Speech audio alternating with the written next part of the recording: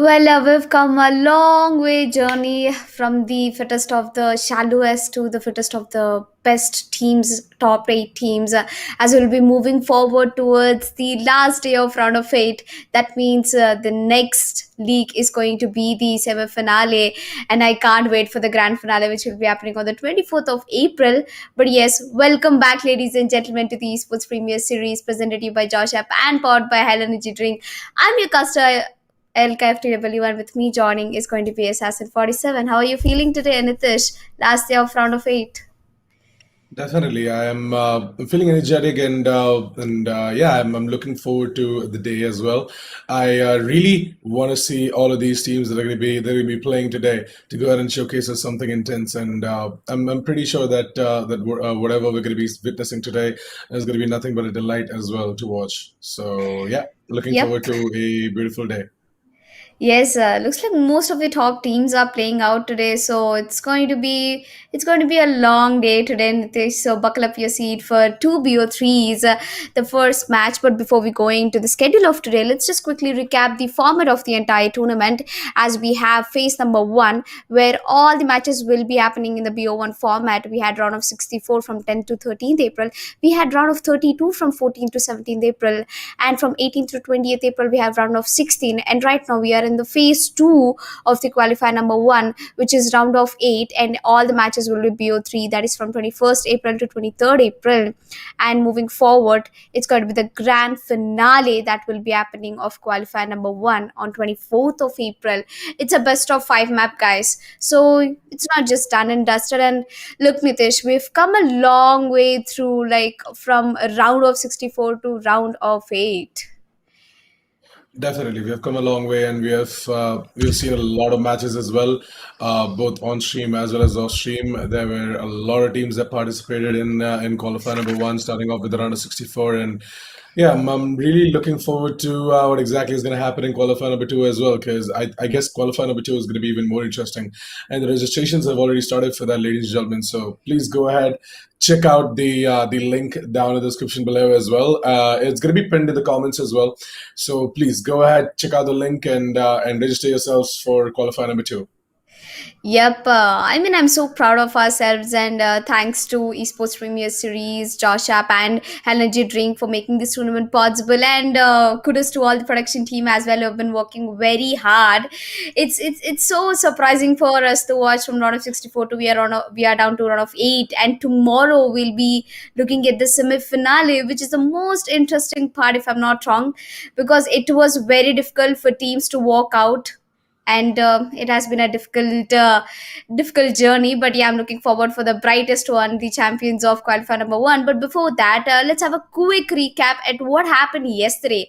I mean, yesterday it was one hell of matches, man. We had godlike esports versus true Reaper esports, which went down to a decided map. Either way, godlike esports, they took away the win with 2 map lead. True Reaper esports got a 1 map into their favor. Well, Haven was a tough map. I mean, the overtimes coming in from godlike and True Reaper esports, they were outstanding, Nitish. Yeah, I mean, Godlike Esports and True Reaper Esports. That specific match was definitely the highlight one for sure. Because True Reaper Esports, they gave out their everything. They even made the comeback on Haven, and they sort of dragged that game to an overtime as well. That specific game was a real close one. Samurai Esports versus ALC. Map number one was really a good one for ALC. The way they went ahead and got themselves such a massive lead, but then we're not able to close it out. That was quite a disappointment. But then again, ALC, I guess that sort of got into their heads as well. In map number two, they were completely wrecked by Samurai Yes. Esports, and I guess ALC. Um, it just goes on to show that they have to have a little bit more patience and I guess with more and more grind they can definitely beat out teams like Samurai Esports as well. But yeah, let's quickly have a look at today's schedule as well. What exactly the day looks like. So it looks like that we're going to be seeing Global Esports versus Triple Q playing the very first game, and the second game of the day is going to be Purpose Esports and First One Esports. Ooh. Looks like we have two batch of matches upcoming. Well, also, ladies and gentlemen, just to remind you, it's a best of three. So, Global Esports was triple Q. It's got to be a best of three, and we have already done the map veto. And I really want to know that what are those three maps picked up by both of the teams, and I mean, the first map always decides it, and I think we have got the map pool, and looks like it's going to be Icebox and Split. Oh my god, I really miss both of these maps. I was talking about them yesterday, and here they are. We have Icebox as the first map of the day. Something really exciting to watch out for. Definitely, Icebox, Ascent, and Split are going to be the maps that are going to be played in that specific match. Now that is Global Esports versus Triple Q. Yes. We are going to be jumping straight into the agent selection screen as well, the agent draw screen, and yeah, it's going to be a very impressive one coming in from Global Esports because to be honest, to be Oh my honest. god. Yeah, to be honest, Global Esports, right? The way they have been playing in multiple tournaments as well. I've been seeing them, pulling out that icebox pick in some of the tournaments. So I'm really looking forward to what exactly is going to happen against Triple Q today. Oh, I'm really happy that Global Esports they finally came ahead and they picked up Icebox as the first map. As we move on towards the next matches, I'm really excited about the agent picks. Though we can see a very default lineup coming in from Global Esports, except the fact that we have two different agents which we rarely see. That is Lightning Fast picking up the Viper, and we have a Sky pick also coming up. So these both are gonna pretty much stand out. Oops, I think I think Bones over there he forgot to select, or maybe he just alt tapped. So we'll come back to cast a screen, and we'll talk about the agent's pick. Yeah, so it looks like that there's a little bit of a LOL moment right there. So I guess someone got disconnected or something like that. But yeah, Yep. that is definitely going to be fixed, and we are gonna get back into the map as well really soon.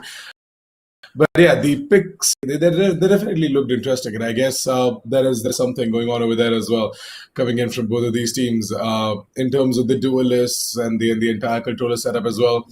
I guess Global Esports they really are gonna pull out some spanner in the works in Yep. of the setup coming in from Triple Q. The same can be said for Triple Q as well. Triple Q are going in for a much straight lineup, like Yeah. they're going for a clean one, the regular default lineup that is being played by most of the teams as well. But Global Esports, on the other hand, they're bringing out Sky, they're bringing out Viper. It is truly going to be Yep. interesting to see what exactly they're going to do out of all of these agents. Yep. Most importantly, they're bringing up a double initiator setup. Kappa and Hellranger, both of them picking up initiators. That's something which is standing out for me, as we have only a single duelist setup coming in from Global Esports and a double duelist setup coming in from Triple Q. Looks like it's gonna be a banjo match. We do not have any proper smoke controller from Global Esports, but we do have Viper, and I think Viper is considered one of the most picked agent in the recent times. So I really am liking Viper nowadays. The lineups, man, they're working out really well. We have a healer also coming in from Triple Q, which is a surprise for me. We have a Sentinel, we have a Sage Sentinel from Triple Q, we have a Killjoy coming in from Global Esports, and looks like there is healer in both of the teams. Yep, there is definitely a healer in both the teams, and I guess it is surely going to help out as well. Icebox is the map where it's supposed to take long range engagements, and I guess with all of the firepower that is going to come in, they definitely are going to need that healer as well. So let's hear what exactly is going to happen, ladies and gentlemen. Global Esports versus Triple Q. We're going to be seeing Global Esports starting off on the attack on Icebox, Triple Q on the defense. Well, let the action begin. Yep, without any further delay, we'll be moving on to the first round as Scanning ahead. a very aggressive shock dart coming in from Never Give Up. Looks like he's already pissed out about playing against Global Esports as we move down. Bullet gets the first kill onto SK Rossi. Gets immediately down traded, A. but BB1 is gonna come down to the trade for his teammate. It's a 4v3 situation. I mean, in a matter of like almost 5 seconds, we can see that already two bodies have dropped down from Global Esports. Not a really good start for them, but I do Right know here. that their agent pick selection stands out from Triple Q, so they might be experimenting into something really good. And Triple Q, they're playing the basic default defense setup, while BB1 and Never Give Up, both of them, they're actually Scanning ahead. maintaining a aggressive There setup they towards are. Global Esports, especially towards the A-bomb side, but they're not going in for the push. So I really like the discipline of them. Definitely going to be seeing a couple of players playing over towards the pipes. That is going to be BB1 to try and go in for that frag with that lightning fast. He's definitely going to be flashed with that automatic pistol in his hands. The frenzy is definitely going to come in, and we're going to be seeing the kill going into the favor of Global Esports as well. Right now, Global Esports, they've got themselves such an aggressive angle that they can go ahead and take down all of these players who are making the rotations over towards the A side as well. It's down to a 1 versus 1, by the way. It's going to be the frenzy versus the ghost. Is yet to witness as to who exactly is going to be the one to reign supreme right now. Is it going to be the ghost or is it going to be the frenzy? But I guess that the ghost should definitely get the pick on towards the frenzy, but never give up. Well, I guess he's definitely not going to give up, and he's going to go ahead and take down the final player as well. That's going to be the first shot of the board for Triple Q as Global Esports. Unfortunately, their plan of moving it over towards the A side is going to fail down. Well, looks like the Frenzy did a good job though. Although, skills, I think he gave away the sound when he was walking up towards ropes, and I think that's the only reason why skills have been picked off very easily against Never Give Up. But Never Give Up, he did a good job. He gets himself a double, and he stood for his team very well. He gets the first blood, and he's putting such an aggressive shotgun, so that pretty much stops the rush of Global Esports and an immediate recon of the back of side from the A-bomb side. So I think Never Give Up, he's doing a lot of ability usage over here. While talking about Global Esports, looks like they're going in for a heavy mid to B rush, as Bullet already got one onto Kappa. Bones is gonna get one onto Lightning Fast, and SK was immediately putting up Bones. Gets another one, but gets traded by Never Give Up, and there comes the man from the behind. Gets a triple, and that's a shutdown once again for Global Esports. Well, it was in a hard eco round, so I wouldn't really expect anything. But they've got 2 kills, SK Rossi, so that's something to look after. Definitely, Global Esports, they try to go in for a split as well. The mid to be executed somewhat worked out.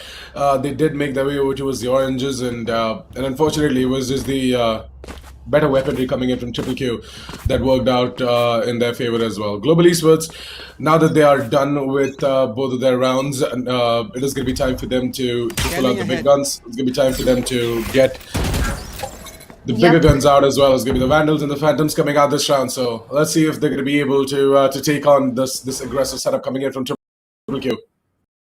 Global Esports, if they can will, they can do this, but oops, Bones has been spotted out, so I think it's only going to be a matter of aim game right now, as Lightning Fast, oh my god, he gets the entry frag, but unfortunately gets traded by BB1, and SK Rossi gets himself a double over there and has his ultimate. He can use the blades out any moment right now, but BB1 once again with a tap onto the head. That's why SK Rossi going down. It's a 2v3 situation, and Global Esports have got the man advantage, and the spike still seems to be outside the A-bomb side. They might be going in for the A execute coming over there, and I think Sage, the barrier wall might be coming in through, but she's down to 37 HP. Should heal first before she goes in for an aggressive peek. What do you think, Nitish? I mean, she has to wait out a little bit as well, down to 2 seconds, I guess. And yep, there you go. The heal is definitely going to come in, and we're going to be seeing the Sage and the Raze, that is BB1, moving in together as a unit to go in for this retake. Now, Trixie has got himself a wall, so he can actually use that to his advantage and go in for the defuse as well. And there you go. Going to be seeing the wall, which is going to be built really, really soon. But before Trixie can even do that, we're going to be seeing the swarm grenades being activated from the side of Global Esports' skills.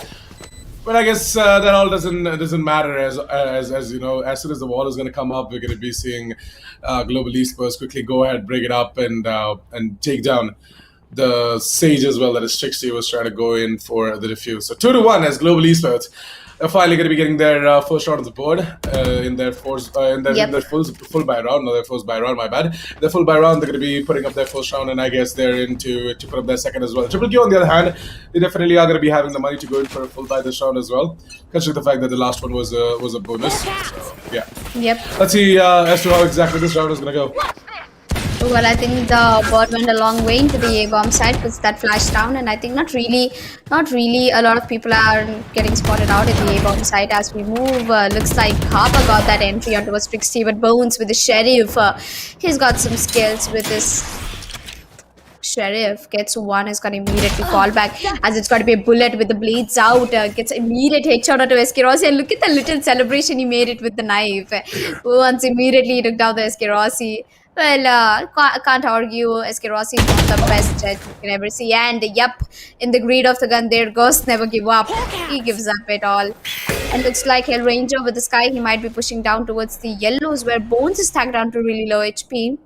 It's a 3v3 situation. Well, there's not really man advantage.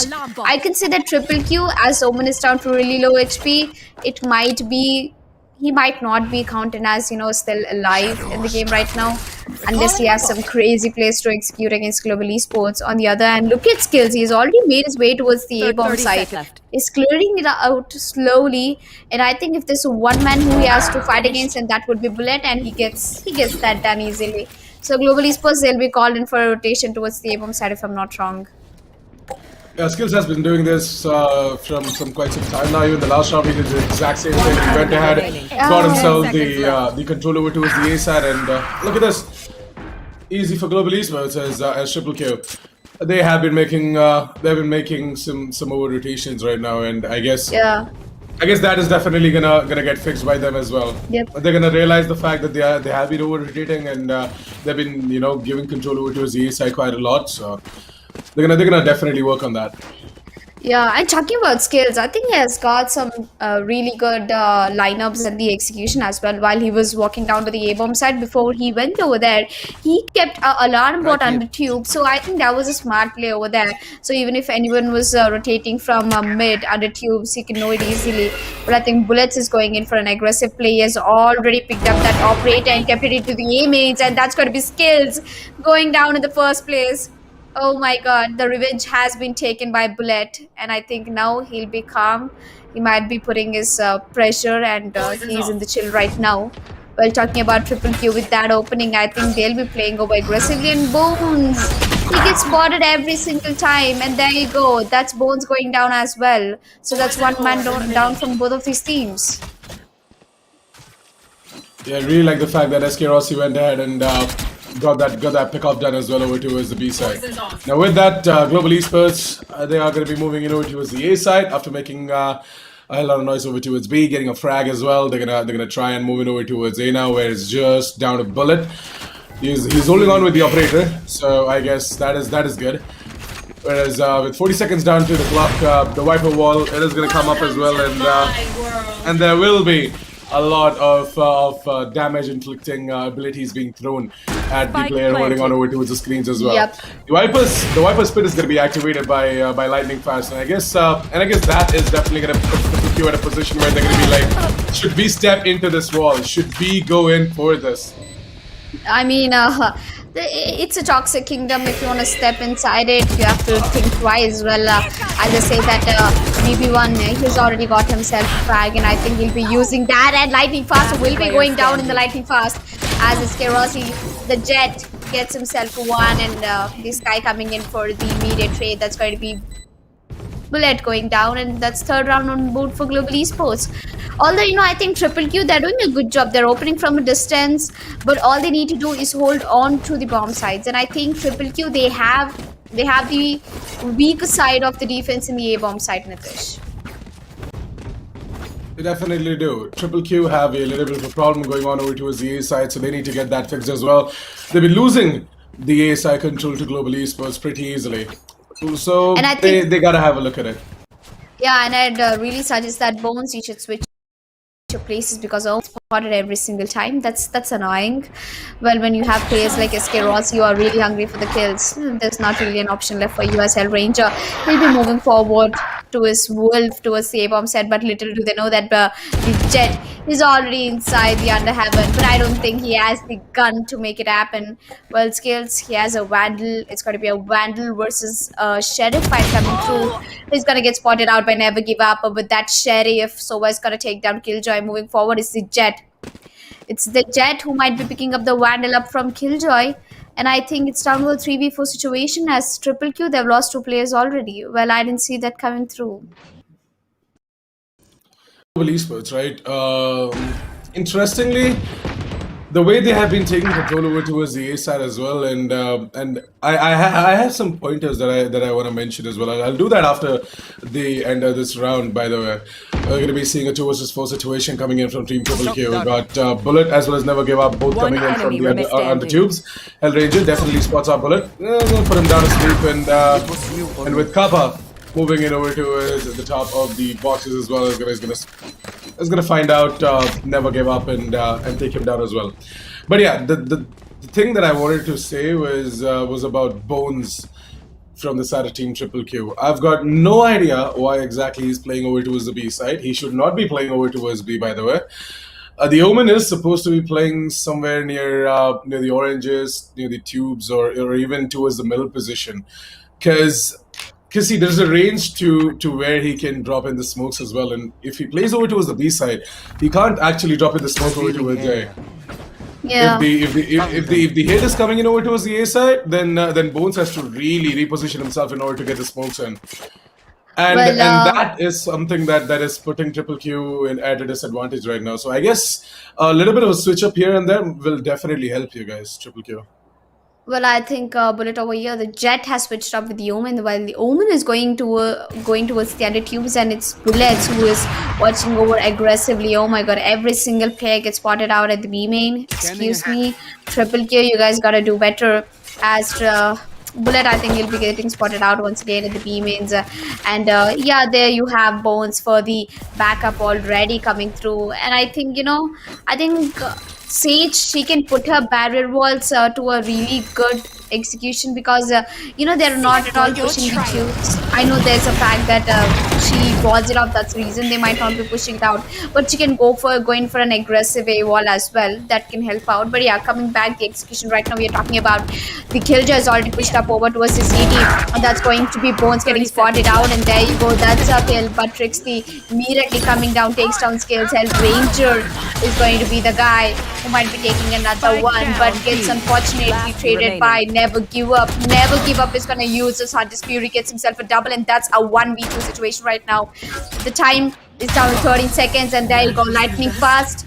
This man is actually lightning fast. He's going to show up towards Never Give Up, and there you go, that skill is done and dusted. And 2-5 Global Esports, they're doing a really far better job with the Icebox. Although, Nitish, I do think that Icebox is attacker sided map. What are your thoughts on it? Icebox is definitely an attacker sided map, and I guess with Global Esports going ahead and grabbing themselves out of these rounds, it's good in a way, because they're gonna need it. On the defense, it's gonna be equally tough for them as well to hold on to the sides, unless and until Triple Q go ahead and make some mistakes. That's a different thing. If they do that, then yeah, Global Esports can go ahead and capitalize on top of that. But then I don't think so. They're going to be making mistakes. Triple Q, they are a really good team, and they're the underdogs, man. They're definitely looking forward to beating Global Esports. And with the right amount of strategy, with the right amount of determination, they can definitely go ahead and do that as well.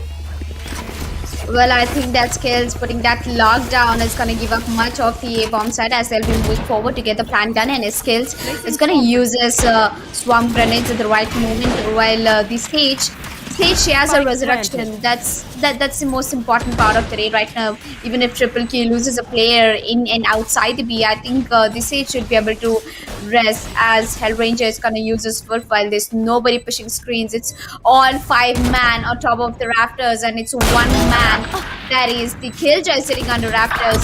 SK Rossi gets one on BB1 lightning fast. Immediately takes down Never Give Up, as Sage takes down Killjoy. SK Rossi is gonna immediately trade out the Sage, and now it's Bones and Bullets in a 2v3 situation, while Hellranger is gonna put that flash, and I don't think there's enough time left for Triple Q to go for that retake, while Bones is trying hard to get at least a kill.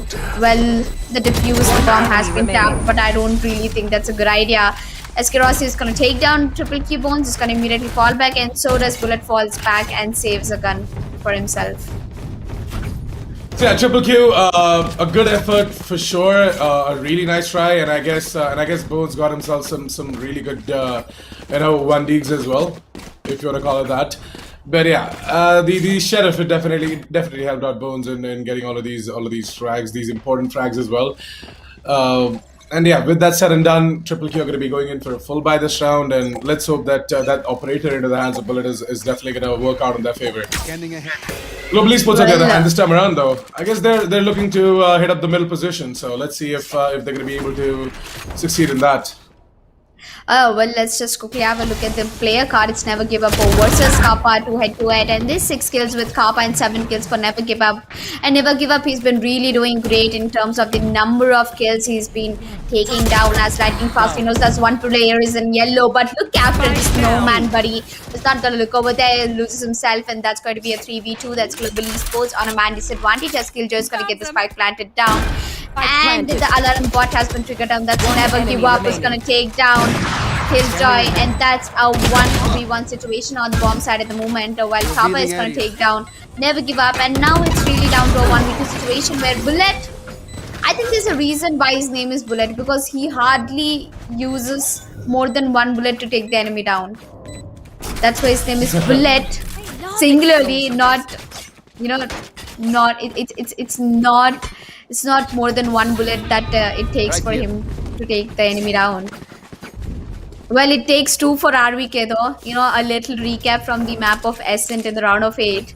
Oh my god. You know, that flash, the moment in the garden where he almost has only 4 bullets into his gun, and he manages to get both the enemies down. Just one tap and the other one. That's it. It takes only 2 for RVK.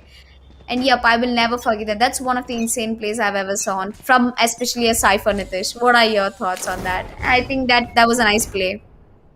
Yeah, definitely. RVK, he's a very skillful player, and I guess he has a long way to go as well.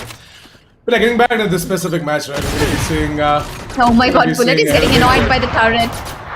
Yeah, he definitely is. No one is there to take down the turret for him. Yeah. He switched like almost 3 positions, and now he's really annoyed and he's down to 81 HP. I feel bad. And Bones, you keep doing the same thing. The stubbornness with the Bones is not really gonna change. Oh yeah, this time he didn't get spotted out. How come he didn't get spotted out through the recon? Ouch, a lot of shot that's coming. He's holding towards that part of the yellow boxes where he's not going to get spotted out. There's an angle to that. So yeah, with that, we are going to be seeing that smoke being put down by Bones as well, which is going to be giving him that advantage to go into the peak and get the frag as well. That's going to be Hellranger going down. SK Rossi is onto the other side, and as soon as the Viper is going to be throwing that bit of the utility over to the yellow box in order to push out Bones. And there's going to be the rest of the players coming in from the side of Triple Q to go ahead and get the final few frags as well. Oh, I think I really underestimated Bones at that moment, but I think he got himself a triple this round. And the way he was holding on towards the yellow box, that was really nice. I mean, I pretty much saw the yellow box like a rectangle, and I didn't actually look after the dimensions it has. So Bones, he did a really good job over there holding at one position, getting multiple kills, although he kept changing, he kept switching positions, at least from, you know, one side to the other.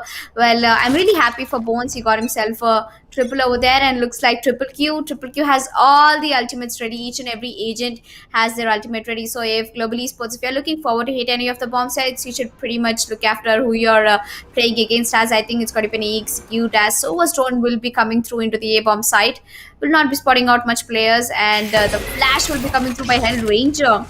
He has a long flash to go, man, and so does the recon comes down at the right moment. Oh, look at BB1, he has the right position. Gets taken down by lightning fast. That was too fast. Welcome to my world. Now this is what I've been talking about, right? Team Triple Q's A defense is a lot weaker than their B or even their mid area as well. I mean, their A side is really weak. There's absolutely no resistance whatsoever. The Opera is definitely going to be pushed away with the utilities coming in from Global Esports, and there's absolutely no utilities coming in from the side of Triple Q as well in order to stop Global Esports from taking control over towards the pipes and, you know, just rushing down into the side as well. And there you have it. We're going to be seeing the Killjoy putting down the lockdown from the side of Global Esports, and there'll be the Pit Viper as well onto the side. So much time has just been, you know, taken away from the side of Team Triple Q and their attempt for this retake. And I think a one kill won't help you, Bullet. He gets one, or gets immediately traded, and that's going to be the Sova's ultimate coming in from Global Esports at the right moment. And the poor BB1 The Killjoy will be Last getting player herself a standing. triple over there, and I think Skills, he has done Last more than round enough a in good the job half. as a sentinel at the bomb site.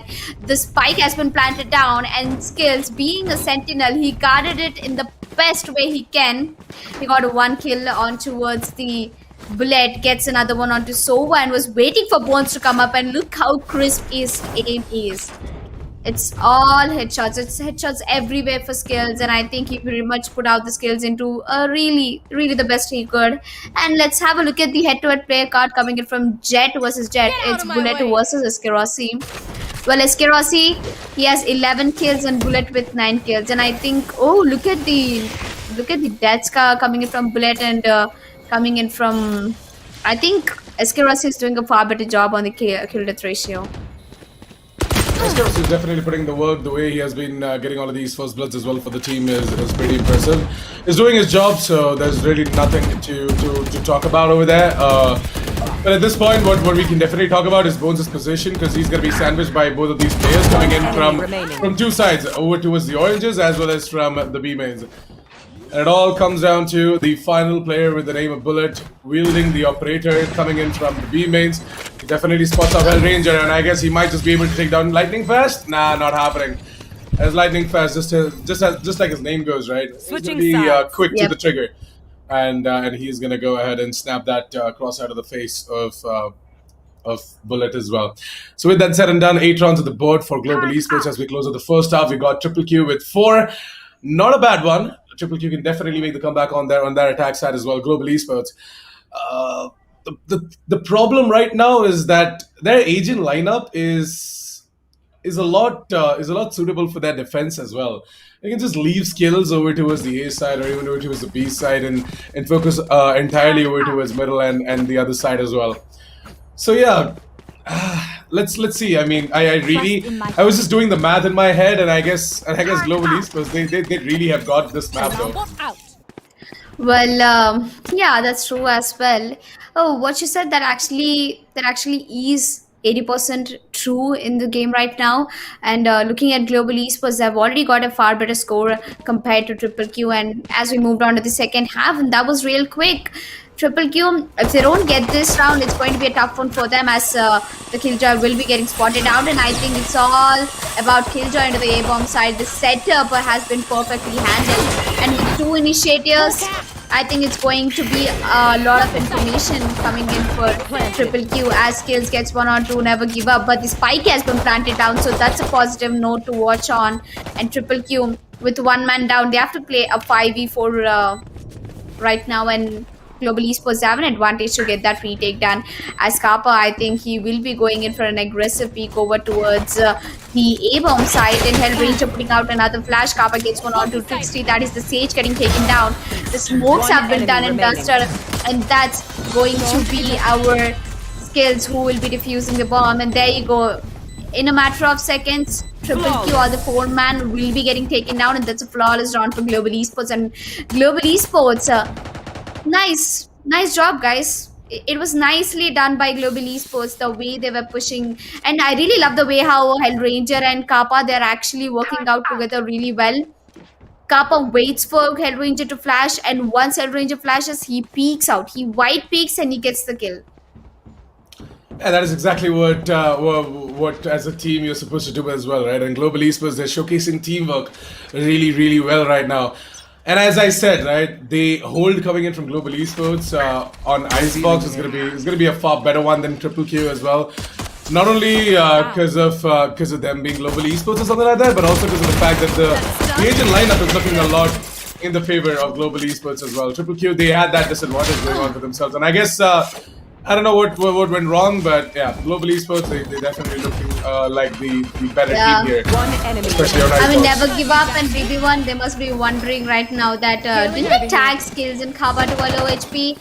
How the hell are they healed back again? And that's when they realize that you have a hero in your team, and that's Hellranger coming to the play. SK Rossi was I mean, look at skills. He was barely 20 HP. The killjoy gets healed immediately by the Sky, and that's one of the perks. And I think Sky is one of the very unique and best agents, Nitish, because you can get the intel by the wolf. You have 3 flashes to use, just like a breach, and you have the best ultimate where all the positions will be getting revealed, and so the players will be getting concussed if you don't take the Sky's ultimate. And the best part about Sky is that she can also heal her teammates. I mean, imagine if Sky could heal herself. She would have been in a very overpowered agent, Ritesh. Imagine if Sky could heal Definitely. herself. Yeah, if Sky could heal herself, if she could only do that, she would have been picked up in every single game. That's a different thing.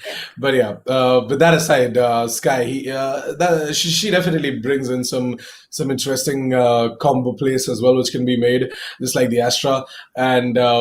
And yeah, global esports going on for a lineup like this, it definitely shows that Revealing area. they are looking forward to make these interesting combo plays as well. And they are going to be showcasing us these kind of combo plays as well. BB1, he's going to go ahead and take down SK Rossi, not a bad one. SK Rossi, well, he gets absolutely deleted, and he's gonna remember this for the rest of the Yep, day. SK Rossi. It's a round to remember. Although I would say global esports, they have always been that meta game changers, and I think this time also they're doing pretty much the same. They are trying to change the meta, experiment with the meta of the game, and I really love the way how global esports is actually putting it out. And looks like it's not a B execute coming through. They didn't even pick up the operator. They quietly go down to the A bomb side, and they'll be getting the Spike plan done down anytime in soon. A. But lightning fast. With the lineups coming in from A bomb side, I don't really think the triple key even will be able to get the spike planted down. Well, I think that's a good job coming in from Sage for getting the spike planted down and lightning fast with a lot of ability usage. And that DK is going to take away a lot of HP from triple Q. And look at that, we are also going to be seeing global esports who are inflicting damage not only with their nanoswarms and stuff, but also with their shot darts and everything as well. And now that they have already taken control over towards this side, there's absolutely nothing that can stop them from going ahead and taking down the entirety of triple Q. But Skill 2 is going to be running around the corner in order to get the kill onto a 60 as well, most probably. But oh well, Ranger, it brings it down to a 1 versus 1. Does he know where exactly the Omen is? He's got no idea, and that's going to be Bones to go ahead and win out that round for Team Triple Q. And Triple Q finally, they have got themselves the 5th round of the board. In the first round in the second half of the game, ladies and gentlemen. Get up for Triple Q as they're gonna fight tooth and nail in order to get it as well. Global Esports, their retake attempt is gonna be failed as they were not able to go ahead and take down all of these players. Well, that was a nice try coming in from Global Esports, although we can see Triple Q coming back into the track. Well, with 5 rounds and Global Esports with 10 rounds, this is an entire 5-point difference from Triple Q to Global Esports. And Global Esports, if they are looking forward to give away any rounds, they need to be really careful, because it's Triple Q, and with one small mistake, they can entirely take it to their advantage. As El Ranger will be putting those flashes. Meanwhile, I think it's going to be Bones and his teammates pushing towards the. They're gonna go towards the tubes as the sage will be spotting out SK Rossi. Well, SK Rossi I think is tagged down to really low HP right now, and so is Trickster right there. Oops, SK Rossi, he's too good with the aim. Ooh, Yep, that was he's gonna as soon go as the ahead and- smoke fade away, he immediately got that headshot. That's some insane reflexes. Yep, talking about insane reflex is gonna show us one more. Bullet going down. And with that, SK Rossi is gonna be getting himself a quad. What the hell, man? How We much speak of the aim lab devil. do you do? How much aim lab do you do, SK Rossi? Oh well, it's not only the aim lab; it's the death matches he craves for, man. I mean, look at him! Look at the spray transfer he has just done. Yeah, this particular clip, as we speak of the devil about the reflexes, and look at him. There were 2 players standing in front of him, and both of them were really into SK Rossi that they couldn't even, take the fact that SK Rossi is a really good player, and it takes him almost more than 1 second to take down both of the players. That was a really crazy spray transfer over there. And SK Rossi, look at him, he's playing really aggressive, and I think he's gonna spot out Sage, but he's tagged down to 83 HP. That's not something to be worried about. Well, we have El Ranger who can quickly heal you back, and I think it's a eco round coming in from Triple K if I'm not wrong. And Global Esports is just 1 round away from getting that match point done. Yeah, Triple Q this time around though they have a better chance of getting this round as well in my opinion, because they can actually go ahead and play a little bit more aggressive because they've got nothing to lose at this point. It's an eco round for them, right? With all of these frenzies and the upgraded pistols coming in from Triple Q, I guess they can just try and go ahead, take down these players while they're trying to get their utilities, their abilities out as well. But I guess, unfortunately, Global Esports, they still are going to get the better of Team Triple Q, and it is going to be the match point coming in from Global Esports as well. 12-5, ladies and gentlemen, as we move on to as what could possibly be the last shot of the specific map. As Icebox, I told you, right? Global Esports, they have a far better agent lineup, which helps them not only on the attack side, but also far more on the defense as well. Yeah, I mean, pretty much they have two initiators, man, and they attack. They've got 8 rounds to their favor. And when they started off with the defense, they had someone like Viper and Sentinel. I would control, I would say that Viper is almost similar as a Sentinel because she can completely hold a sight of her by herself. So I think having Killjoy and Viper at the same time, that's only an advantage for you as SK Rossi. Yeah, he messed up over there, but he's going to immediately dash back. That's a good decision, while Bullet is going to take that recon immediately down. Oh, well, I think it's an execute coming through because the Jet is moving forward towards the A Pipers, and looks like the Battle Sage on the other end is going to take down Hell Ranger, and there comes the backup. That's BB1 taking down Lightning Fast. It's already down to a 5v3 situation, and I don't think Global Esports will be walking away with the victory that soon, as GE Kappa is going to spot out Bullet, and immediate trades coming through Global Esports. It's down to a 3v3 situation. The man advantage has been snatched away by Global Esports, and right now the number of players are equal for both of the teams, unless there's a fight coming through Bones versus Kappa or the skills. Well, Bones has his ultimate, the Omen has his ultimate, so he can really he can do the ultimate towards these nose. But I don't think SK Rossi, they really don't have to do that because SK Rossi has gotten way far better aim compared to Triple Q. Oops. So Bones is going to go ahead and get the frag on towards SK Rossi. That is going to be something interesting to witness as well, because SK Rossi did not see that coming. It was holding an off angle, and I guess Bones had the better pick on him as well. Skills has his Killjoy's Nano Swarm grenades, which are being sent over to the side as well. So I guess Bones, he's gonna quickly reposition himself before he starts taking damage as well. And look at where exactly Never Give Up is. I know, right? It is just gonna be a stick that is gonna come in from Global Esports. Because yeah, pros never fake, and Triple Q, they're gonna be losing out map number 1. There's going to be Global Esports to go ahead and grab themselves map number 1 Icebox. And I guess all of the GE fans, they definitely are going to be happy as well. But more than that, I am disappointed. I'm really sad. I really expected a lot more coming in from Triple Q, because I've got a lot of my comrades on Triple Q as well. And I really wanted them to go ahead and showcase us something really interesting. But I guess things did not quite pan out in their favor, both on their defense as well as their attack. And I guess Global Esports, they just had a better map going forward in that specific map as well. But yeah, it was a massive performance for sure. Any thoughts on that specific map, Pilika? Yeah, I mean, Triple Q, they had a really good fight against Phoenix Esports in the round of 16. They beat them 13-4.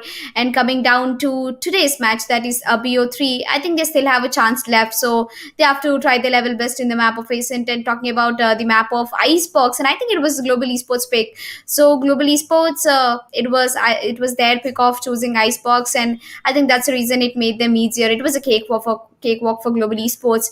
And ladies and gentlemen, before we moved on to the second map of the day, that is Ascent, and I know you guys are filled with suspense over here, and everybody is so surprised who is Team Triple Q. Well, it's one of the underdog teams, and yep, it's all possible because of Esportz Premier Series, presently by Josh App and powered by Hell Energy Drink, that we are able to see a lot of underdog teams coming into the play. Yes, before we go down to the second map of the day, me and Nitish will be taking a short break and meeting you guys right back here. So be right back, guys.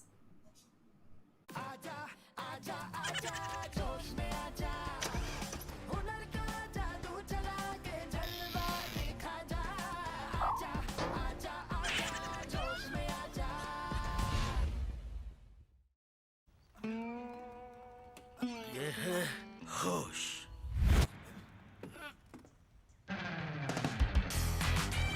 ये है जोश। ऐसे ही ढेर सारे funny videos के लिए जोश में आजा।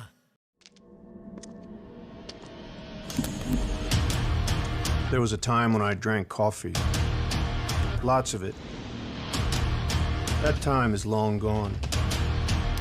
I switched because I like to keep up with the new trend. Energy, taste, power. What else do you need? For me, it's enough. Hell energy.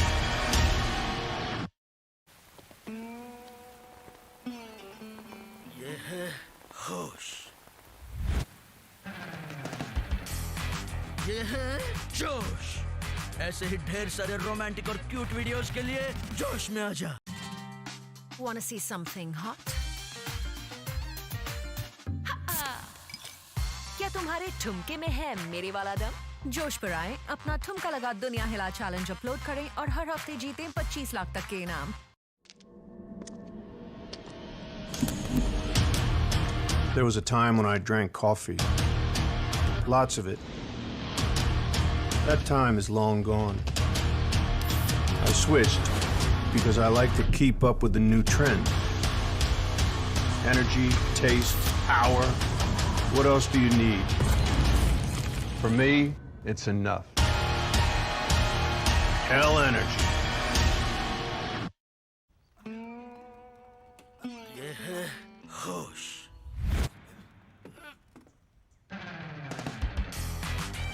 ये है जोश।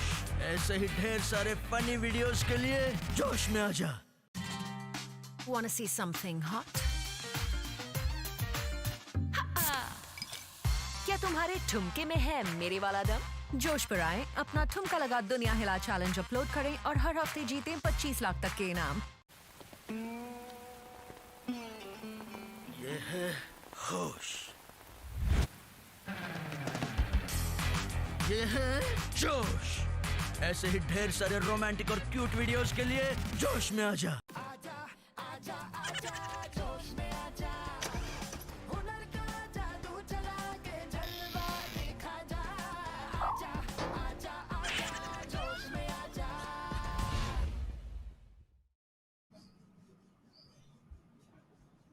Well, yep. Welcome back, ladies and gentlemen, once again to the Esports Premier Series presented to you by Josh Up and powered by Hell Energy Drink.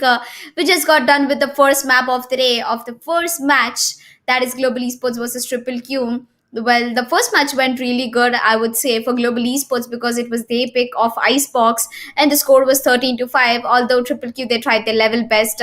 They pulled off most of the rounds in the defense side, and when they came down to the attackers, the defense was way far good for Global Esports. And as we move forward to the second map of the day, that's going to be Ascent. Ritesh, what are your thoughts on the second map? Any predictions or any lineup predictions? Well, I definitely think so that Global Esports are once again going to be throwing that Sky into their lineup or something like. We might just see them going in for a standard lineup, but then again, I'm definitely expecting something like a Sky or maybe even an Astra as well. You never know. I really want to Astra's a see good if Global Esports. Yeah, Astra is a really good pick on Ascent, and I guess it might definitely help our Global Esports as well.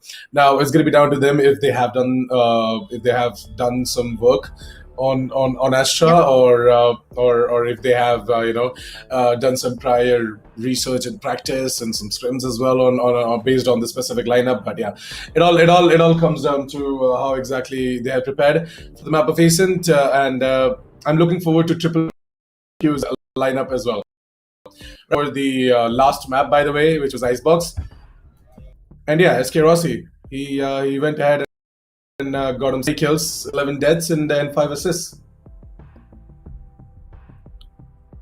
He had one hell of a match over there, and he pretty much, as you asked, how much aim lab does this guy do? Even I kind of doubt on that, and I think I think he does at least a hour or so. But yeah, that was a nice game coming in from Triple Q as well. They tried their level best, and I would want to especially talk about Bones. I underestimated that guy in the beginning, that he was getting spotted each and every time at the B-bomb side, but he pulled off a really good game for Triple Q. He tried to keep that, he tried maintaining the consistency, but I think Global Esports, they were concentrating more on the A-bomb side. because they knew that B was not easy. And the voices in my head say that it's 2 minutes to the game. So before the game, we have a lot of things to talk about, Nitish. And as you said, that there might be a Sky pick coming through, an Astra pick coming through.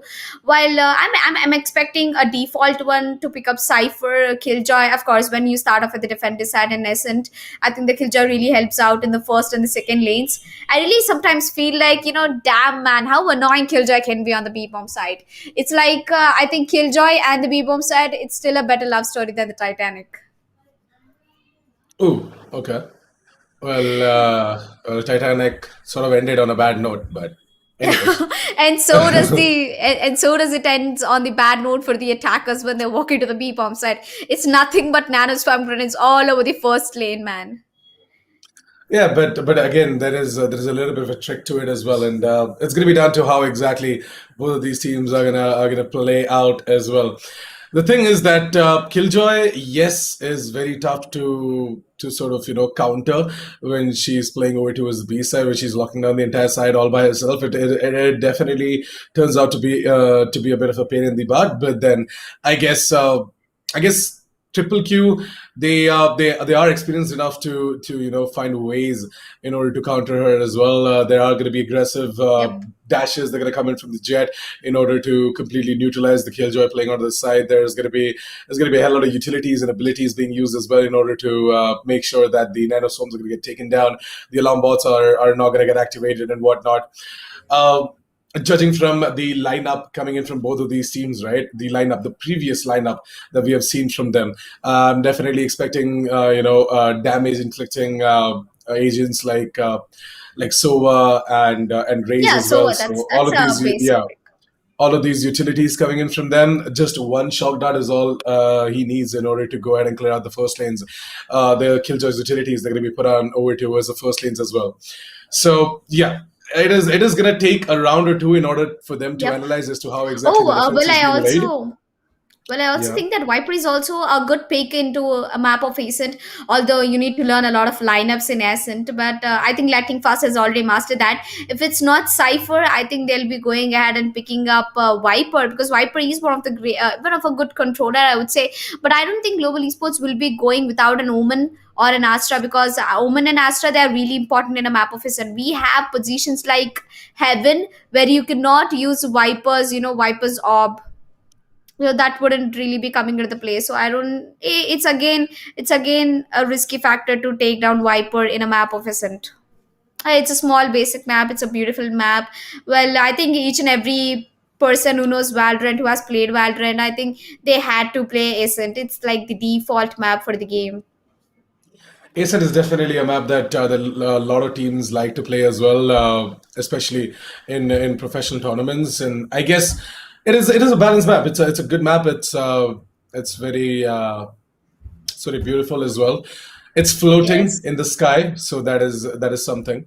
And yeah, the entire map it's laid out beautifully in a way where the defenders, they sort of have an advantage as well, and the attackers, if they can just go ahead and get their strategies, their setups correct, their executes right, and they can definitely take Yep. down the defenders as well as that defense that has been laid across the site as well. But yeah, Well, I guess the match is getting ready as well yep. as we speak, and the teams, they're joining the lobbies, and everything is being set up and ready. So yeah, what I really wanted to add on top of that was Triple Q and how exactly they're supposed to sort of play out map number two as well. Based on their previous performance, I guess aggressiveness, it definitely works out for them, but. Yeah, a little bit of a passive stance won't hurt, because Global Esports, they themselves, they might do Yes. some sort of a research as well on towards Triple Q. So yeah, with that said and done, let's quickly jump straight in towards map number two, ladies and gentlemen. This is going to be Ascent coming in from map number two, and I guess Global Esports. Yep. They themselves are gonna surprise us with their agent lineup. So what exactly is that wild card that Yep. they're gonna pull out as well? Global Esports, show us. Yep, I would pretty much call Ascent as a park over there. It pretty much has the vibes of park. While talking about the agent pick selection, looks like as I said that you really can't pick up a controller it either should be the sky, it either should be the Astra or the Omen, and I don't think they're gonna eventually go for the Omen because Astra is a way far better agent. I'm talking about Triple Q. They've gone for a really default lineup. They have a Sova. They have double duelist setup coming in. That's Phoenix and Raze. We have an Initiator and we have a Sentinel. We have a Controller, and the same goes for Global Esports. But this time, Lightning Fast has picked up the Cypher. He's back to Cypher. Kappa is gonna pick up an Initiator. Now it's again a double duelist setup coming in from Global Esports as well. But this time, Triple Q is starting off with the attackers. So I think that each and every team who starts off at the attacker side, they have an advantage, to be honest. If you think both of the teams, I mean the opponent and the team playing, both of them are compared to the same tier, it gets easy. If you get 5 rounds in the attackers, you have an advantage in the defenders, right? You can easily put up that comeback possible into your game. So I think that sometimes starting off with the attackers is an advantage. And well, looks like the agent pick looks really nice and pretty much the similar. Is just the fact that we have a Cypher coming in from Global Esports, and it's so surprising not to see Killjoy pick coming in from Lightning Fast. This goes here. I mean, Lightning Fast, he has a setup as well on his defense, and I guess is exactly the reason why he went in for a Cypher play as well. With the Cypher, he definitely has the freedom to move around freely across the map, and his abilities, they're still going to be standing tall as well. And I guess Global Esports, their agent lineup is good. It's actually impressive, and the same can be said for Triple Q as well. It's just going to be down to how exactly they're going to be making use of the Rays as well as the Phoenix as well in order to gain entries onto these sites. Now, skills, he has definitely pushed in and got himself a frag onto us. Never give up. With that, we're going to be seeing 3 players coming in with a little bit of a flank from the B mains. Let's hope Triple Q are going to be ready for this. We're going to be seeing the gravity well being activated over towards the B mains, and there is Bones, the Killjoy from the side of Triple Q, getting absolutely taken down. All the 3 players left out from the side of Triple Q are on the side, and I guess the Phoenix is going to further push in over to the second lanes and grab control over towards the defender side of spawn. It's going to be all down to BB1 now in a 1 versus 2, and I guess Hellranger, he's just going to stick it. He's just going to go ahead and stick it. He's got himself the half defuse in, and it's down to BB1 to try and stop him, but I don't think so he will be able to do that. No! Oh my god! Triple Q, BB1 made it to the last second. What the hell did I just witness? Oh, Hellranger, you've got to be kidding me, man. I think he got himself a kill. He's gonna get another one. And all he does is just stick to the defuse, and BB1, he came out at the right moment. It was just 0.01 seconds, and Hellranger, you almost got the defuse stun, and BB1 comes ahead and gets side shot, and that's an ace for him. I think BB1, he's really messed up about the last map. He was really pissed off. He was really pissed off in the last map. So he's gonna put out the aggressiveness. As you said, Nitish, that Triple Q, the aggressiveness really works out for a team Triple Q, and that's what I can exactly see that coming through from Triple Q's BB1. Oops, a lot of spray coming in through all the players over there. A lot of aggression onto those shots. And I think one of the players will be tagged down to really low HP, and that will be SK Rossi in the shot. Yeah, we might just see Lightning Fast getting taken down as well. Yeah, there you go. It's going to be BB1 to once again get that entry in for the team, and he's going to further push in over towards the first lanes and maybe get himself a frag on towards Kappa as well. But unfortunately, it's going to be Bullet to steal that kill away from him. And with that, all 5 of the players from the side of Team Triple Q, they're alive and healthy. They're all sitting at 150 HP, and I guess they're just going to have a flawless end to this specific round as well. Wow, that's a team ace. Not bad. Each and every player from the side of Triple Q get themselves a frag each, and it's definitely going to be a morale booster for them. Yup. And well. That was a good replay, though. I think never give up. He's definitely stood out for his team, and Bones getting the last kill. Oops! I didn't see Bones is playing Killjoy over here, and I think finally the positions have been switched up. The Sage has picked up the duelist this time, and BB1, he was playing Race, and he switched up towards the Phoenix. And look at Bullet, he was playing Jet, and now he's picked up the Omen. I really love the way how the entire agent composition is working out beautifully for Team Triple Q. They are so flexible. I mean, it's not like the particular guy who has a good aim should be playing the Jet or the duelist. I really love the freedom that they're giving to themselves, and Skills is gonna get that headshot on towards BB1, is gonna use that ultimate, might be getting another one. That's a double kill for Skills. He's gonna use that classic, gets a triple. He might be going in for that fourth kill because he has a flash and he is right now sitting down in the vines. One chuck that comes in, it's not gonna do a lot of damage. Well, the recon comes down, is gonna take down the recon, and Sova and the Omen. It's down to the last two players standing in for Team Triple Q. Although it was a bonus round for Global Esports, I think it's going to be an easy one as Skills. I think he's gonna get an ace for himself. My chest sitting down at the vines, he's gonna get himself an ace. Oh my god, Phoenix. Looks like both the Phoenix are on fire today, Nitish. BB1 gets an ace in the first round and Skills couldn't digest it, so he goes up ahead and gets himself an ace this time. This goes here. Both the Phoenix, I think they're having fun today. Oh, this is a nice spot. They definitely are having a lot of fun, and they definitely are on fire as well, like quite literally.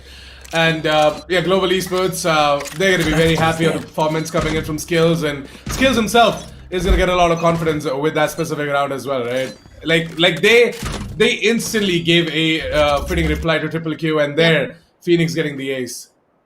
Look at that. It was one-way at smoke that coming in moment. from Hellranger. Yeah, it was that I moment. mean, yeah, it was that moment when like Triple Q realized that it's Skills sitting in the wines for a really long time. He's been sipping on the same glass of wine through the entire round, and Triple Q let them do that. Well, it's actually a bonus round, so I wouldn't talk much about that. And look at the stars coming in from Astra, that is Hellranger. Well, he's putting up a nice amount of stars into the A mains and Skills. He's all ready to put that Molotov on towards the A mains. Well, Triple Q looks like it can be an A execution, as BB1 is gonna put that ultimate. The run it back comes down to the side, but unfortunately gets taken down. Looks at the wrong side of the map as Bullet takes down Skills. That's an entry frag. BB1 is tagged down to 31 HP. Hellranger is back busy in meditation. Well, Never Give Up gets another one onto Hellranger. I mean, Hellranger, don't get back into the meditation position when the team has already made their way into the bomb site. And I really love the way how Triple Q is showing the aggression right now, Nitish. They're shutting down Global Esports, and I think Global Esports is going in for a save right now because the economy doesn't really look good for them. Yeah, Global Esports, interestingly, are going in for a save. I thought that they might just go ahead I know, for the right? retake, but yeah. Then again, the thing is that Hellranger, with him falling down, it's going to be really, really tough for Global Esports to go ahead and pull out this retake. So I guess they took the correct decision here. Yep, they definitely took the correct decision, and I think that really that's gonna work out for them in this round because the save is better than going in for their attack when the man advantage is way too much for Triple Q. And look at Triple Q, they did not go for the hunt because they knew how important it is for them to save the guns and how much of an effort it takes them to balance the economy. They didn't want to give free picks for Global Esports, and I really love the way that Triple Q did it. Well, looks like Lightning Fast, as I said, he has got some really good defense setup in the map of Ascent in the B-bomb site especially. This goes here. This goes here. Yeah, Cypher and his voice lines, man. The guy is crazy, and I guess that shot dart is definitely gonna hurt. Skills, you better back off from there, buddy, because I guess Never Give Up. He has got some interesting lineups. I really like the motivation behind the name as well. Never give up. So even when you're casting, when he gets himself a double kill, you can go ahead and say that the Never Give Up has secured a double kill for himself. So it kind of gives him motivation. As looks like Triple Q is once again going in for a knee setup, and the Astra is gonna block the vision order from Triple Q. As BB1, he's gonna definitely check the whites because the last time they didn't check the whites, they knew what happened, and this time they're definitely gonna risk it. As I think the Sova's drone might be coming through any movement, as the spike is in the hands of the Omen. Lightning Fast gets up onto Tricks the end. He gets a double over there, and that's pretty impressive by Lightning Fast. I think he got the shots through the smoke, if I'm not wrong. Did he? Yep, definitely. Both the kills were through the smoke, and I guess Lightning Fast. 30 seconds left. Oh my gosh. Yeah, I think Team Triple Q must be thinking, what happened there? What really did happen there? How did we die? मेरा मौत का पता भी नहीं चला कि मैं मर गया. There was pretty good like that. enemy remaining. Well, coming down, I think it's a flawless round for Global Esports. It should be a flawless one. As Team Triple Q, they're known for their aggression. If they're going in for that kind of a passive play and they're holding off at one bomb side, the entire rotation has already been called up by Global Esports and Triple Q. I think the only reason they lost that round was because of the passiveness towards the game, if I'm not wrong.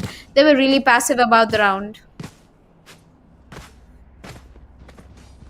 So jumping on towards what could possibly be around for Global Esports, because of the extra amount of economy that they have secured themselves as well. We're going to be seeing an equalizer most probably, but we don't know how exactly Triple Q are going to go ahead and get themselves the victory as well. We can definitely try and put up the fourth as well this round. All they have to do is try and wait out for whatever's coming from the start of Global Esports at the start, and I guess it's going to be a little bit of a push. There's going to be two of their duelists to rush in over towards the B lobbies and find themselves a kill.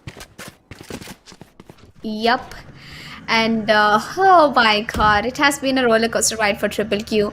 Once they start aggressing over towards one bomb site, I think it's easy for them to execute it properly. But when they give the second thoughts and take a pause, I think that's when their confidence or the momentum, I think it goes off guard. While Never Give Up here, he's been holding up a really nice position towards the mid shot. And looking forward, I think it's going to be a B setup coming through for Triple Q, and Kappa is the guy who's holding up, and with one good recon, he can get the job done for Global Esports. Well, he has a shock dart left as well as the smokes come through at the market, and there comes the flash, and there you go, the shock dart will come through, and so does the recon. SK Rossi is going to take down Bullet. Bones is going to take down SK Rossi. G. Kappa has been spotted out. Skills takes down Bones. Spike down. It's down to a B. 3v2 situation. Phoenix and the Sova. Can this deadly duo make the clutch happen for their team? Is my question. Well, it's definitely going to be a Spike lot planted. tough for them in order to hold on to the side, because we've got some players like Skills who have already made their way onto the side. And look at BB1, he's sandwiched. He's sandwiched into that position. It's going to be Never Give Up to try and come in through the Astra smoke. That is Hellranger, who knows that Never Give Up is over towards the B main. Because over towards the side, Skills completely cleared out the side, right? And he has absolutely all the idea in the world that there's only one position where Never Give Up is going to be in, and that is going to be towards the B main. So the information is going to be relayed on, and Hellranger is going to get the frag as well. 3-all as we're going to be seeing the scoreboard getting tied up, as I said, at Global Esports, in terms of the abilities and everything else. They do stand the chance to tie things up on the scoreboard that round, and they did.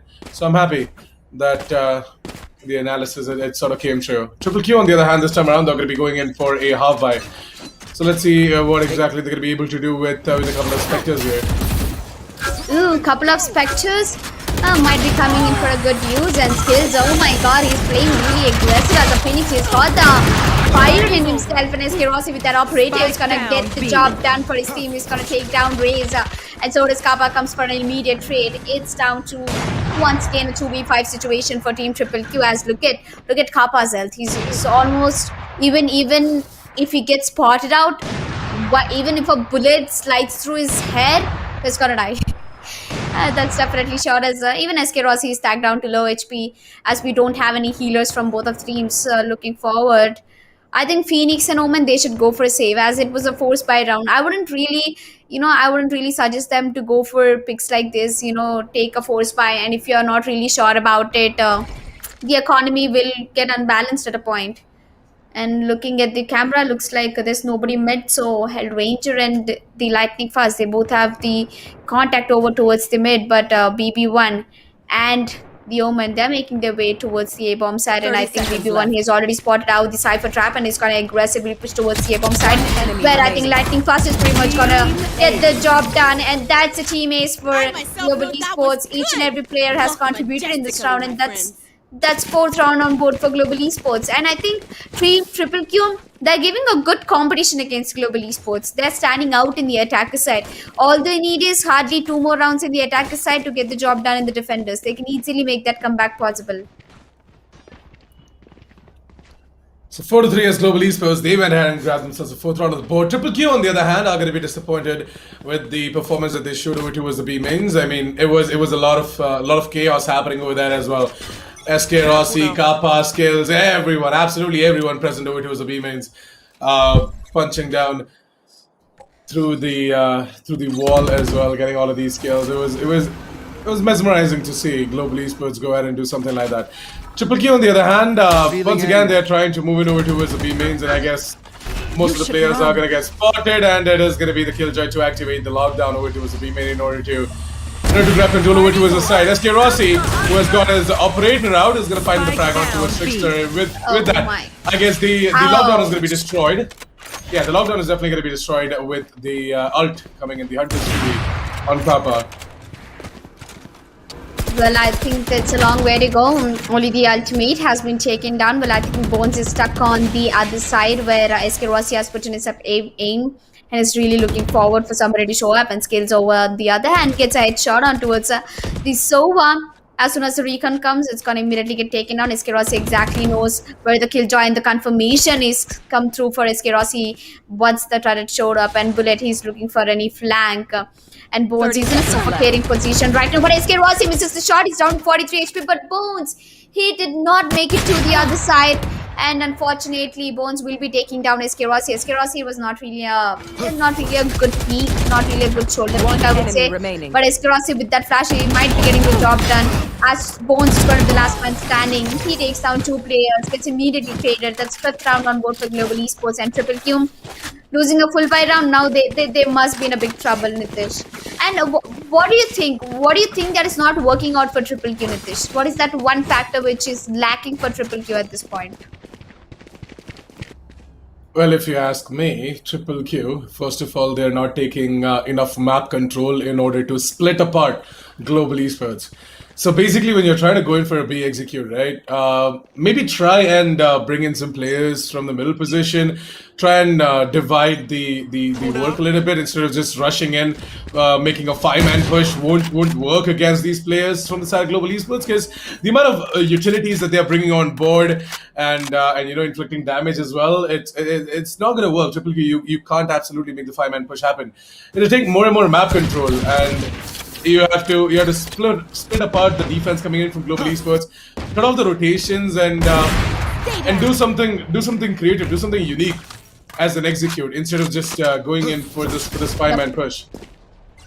Well, I think what you said that I think Team Triple Q, they should really consider that, and I think their lineup is not really working at this point. They either have to go all hail on towards them, and it really would have been possible if Never Give Up he came for the trade. At least he gave the backup for the raise. It could have been an easier one to take down Cypher over there because he was tagged down to less than 40 HP anyway.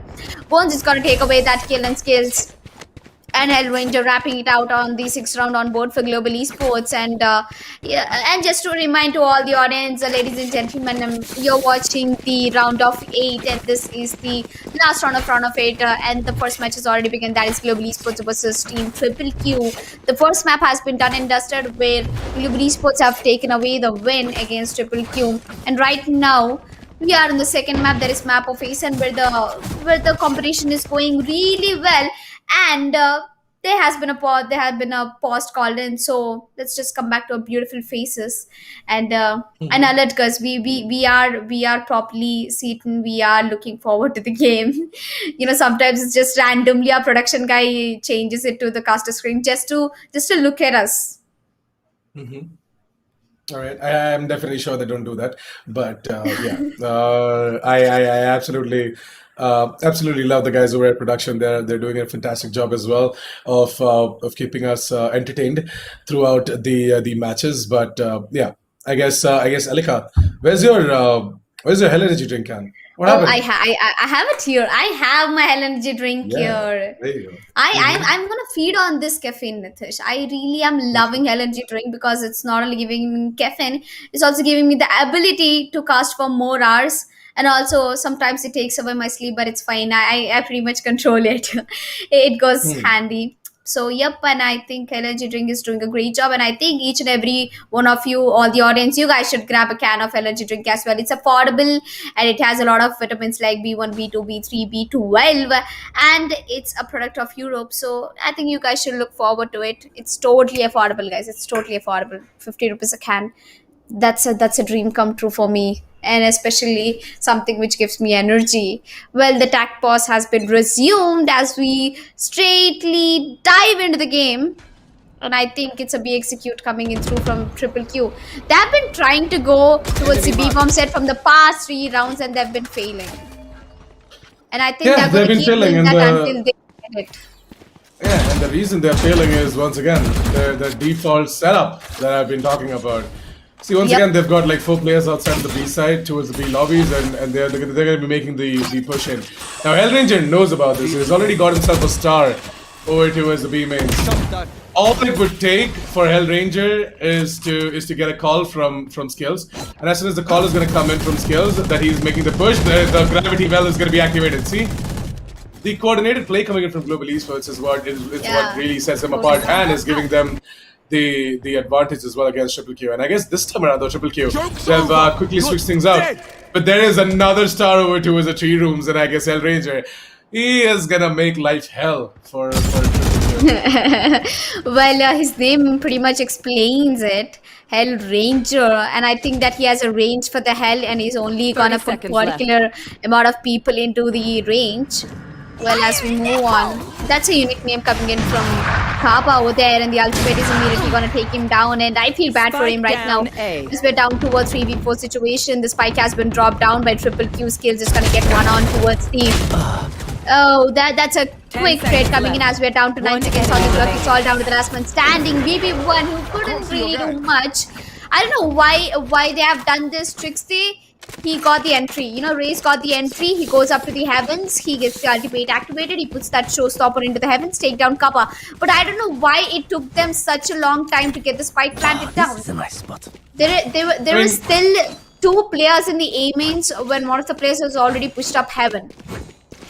Actually, SK Rossi was over towards the A mains, right? He went ahead and stopped the spike planter as well. Yes. The spike carrier, he was trying to go in for the plant over towards the generators, but then unfortunately nobody saw SK Rossi over This is towards a the nice vines, spot. Yeah. and that worked out for him. The sneaky little place, man. The sneaky little place coming in from SK Rossi. Well, I think there's a different set of rules and ethics that SK Rossi follows. The default setup, once again, as you said, Nitish, it's going to be Kappa rolling out in the B mains and the turret coming in from the Killjoy. And I think once again it's going to be a B setup coming in, but this time Never Give Up gives a headshot to Hell Ranger. This time it's not the Hell Ranger who's gonna put up the range. It's Never Give Up as SK Rossi activates his ultimate push down towards the A mains. While Bullet, look at him, both of them, Bullet and the other guy. Never Give Up. They both made their way towards the A bomb side. They absolutely have no idea. Skills, he absolutely has no idea that Bullet is over there.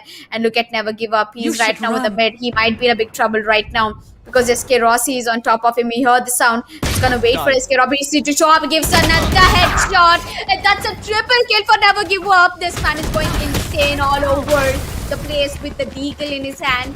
Although I would call it Sheriff. 30 And I seconds think left. this eco round might be going with favor of Triple Q if they keep it in their behavior. And look at Bullet. He knows exactly the rotation is happening, and he's going to cut off the enemy rotation. Again, quick. That's going to be a double kill for Bullet as well. And that's how you do it. That's how you do it, Triple Q. That's how exactly you Last round execute your before bomb the sites. switch. You go in for the flanks. You sneakily let Global Esports walk into your aims. I am a huge fan of Never Give Up's 1Ds. That was an insane round. It definitely was. Never give up. Pulling on over to his middle position, SK Rossi, he made a hell lot of noise, and he did not check the corner as well. And I don't blame him. That's a position most of the players don't check as well. And I guess, see, this is exactly what Triple Q, I was looking forward to them doing as well, right? But it's just that they had to take a lot of time in order to analyze what exactly they were doing wrong. And I guess now that they've finally gotten to know what exactly they've been doing wrong, they only have one more round in order to make a difference. But yeah. Yep. And looking forward, looks like it's the same default setup. They're gonna head over towards the B bomb side, and Hell Ranger is busy putting his stars. Well, a lot of stars, it's hard to manage. Well, I think BB1 and his teammates are gonna quickly rotate back. His Skills is holding a very aggressive angle towards the A shot. And Eskerosi is waiting over towards the vines and please don't do the wall. Oh my god, that's exactly Spike what I didn't down want to A. happen. Never give up. It's gonna walk down and Race will get spotted out. She's on the right side. Eskerosi is gonna smoke out. It's gonna immediately dash back into the A bomb side. That's a good decision. What Eskerosi did there. And I think that's the reason he's known to be one of the best professional players. He gets himself a double, misses the triple, but don't worry, he might be getting done with that. He's gonna move 30 to seconds the back left. of side in the underhaven, gets himself a triple. He's gonna dash down to the other side. He's gonna pick up the Phantom and might be getting the job done. He's down to 23 HP. It's a 2v2 situation right now. And the Swarm Grenade will be getting taken down as the Planter might be going down. But Bones is gonna take down his Rossi before he even shows up into the crosshair. And there you go, ladies and gentlemen. Switching sides. Triple Q with 5 rounds into the favor. Global Esports with 7. And I think Rossi, he did everything in his power to stop the rush on towards the A-bomb side. He did everything in the power. Yeah, he absolutely did everything he could as well, and that was a really nice try coming in from SK Rossi. But props to Triple Q, man. Finally, they have been able to do something, and now that they've realized how exactly Global Esports have been playing on that defense as well, it is going to help them in their future games against Global Esports as well. Maybe not in this tournament, but maybe in something else. Maybe even in qualifier number 2. You never know. So Global Esports, well, 7 rounds on their defense side. They're going to be happy with that. Now on their attack, all they have to do is make these combo plays that I was talking about, and I guess with that they should be pretty much okay. Triple Q on the other hand, they have to be a lot careful because these combo plays that are gonna come in from the side of Global Esports are gonna be forced out of the position that they're holding on to. Yeah. I mean, the first half has been a beautiful one for Triple K. As I said, they need at least a minimum of 5 rounds if they want to get that banger match in the second half and make it to a decided map. Well, Global Esports, they still have a 2-point lead. It all depends on the team who's going to get the pistol round into the favor, and I definitely think that it might be Global Esports as they've already dashed down into the first and the second lanes, but BB1 and Bones are doing a far better job in terms of the number of persons alive as Never Give Up is still in the back of side. He's going to get the last double, and there you go. Triple Q is gonna get that pistol round, and here we are. I think pretty much sums up that the next round also might be going in the favor of Triple Q. 7-7, the scores will be getting tied up between Global Esports and Triple Q. And I think now I really feel the way, Nitish, that the only reason Global Esports walked away with the win in the Icebox, it's because of their pick. It was their map pick, and I don't expect that Triple Q saw it coming. I mean, more than that, Global Esports, they definitely were the deserving team as well to win out Icebox with their lineup and the kind of performance that they brought on board as well, right?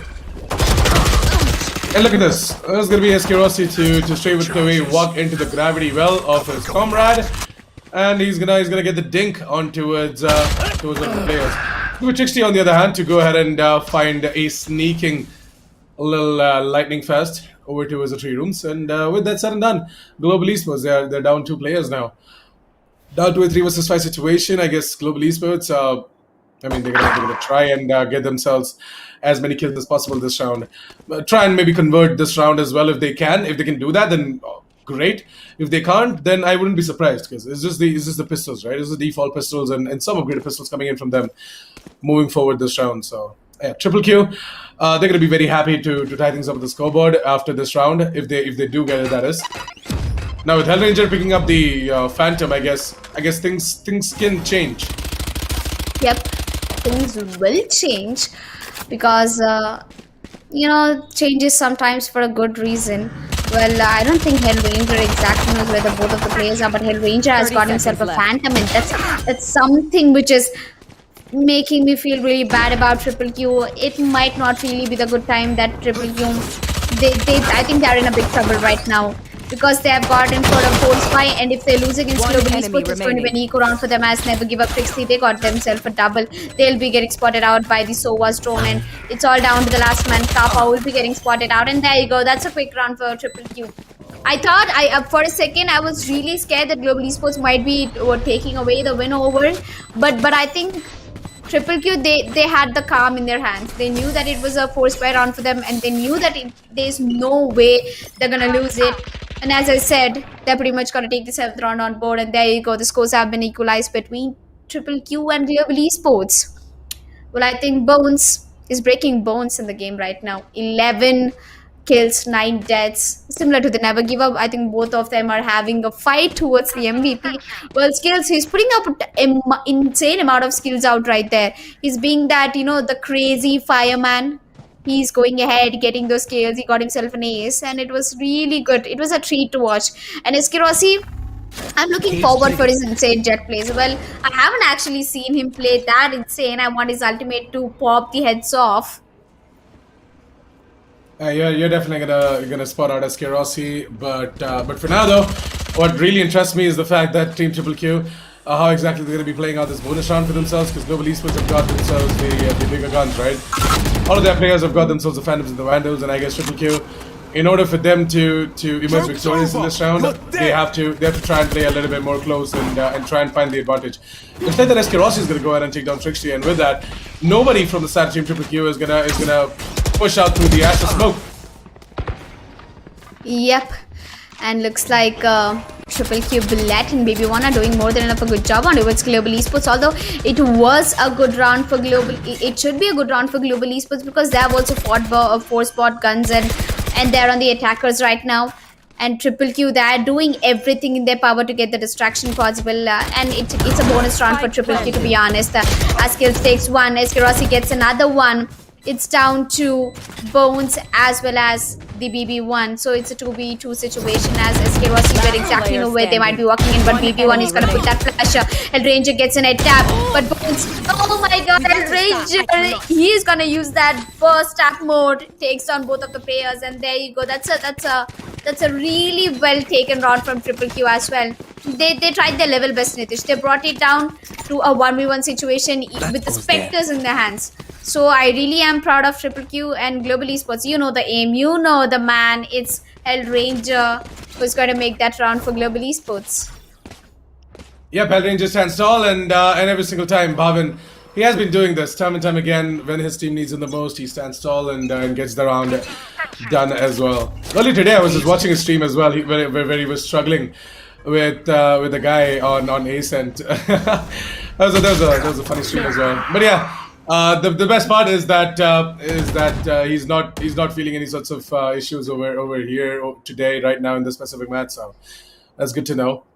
But yeah, Triple Q, they definitely are feeling the pressure, and they themselves are under a lot of pressure right now.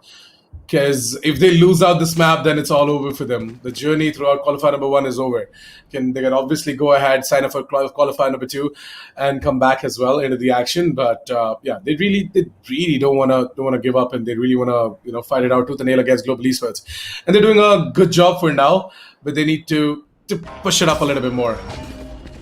Yeah, they need to push the game forward in order to get the job done. As I think, as I said, Ascent, in a map of Ascent, you really need someone like Killjoy who is playing aggressively into the B-bomb side. As the setup comes through, it's gonna stop the push of Global Esports, maybe to a little bit, but Lightning Fast is so good. Is Lightning Fast gets a double entry immediately trading off the scales. It's down to a 2v3 situation right now. 2v4 situation, my pardon. And Never Give Up is gonna put that recon straight at the place, but the recon is not gonna get the job done as Hell Ranger is gonna put the stars back in there, and there's pretty much nobody in the boathouse, so nobody gets tagged down. What do you think will be happening in this round, Nitish? There's one person coming through the flank, and that is your favorite guy, SK Ross. One enemy remaining. SK Rossi definitely is gonna perform, but then again, it's not SK Rossi's time. It's Kalpa's time to go ahead and get us a double in that specific round, and put up the 9th round of the board for Global Esports. Now, Global Esports, in my opinion, they can easily go ahead and grab themselves the 10th round of the board as well, considering the fact that Triple Q might just have to go for an eco here. Because their economy isn't looking that great, and I guess it's just gonna be Never Give Up who's gonna try and buy up maybe. Will he have the money to go in further by the next round? Yeah, there you go. He goes ahead and degrades him down to the half shields, and yeah, Triple Q should pretty much be able to try and go in for this. Well, they should be all set ready to go ahead and face against Global Esports. But Trickster gets an immediate headshot. He's going to put that paint shell at the right time. But Skills is just way too good. And he's going to push down to the bomb side without any fear. Takes down Tricksty. Well, Tricksty, he tried his level best. to get the job down. And there you go, the spike will be getting planted down by Global Esports. But the ultimate coming in by Never Give Up. He's at the right time and at the right moment. But there's already been a push made through towards the heavens, and that's SK Rossi. SK Rossi, he's gonna smoke off, but Never Give Up is immediately gonna answer him back at the right time, and Bullet gets another headshot. And then double. Oh my god, this is so satisfying to watch. And as we can see that there's only one man left, that is Skills. The flash comes through, but the ultimate of Omen comes through as well. He comes down to the bomb side. He exactly knows where Skills is. He better that he pushes, but Skills is gonna take down, but never give up, never give up. That's where exactly Skills is, and there you go. That's a triple coming in from Skills. That was a 1v3 situation, and are you kidding me? Triple kill. You let that round go away even after Bullet getting 2 headshots and Never Give Up stopping the spike plant. Oh, I'm really disappointed in Triple Q, but they could have done it in a different way. When the Omen put the paranoia in the heavens, he should have immediately pushed against Skills, you know, without any further delay. That could have been an easy round for Triple Q at that point. I mean, yeah, definitely. Bullet should have made the push on top of that paranoia as well. But in my opinion, Skills, he already had the angle, he had the cross placement as well. And no matter what Bullet might have done in that specific spot, it wouldn't have worked out unless and until they go in for a double peak, right? If they go in together as a unit, both of these players, then there might have been made a difference over there. And yeah, Bullet, looks like, he goes ahead and gets himself a double. Not bad. Triple Q, they have changed from a passive stance to an aggressive one. So, see, I told you, right? The aggressive stance works out for Triple Q on a map like Eastern. And judging from their past performances, I guess the aggressive stance is something that they should be taking quite often. Yep. And looks like Triple Q, after all, they heard you, Nitish, they heard you. Bullet definitely heard you. Gets himself a double, and look at Never Give Up. He's sneaking. Go for the knife, go for the knife. Trust me, go for the knife. I really want to see something good, but oh my god. Never Give Up. It was at that moment he realized that he didn't connect the first shot, but he immediately goes for another one. That's a good job, Bullet. He gets himself a double into the mid, and Triple Q. That was a flawless round. Damn, boys, 10-8, and looks like Triple Q is back on the track. Never give up. My thanks. He almost had a meme moment right there. You know, it was at this moment he knew he messed up. But yeah, to be honest, Team Triple Q, I'm really happy for them. They have evolved, and I guess Global Esports, if they don't adapt as well, then it's gonna be really hard for them in order to go ahead and face off Triple Q while they're defending on Ascent, because their defense and the aggressive stance combined can prove to be lethal. And Global Esports, they definitely are taking the damage as well. It's gonna be SK Rossi. Well, Alika, what you were so badly looking for? Yeah, the blade's out now. Here. Now I wanna see some action coming in from SK Rossi. Come on, yeah, show me what you got. SK Rossi, there you go. Gets another one, but gets ready to go. That's bad. But yeah, don't worry, we are back. We're still up and running. Global Esports, 3-man up and running. And I think it's a eco round for Global Esports, so I'm not gonna really expect anything. But Skills might be able to pull off a couple of kills if I'm not wrong. You know, every time Master says you are divided, it makes me feel bad. Okay. well, yeah, the Cosmic Divide definitely is going to be put up, and we see Ranger placed on top of that Cosmic Divide to go ahead and secure himself multiple kills and the 11th round of the board as well for Global Esports. 11-8, ladies and gentlemen, is Triple Q.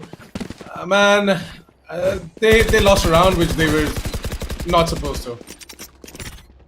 Oh, this is a nice spot. And looks like that was a quick recap of what happened in the previous round, and I think Triple Q, they pulled it off easily, but lightning fast with the Sheriff, he tried to give the best he could, and Global Esports, they'll be walking away with 11th round, and there you have 8th round on board for Triple Q. They're in a close fight right now, Nitish. They cannot go back. I mean, if we can understand the fact of what they went through in the icebox, but I really wouldn't accept what they are going through right now in the SN, because they've got the potential. It's not like Triple Q does not have the potential. They definitely do. All they have to do is look after their gameplay. But their aim game is really working out. And I think as the spike gets planted down, BB1, he should go for his ultimate. He should go for the run it back. That's going to be one of the best things he would ever do. As well, Kappa uses his ultimates, and there you go. That's not a kill, but then he's going to do a lot of damage as BB1 gets a kill onto Lightning Fast, gets himself a double, gets traded off by El Ranger. You could have used that running it back, but never mind. As we come back, El Ranger will be getting taken down by Trixie One enemy with 3 points remaining. left, and there you go. That's a beautiful retake coming in from Triple Q. A 1v2 remaining. situation, but there's already a double kill coming in from Kappa, and that's a triple kill. Little recognition Oh, is nice. there is a reason why you do not let Global Esports take away those kills, because if they get one kill, they have the confidence of getting the clutch done. And look at BB1. This man has put in up a lot of efforts, and Trixie taking down Head Ranger and then immediately getting a kill on towards the Killjoy. I feel bad, man. I feel really bad for triple kill. Look at Kappa. He just went down with a single spray. He's going to take down, not a single spray, I would say with a single ammo. He's going to take down 3 players, and that's a clutch. Oh, With a single magazine, you miracles and wonders. With a single magazine, you mean, huh? Yeah, definitely. Yeah. I mean, Kappa, he goes ahead and gets himself a triple. And that clutch is definitely going to go into the highlight reel for sure. As Phoenix says it, and it looks like that the Phoenix, he's preparing himself a highlight reel for sure. That's a cool kill for Skills, and he's looking for the ace, but Lightning Flash is not going to let him do that. As Lightning Flash is going to be like, you already got yourselves a highlight reel for this game, Skills, and you're not supposed to get yourselves another one. There's a little bit of a rivalry going there right now, but that took aside. Things went pretty hot.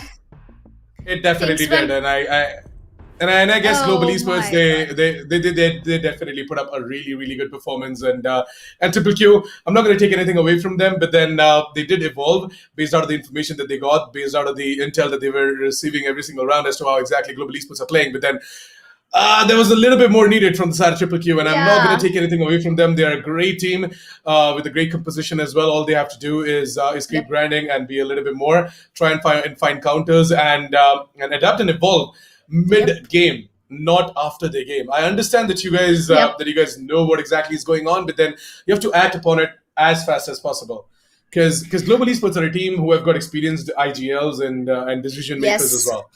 They've been playing together since 5 years now. Global Esports. I mean, I wouldn't say the team is playing with 5 years, but the organization keeps changing. Well, good job, Global Esports guys. They are going to be our winners who will be proceeding towards the semi-finale, which will be happening tomorrow. And Triple Q, guys, you did a good job. You put up a good fight against Global Esports, but you only have to work on the defender side. You just have to give more confidence to yourself. Trust, believe your teammates more. Trust your teammates, and don't forget to use the abilities properly. Where I saw multiple times the ultimates going into the waste. Well, I think apart from that, Triple Q, they put up quite a good showing against Global Esports, especially talking about BB1 and Bullet. I think most of the eco rounds were almost into the favor of Triple Q. The sheriffs were working out for them, and as well we can see that in this map, I think Skills is going to be on top with 26 kills and 13 deaths, and Eskerosi with 17 kills and 15 deaths. Now it's quite difficult for us to tell who might be the MVP. I'm going in for Skills, to be honest. I think Skills might be and there you go. Yep, Skills is the MVP with 36 kills, 29 deaths, and 8 SS. Did the math real quick in my brain. Yeah, so Skills is definitely going to be the match MVP, and he's going to be very happy to snatch away that position as well from SK Rossi and a couple of his comrades as well. Yeah, everyone's SK Rossi, got a day. time and time again, SK Rossi time and time again, he has been snatching away that match MVP from a lot of matches. So I guess Skills, it was time for him to step up as well, and I'm happy that he did. With that said and done, we are pretty much done with match number 1 for the day.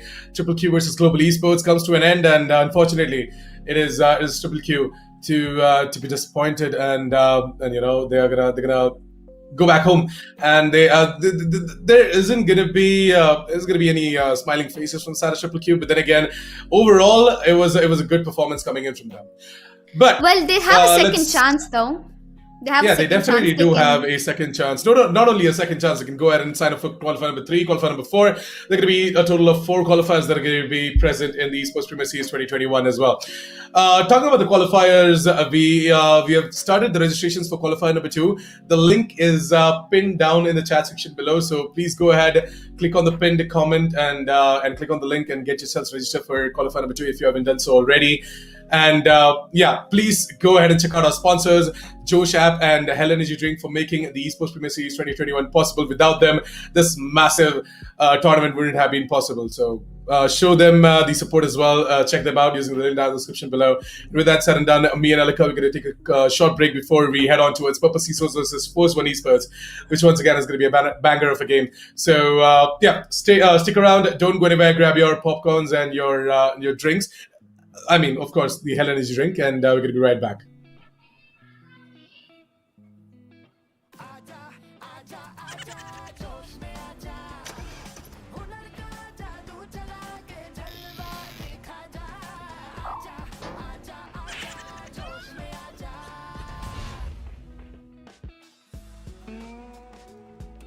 ये है होश।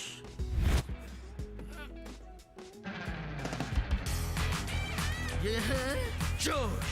ऐसे ही ढेर सारे funny videos के लिए जोश में आजा।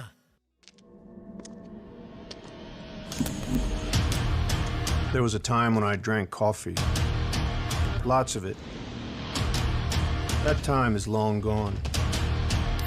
I switched because I like to keep up with the new trend. Energy, taste, power. What else do you need? For me, it's enough. Hell Energy.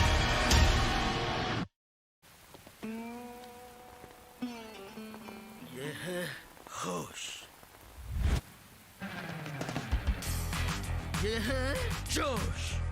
ऐसे ही ढेर सारे रोमांटिक और क्यूट वीडियोस के लिए जोश में आजा। Wanna see something hot? क्या तुम्हारे ठुमके में है मेरे वाला दम?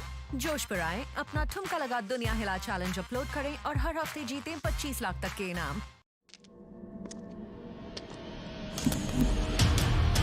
There was a time when I drank coffee. Lots of it.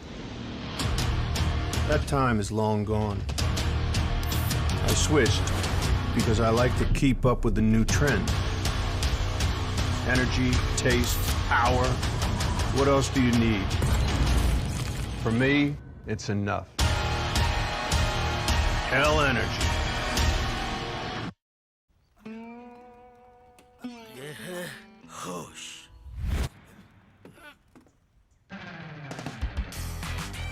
ये है जोश। ऐसे ही ढेर सारे फनी वीडियोस के लिए जोश में आजा। Wanna see something hot? क्या तुम्हारे ठुमके में है मेरे वाला दम? जोश पर आए, अपना ठुमका लगा दुनिया हिला चैलेंज अपलोड करें और हर हफ्ते जीतें 25 लाख तक के इनाम। ये है होश। ये है जोश। ऐसे ही ढेर सारे रोमांटिक और क्यूट वीडियोस के लिए जोश में आजा।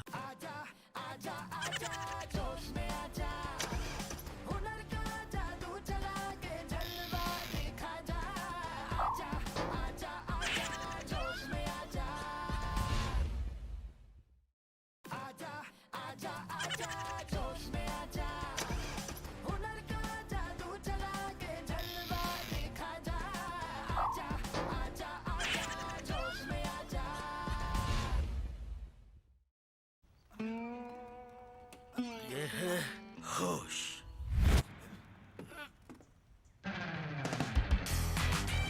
ये है जोश। ऐसे ही ढेर सारे फनी वीडियोस के लिए जोश में आजा।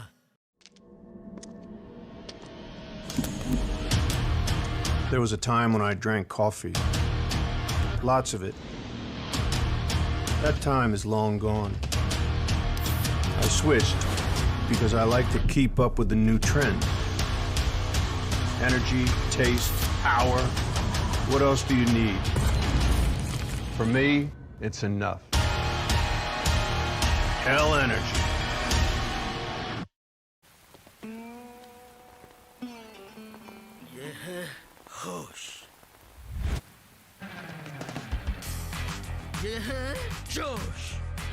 ही ढेर सारे रोमांटिक और क्यूट वीडियोस के लिए जोश में आ जा। Wanna see something hot? क्या तुम्हारे ठुमके में है मेरे वाला दम? जोश पर आए, अपना ठुमका लगा दुनिया हिला चैलेंज अपलोड करें और हर हफ्ते जीतें 25 लाख तक के इनाम। There was a time when I drank coffee. Lots of it. That time is long gone. I switched because I like to keep up with the new trend. Energy, taste, power. What else do you need? For me, it's enough. Hell energy. ये है होश।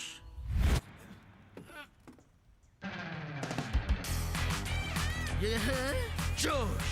ऐसे ही ढेर सारे funny videos के लिए जोश में आ जा। Wanna see something hot? क्या तुम्हारे ठुमके में है मेरे वाला दम? जोश पर आए, अपना ठुमका लगा दुनिया हिला चैलेंज अपलोड करें और हर हफ्ते जीतें 25 लाख तक के इनाम। ये है होश। ये है जोश। ऐसे ही ढेर सारे रोमांटिक और क्यूट वीडियोस के लिए जोश में आ जा।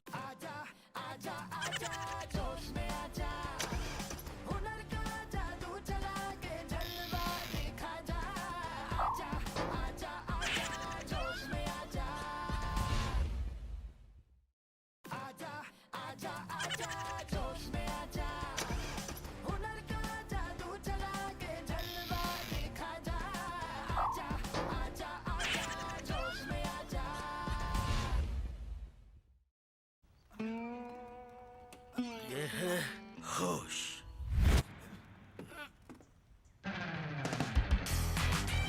ये है जोश। ऐसे ही ढेर सारे फनी वीडियोस के लिए जोश में आ जा।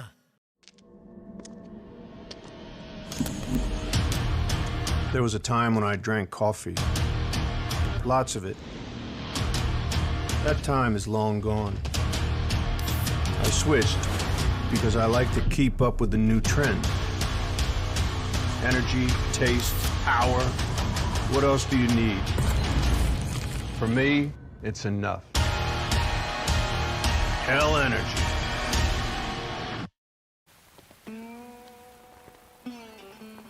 ये है होश। ये है जोश। ऐसे ही ढेर सारे रोमांटिक और क्यूट वीडियोस के लिए जोश में आ जा। Wanna see something hot? क्या तुम्हारे ठुमके में है मेरे वाला दम?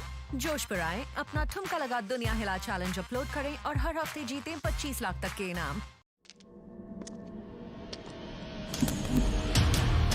There was a time when I drank coffee.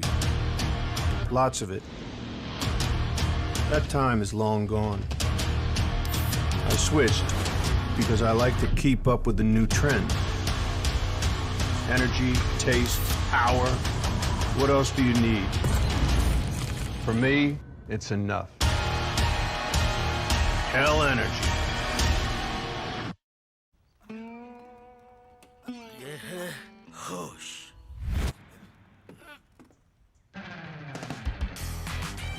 ये है जोश। ऐसे ही ढेर सारे फनी वीडियोस के लिए जोश में आ जा। Wanna see something hot?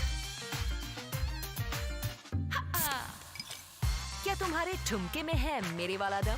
जोश पर आए, अपना ठुमका लगा दुनिया हिला चैलेंज अपलोड करें और हर हफ्ते जीतें 25 लाख तक के इनाम। ये है होश।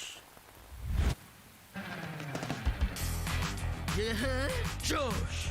ऐसे ही ढेर सारे रोमांटिक और क्यूट वीडियोस के लिए जोश में आ जा।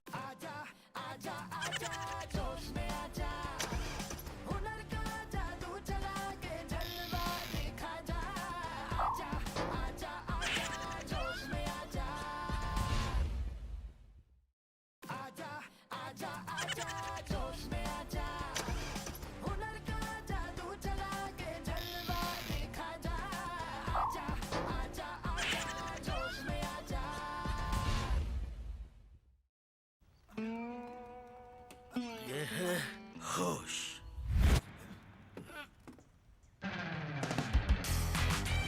ये है जोश। ऐसे ही ढेर सारे फनी वीडियोस के लिए जोश में आ जा।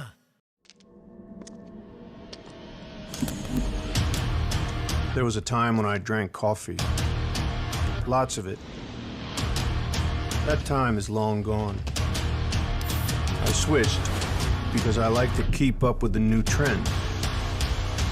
Energy, taste, power. What else do you need? For me, it's enough. Hell energy.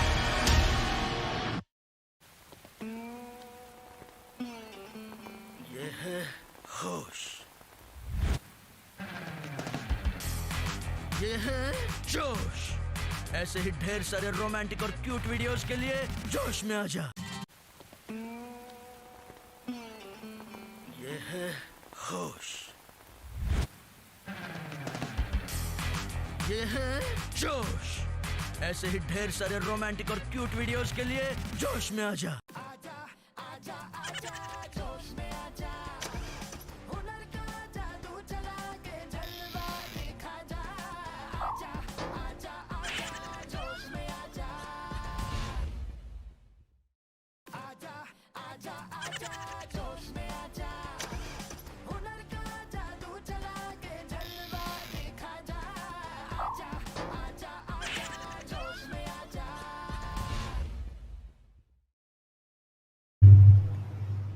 Well, welcome back, ladies and gentlemen, once again to the Esports Premier Series presented to you by Josh App and powered by Hell Energy Drink.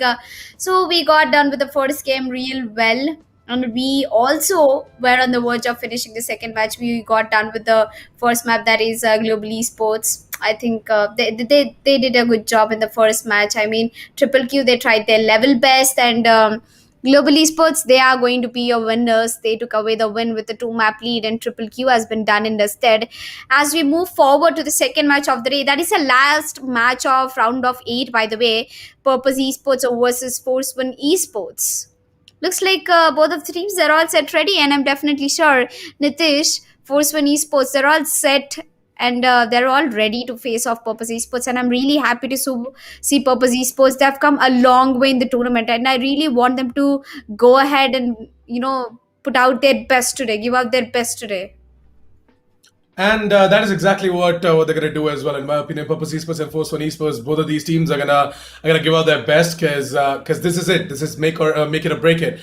They have to win out over here in order to advance onto the semifinals and then eventually towards the grand finals as well. So yeah, may the best team win, and I wish both of them all the best. I support both the teams. I support everyone, and yeah, I really want to see what exactly the map pool is going to look like. And okay, there you go. It's going to be Ascent, Tavian, and Bind. All right then.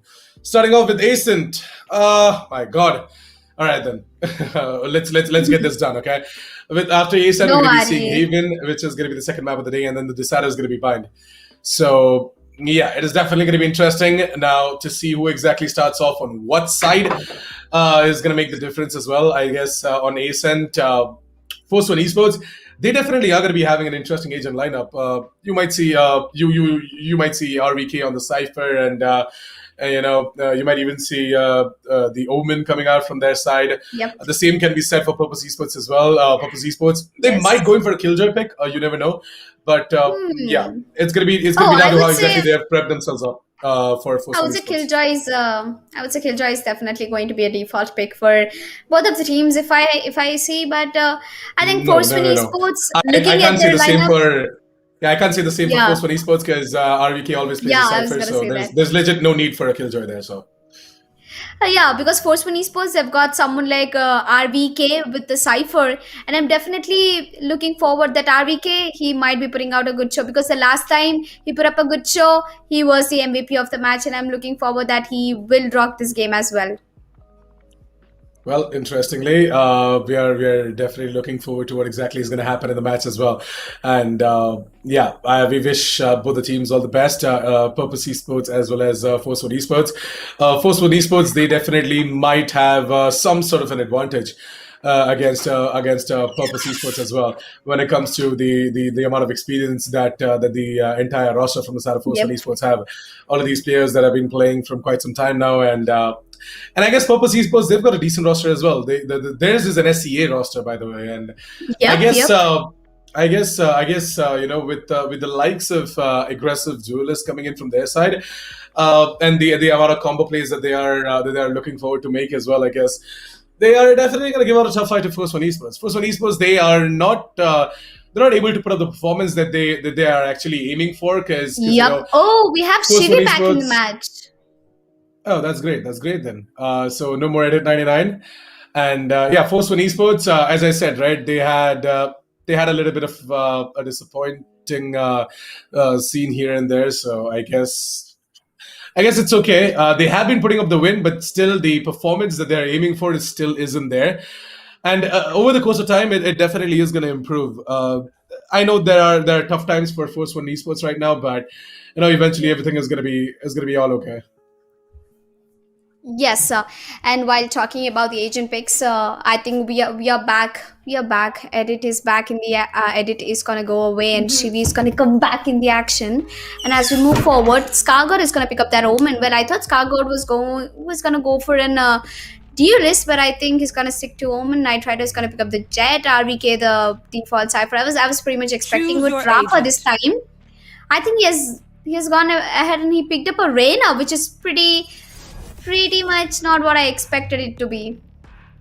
I thought he was going to Yeah, go for the so- Phoenix pick. I pretty much got habituated to see him playing that. Well, I think the same amount of lineup is coming in from the attackers, Purpose Esports as well. Not much of a difference. And it's actually surprising to see that none of the teams have gone for a Killjoy pick. Be the attackers, be the defenders. And the fact that defenders didn't go for a Killjoy pick is that you have a really insane Cypher, and that is REK, the young talent. I think he has a long way to go. Definitely, and we're going to talk a lot more about this specific match once we are inside of the game as well, because I guess both of these teams are ready and they're all set to start off the match on Ascent. It's going to be Purpose Esports to start off on the attack, and Force One Esports to be starting off on the defense. And yeah, I wanted to add on that a little bit more as well, right? We did see Rafa the last time he played on Ascent. He picked up Reyna, and more than that, I'm really looking forward to Flex playing Phoenix, because Flex, we usually Yes. see him on the Raze from the side of Purpose Yeah. Esports, right? But this time around, Well, though, he I'm has picked up the excited. Phoenix. Yeah, well, I'm excited too.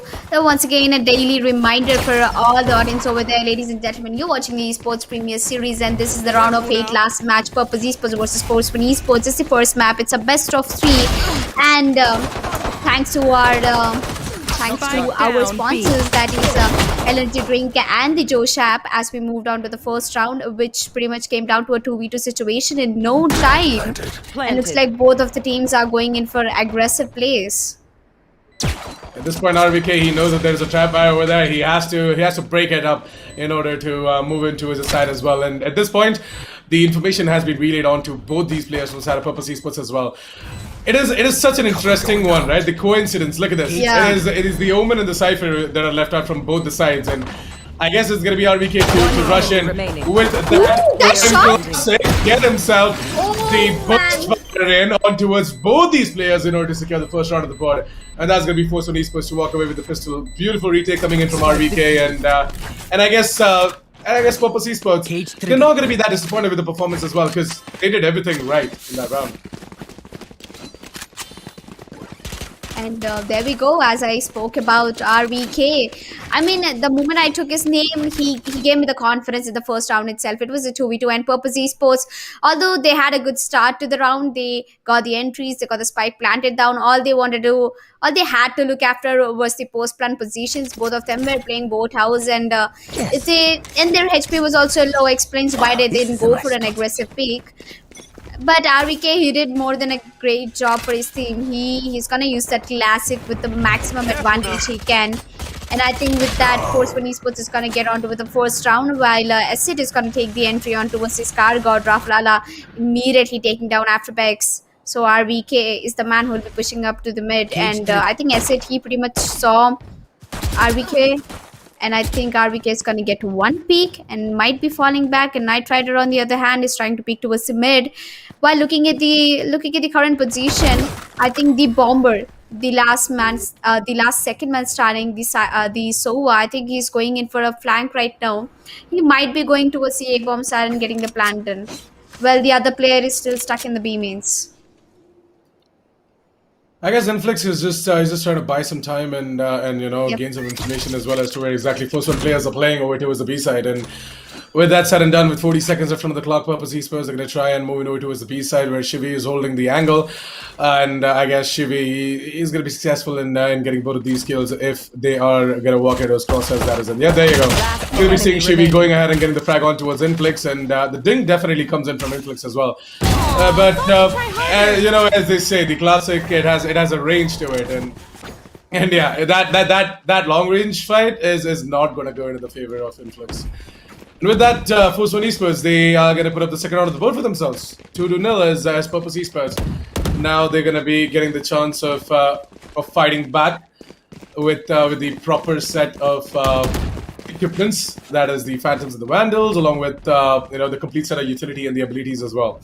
So let's see if Purpose Esports are going to be able to make a difference this round.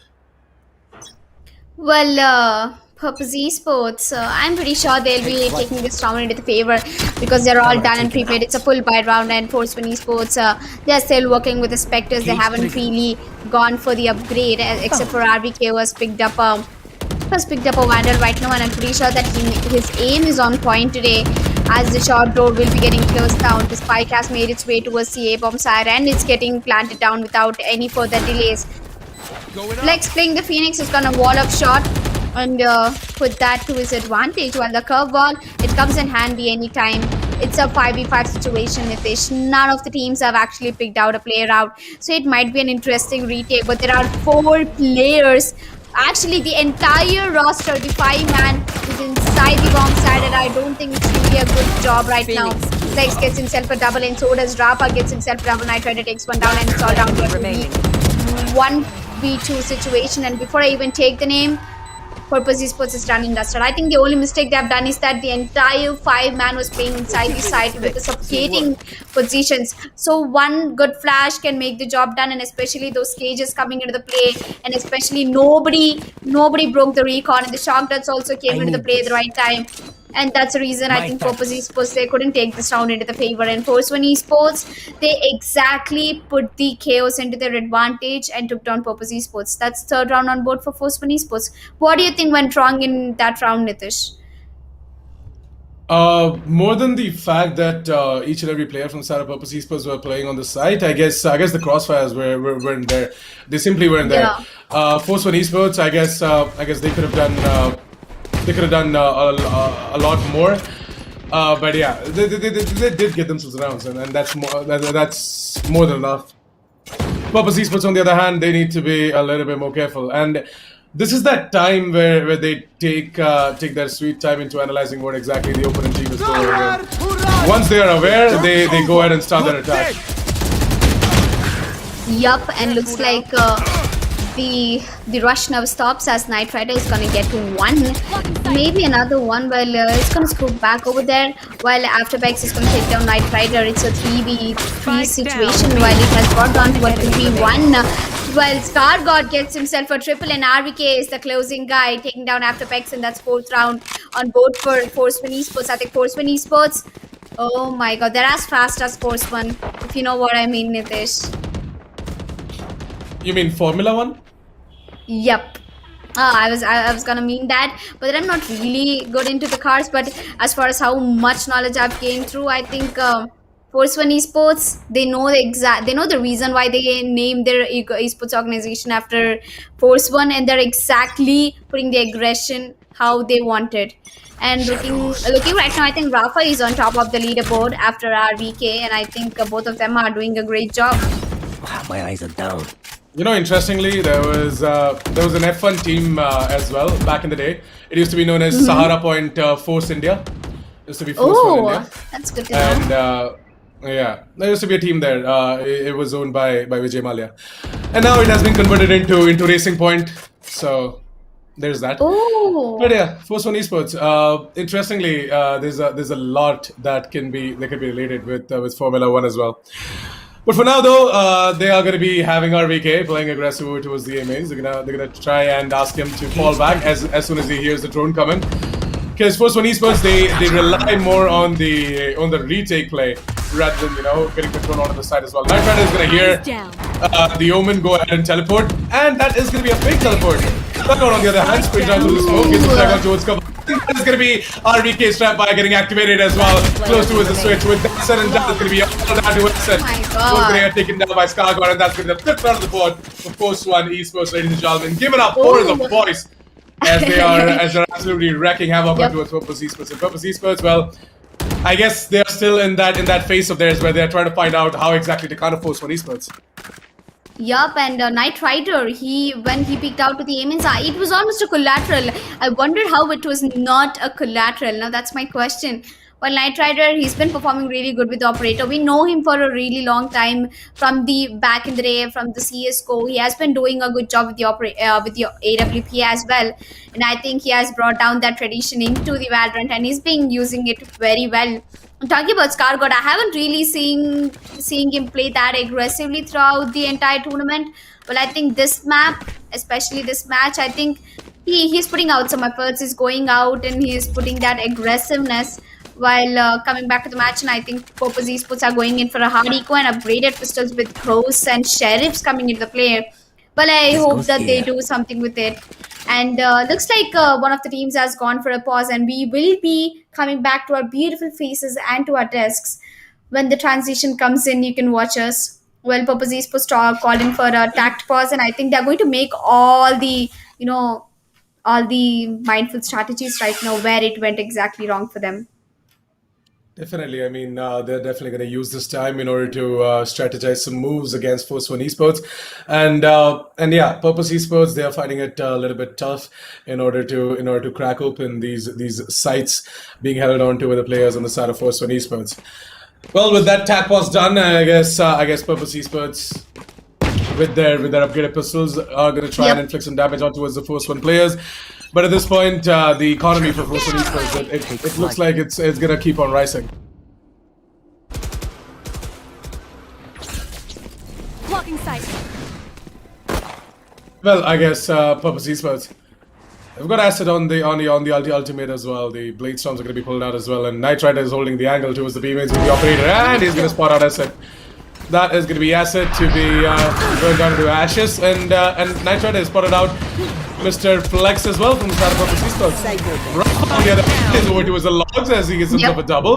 Looking for the triple, but I guess Flex is just way too good in order to get the frag onto his Rafa. Skagod gets the immediate trade, and all comes down to afterbacks in a 1v4. Well, in a 1v4 with just a Spectre, I guess the man is going to pray to all the gods in the world in order to get himself a kill or two. But that's not going to happen, as Skagod is going to find him out as well. With that, the 6th round of the board for Force One Esports. And I really appreciate Skagod, the way he's trying to make the push happen. Like, he is taking those initiatives now. He's wanting to be pushing. He's making that job done. He's gonna push towards the B main, check if there's a person, and kill him if there's any. I mean, I really love the way how Skagod is bouncing back into the game, and it's like both the ciphers have their ultimate ready. So if a player gets taken down by any of the cipher or by any of the player, the brains will go down, as it's 6 rounds for Force One Esports and 0 for Purpose Esports. It was an eco round in the previous one, so I wouldn't really blame losing that one. But if they lose this one with a full buy, that's going to be heavy on Purpose Esports. Their economy looks already very unbalanced, and still the first map of the day as Skagod gets himself a double. Rafa getting that entry on towards Flex, and Knight Rider taking down in Flex, and it's down to the last man standing, the Sova, who is outside the A mains. Big brain Sova main. What can Kawhi do right now? Well, the name is very well, but I don't think the aim is, and there you go. Rafa is immediately gonna take down Kawhi, and that's 7th round on board for Force One Esports. Well, Force One Esports, they definitely aren't going to be happy putting up the 7th round of the board, but in my opinion, Purpose Esports, I expect more coming in from them. I don't know what's going wrong. I guess they simply weren't ready to face off Force One Esports on the attack side on A-Cent. Or maybe they're just gonna try and make the comeback on their defense as well. Purpose Esports, all they have to do is grab themselves a couple of rounds before heading on to their defense side. Because if they're sitting at something like 12-0 or something like that, then that would make sense. Yeah. Joke's over. I mean, Purpose Esports, I think with the time they'll be able to make it. As I said, they'll start opening out a Knight Rider. I think his operator is not going to work every single time. But Rafa, what an insane shot. What did I just watch? Smoke, he gives himself, he gives remaining. Omen a headshot.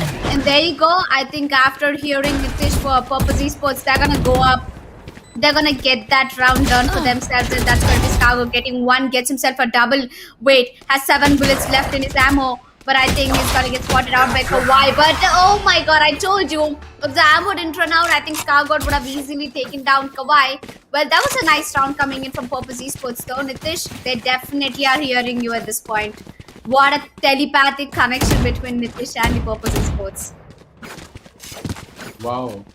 Okay, I wouldn't put it that way, but yeah, there's a little bit of a telepathic connection with all the players in that manner, if you want to look at it that way. Because every single time I say something, it kind of happens, and the teams they somehow catch a whiff of that as well. Well, kind and a pure soul, he definitely always has a connection with the right ones. So I guess that there's that. Spike down B. But Knight Rider, he's gonna be the one to go ahead and get the frag on towards Kawhi, and Kawhi, he won't have a cute face right now. He's gonna be very angry. Phoenix. And I guess Flexi's not even gonna have a face as Rafa. He's gonna go ahead and destroy it all. RVK, with that push being made over towards the A mains, getting the frag on towards us, it looks like that Purpose Esports. Well, their aggression, their success, it just was for a round, not more than that.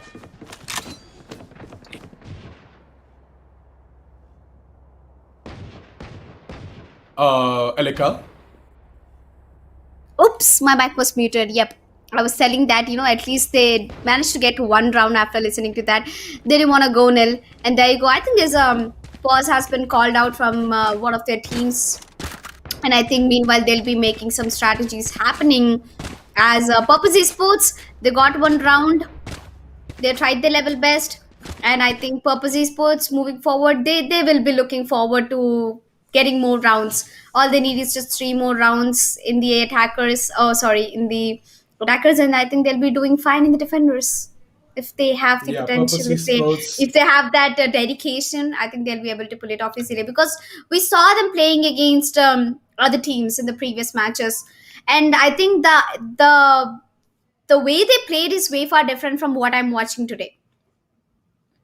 Purpose Esports, they have gone ahead and they have beat down Enigma Gaming as well previously in the specific tournament, and I definitely expect them to put up a good performance against Force One Esports. But at the same time, can't really deny the fact that Force One Esports have got some interesting fraggers with the name of fraggers, and this guy has got some sort of a vision for sure. He goes and gets himself a quad with that prime handle in his hands, and I guess the wolf is definitely hungry.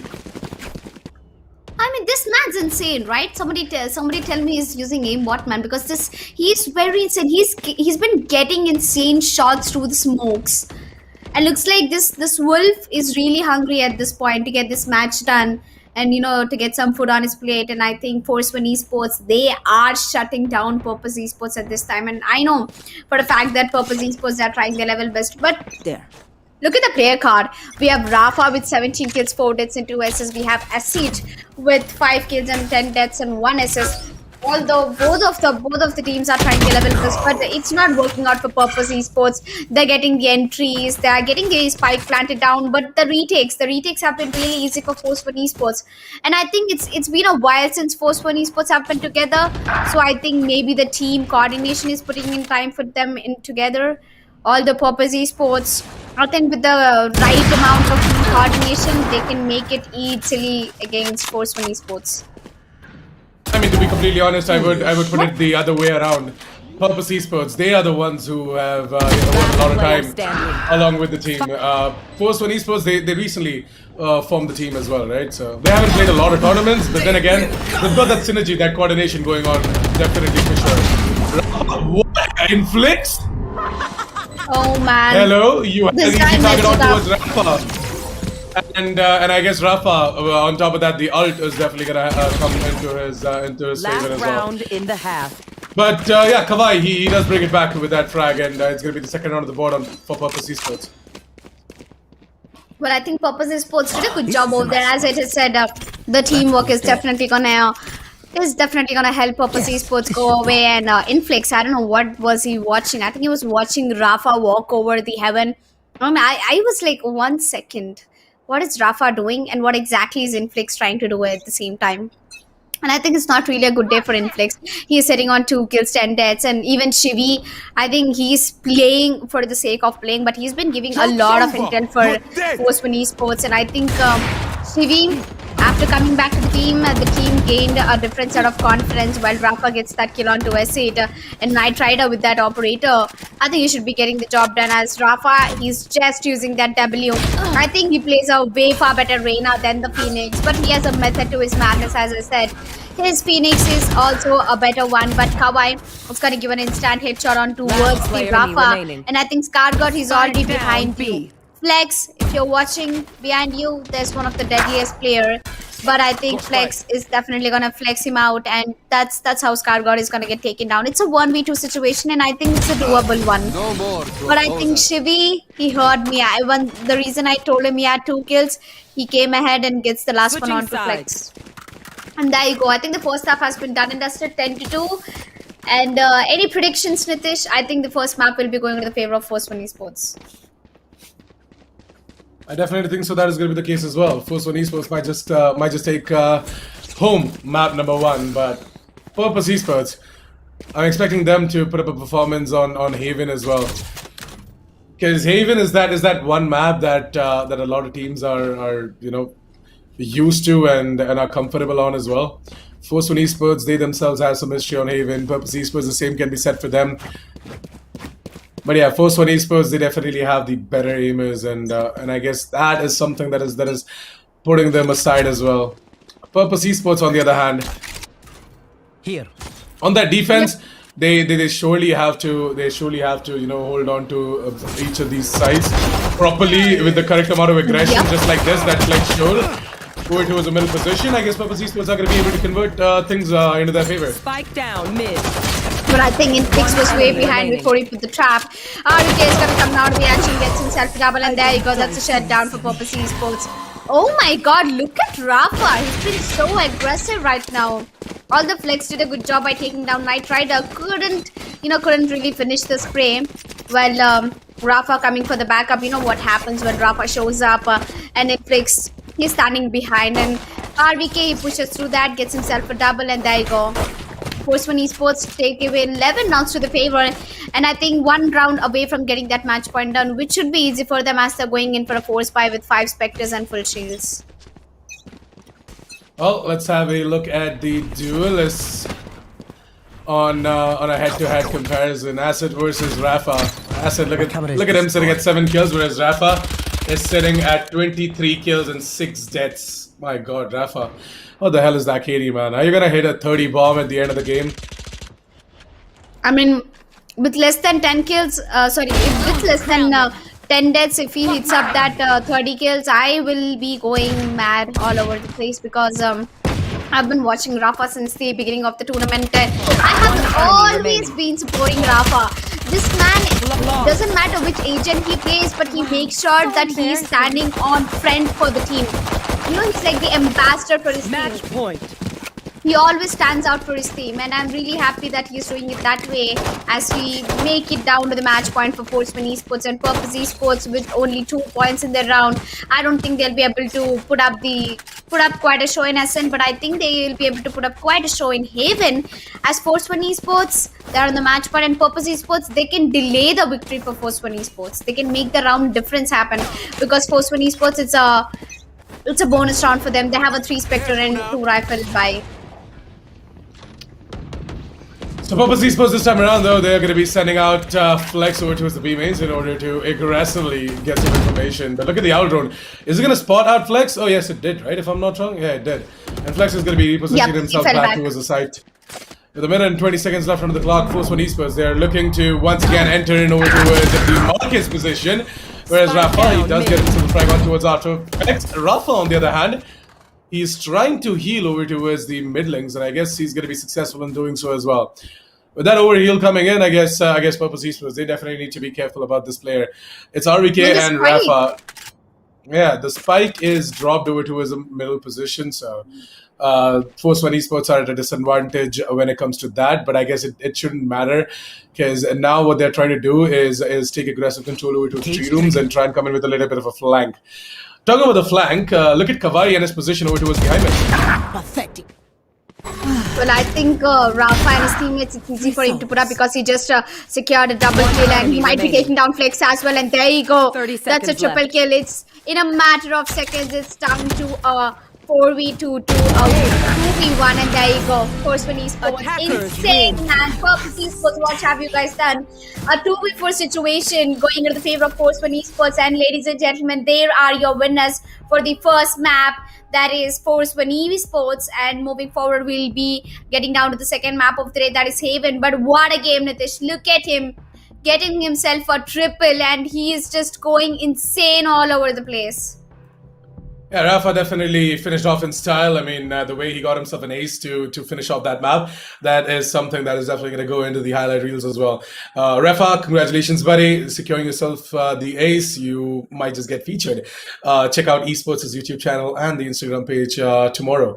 But yeah, with that said and done, map number 1 was really, really good. Purpose Esports, well, it wasn't good for them, but Force One Esports, it definitely was a breeze for Force One Esports. On the other hand, Purpose Esports, I don't know what went wrong. They had to work on their executes a little bit more. Their attack was a lot disjointed, and yeah. More than that, I consider Force One Esports and their setups to be a lot better as well. So props to Force One Esports to go ahead and take away map number 1. Moving on towards map number 2, which is going to be Haven. What? We might just see. Look Yeah, at what Rafa. happened? 28 kills and 6 Yeah. deaths. 28 Yeah, kills and 6 deaths. I was sort of looking forward to a 30 bomb, but then Rafa he just stopped at 28. And it's okay. I mean, they were already match point. Come But on, yeah, 28 Rafa, is not a bad number with that amount of deaths, man. This man, Rafa, he was entirely omnipresent throughout the map. Trust me. Purpose Esports might be thinking, what the hell happened there? And while we come down towards the entire scorecard, I think Skarga did a good job. He is standing right below Rafa. And I think RVK, he took the most important rounds for his team. As starting off at a very good note for Force One Esports, RVK got the pistol round, and Shivi, he came down to the trade when it was necessary, taking down Flex in the mid, who was down to 30 HP. And Asset, I think he gave the entries for his team. 6 entries, and it was 2 entries from Asset and 4 entries from Flex. But they really couldn't get the job done, as Knight Rider will be on the 3rd position in terms of the kills. Well, I think GG well played by Purpose Esports, and nice game by Force One Esports, as we will be moving down to the second match of the day, that is Haven. And I think I just said it Haven. I know it's okay. Haven. Well, I'm looking forward for Haven because I know it's Nitish's favorite map, and I think it sort of is also my favorite map because of the number of sites we have. Yeah, Haven is Haven is definitely a very green map, and I sort of love a lot of props and stuff going on that specific map. But yeah, Haven, strategically speaking, it is a very, very okay, hold on a second.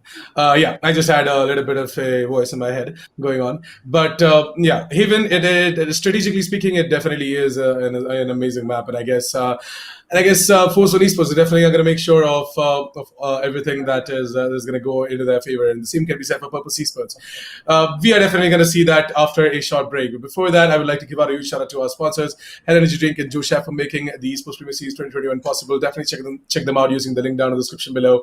And also check us casters out on our Instagram pages. It's at the rate official assassin 47 on Instagram, and at the rate Tanvi Jasmine FTW on Instagram as well. So go ahead and hit that follow button and show us some love as well.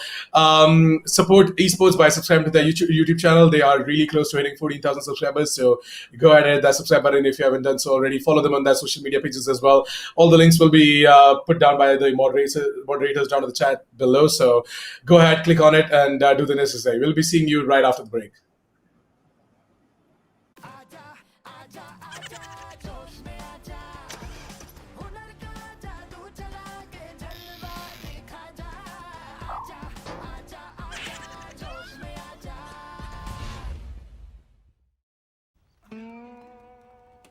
ये है होश।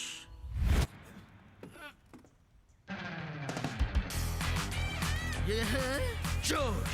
ऐसे ही ढेर सारे funny videos के लिए जोश में आ जा।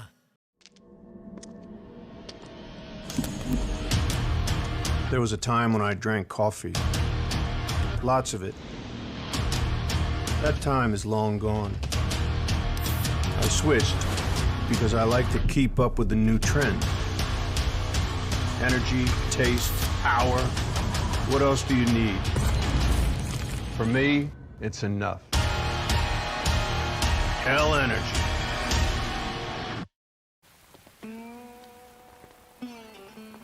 ये है होश।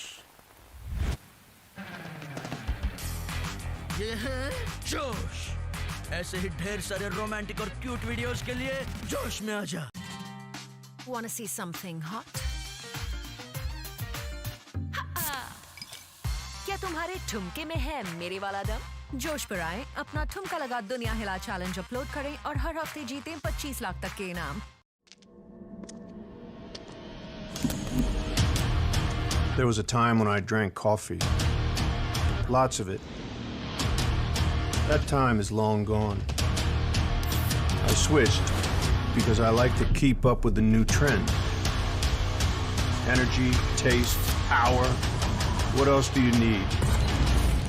For me, it's enough. Hell energy. ये है होश।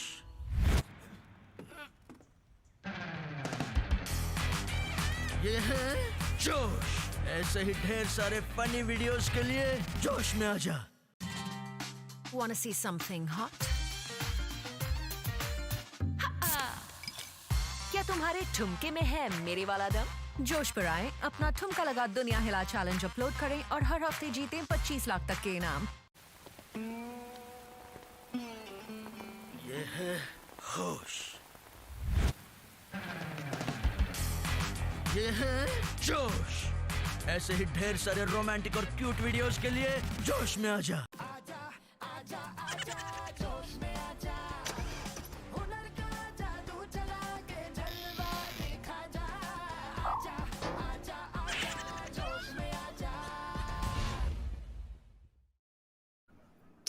Well, to be completely honest, I guess both of these teams are definitely going to be in full josh before we head on towards Haven, because Haven, once again, a very husky-dusky map, and I guess it is going to be interesting to see what exactly are both of these teams going to do. I guess Force One Esports, they definitely have got themselves a lot of stock lined up in terms of the Hell Energy drink as well, because Rafa, he just went out and got himself a 28 bomb in that specific game, and I'm looking forward to Purpose Esports doing the same as well. Let's hope that they've got themselves stocked up as well in terms of Hell Energy drink, which brings me to tell you guys that that our sponsors, Hell Energy drink and Josh App, have worked really hard in order to bring us this massive tournament, and you know, in order to give a platform to all of these newer teams as well, in order to compete with the best of the best. So definitely check them out using the link down in the description below. And I guess with that, we are ready to dive in towards map number 2, Haven, as well. Quick predictions, Alika. What do you think is going to happen in this specific map? Do you think Purpose Esports is going to give out a tough fight and drag it to the third map, or are you thinking that Force One Esports are going to snatch it away? Well, I definitely know for a fact that Purpose Esports will be starting off with the defenders, and Force One Force One Esports will be starting off at the attackers. Well, if Force One Esports is starting on the attackers, I think it's already GG well played. Force One Esports might be walking away with the win. Well, if Purpose Esports is starting off at the attackers, there's a chance left. There's a chance left for them to win Haven and make it to the decider map, which is Bind, hashtag branded by the Bind. I'm really looking forward for the decider map because it's not, I do not really finish my day without casting Bind. I've pretty much got habituated to casting Bind, and I think I really want it to the decided map, guys. Purpose Esports, if you're listening to me, make it to the decided map. And me and Nitish, we've got a lot of hopes on you in the map of Haven, where although I know for a fact that Force One Esports, they're really good at Haven. I've seen them play in the previous matches as well. Even against True Reapers, they did a good job. So that's pretty much I want to say about the predictions. Although I can say one thing, I can go ahead and talk about the Asian pick selection. There is we might be seeing a Phoenix pick coming in from Rafa. And Scargod, he might be sticking up to the Omen because I think he did a good job with the Omen today. I could really see Scargod coming out and playing out in the open. I didn't see him in the entire tournament, but today he stood for himself. As we can see, Shiv is going to stick to the Sova, the initiator. As it is going to go pick the Jed up. Inflex is going to stick to the Cypher as well. Well, Flex picked up Rena. That is something new to watch. After Banks going in for the Omen, and I think Kawhi might be going in for a Sova right now. Well, Rafa, as I said, he might be going in for the Phoenix pick because he is really good with the Phoenix in the map of Haven. Yeah, Rafa is definitely going to be setting an example as to how exactly you're supposed to be playing Phoenix on the map of Haven as well. I guess Kargod, he's going to be going for that default pickup of Omen, Knight Rider on the Jet as well, Shivi with the Sova, and I guess RVK. He might just go in for the Cypher. I don't think so. He's gonna get something interesting on board. Yeah. Because at this point, Force One Esports, Elika, I do think so that Yes. that RVK, he might just be going for the Cypher. Killjoy isn't really something that he You know what I think enjoys. RVK is doing right now? RVK was trying to pop a can of head energy drink, and it took a little bit of time to get that can popped up.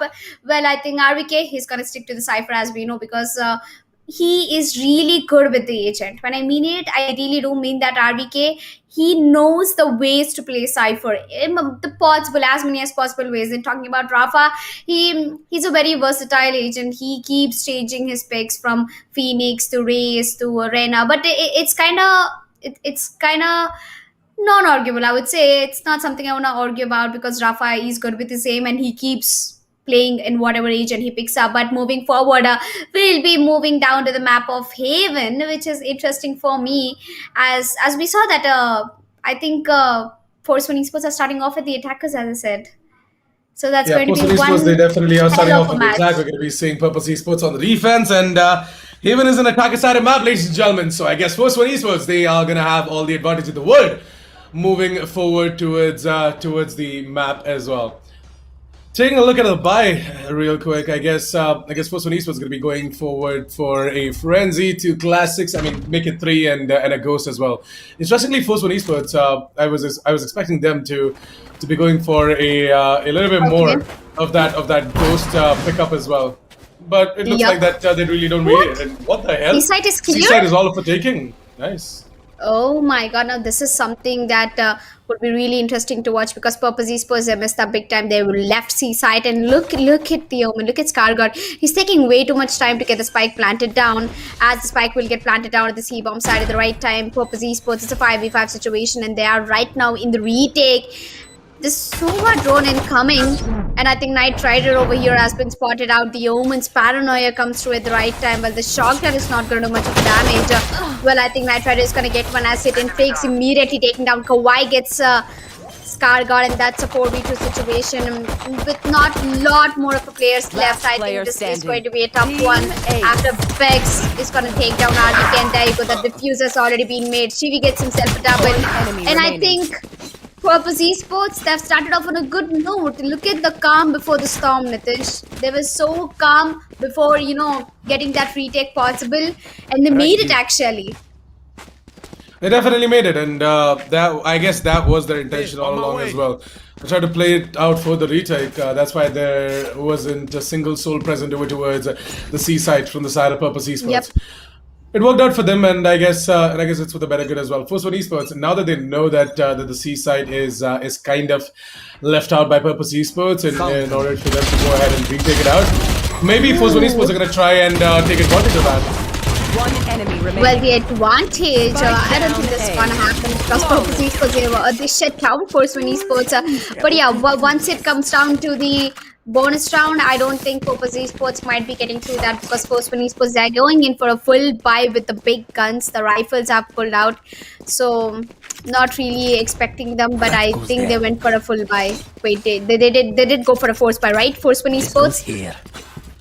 Force One Esports went in for an eco. It was not a force buy. They Oh. went in for an eco, and you guys saw it out in the replay as well, right? I don't think so because look at the economy right now. It should have been a full buy round for Force One Esports, and looks like they're force bought in the previous round.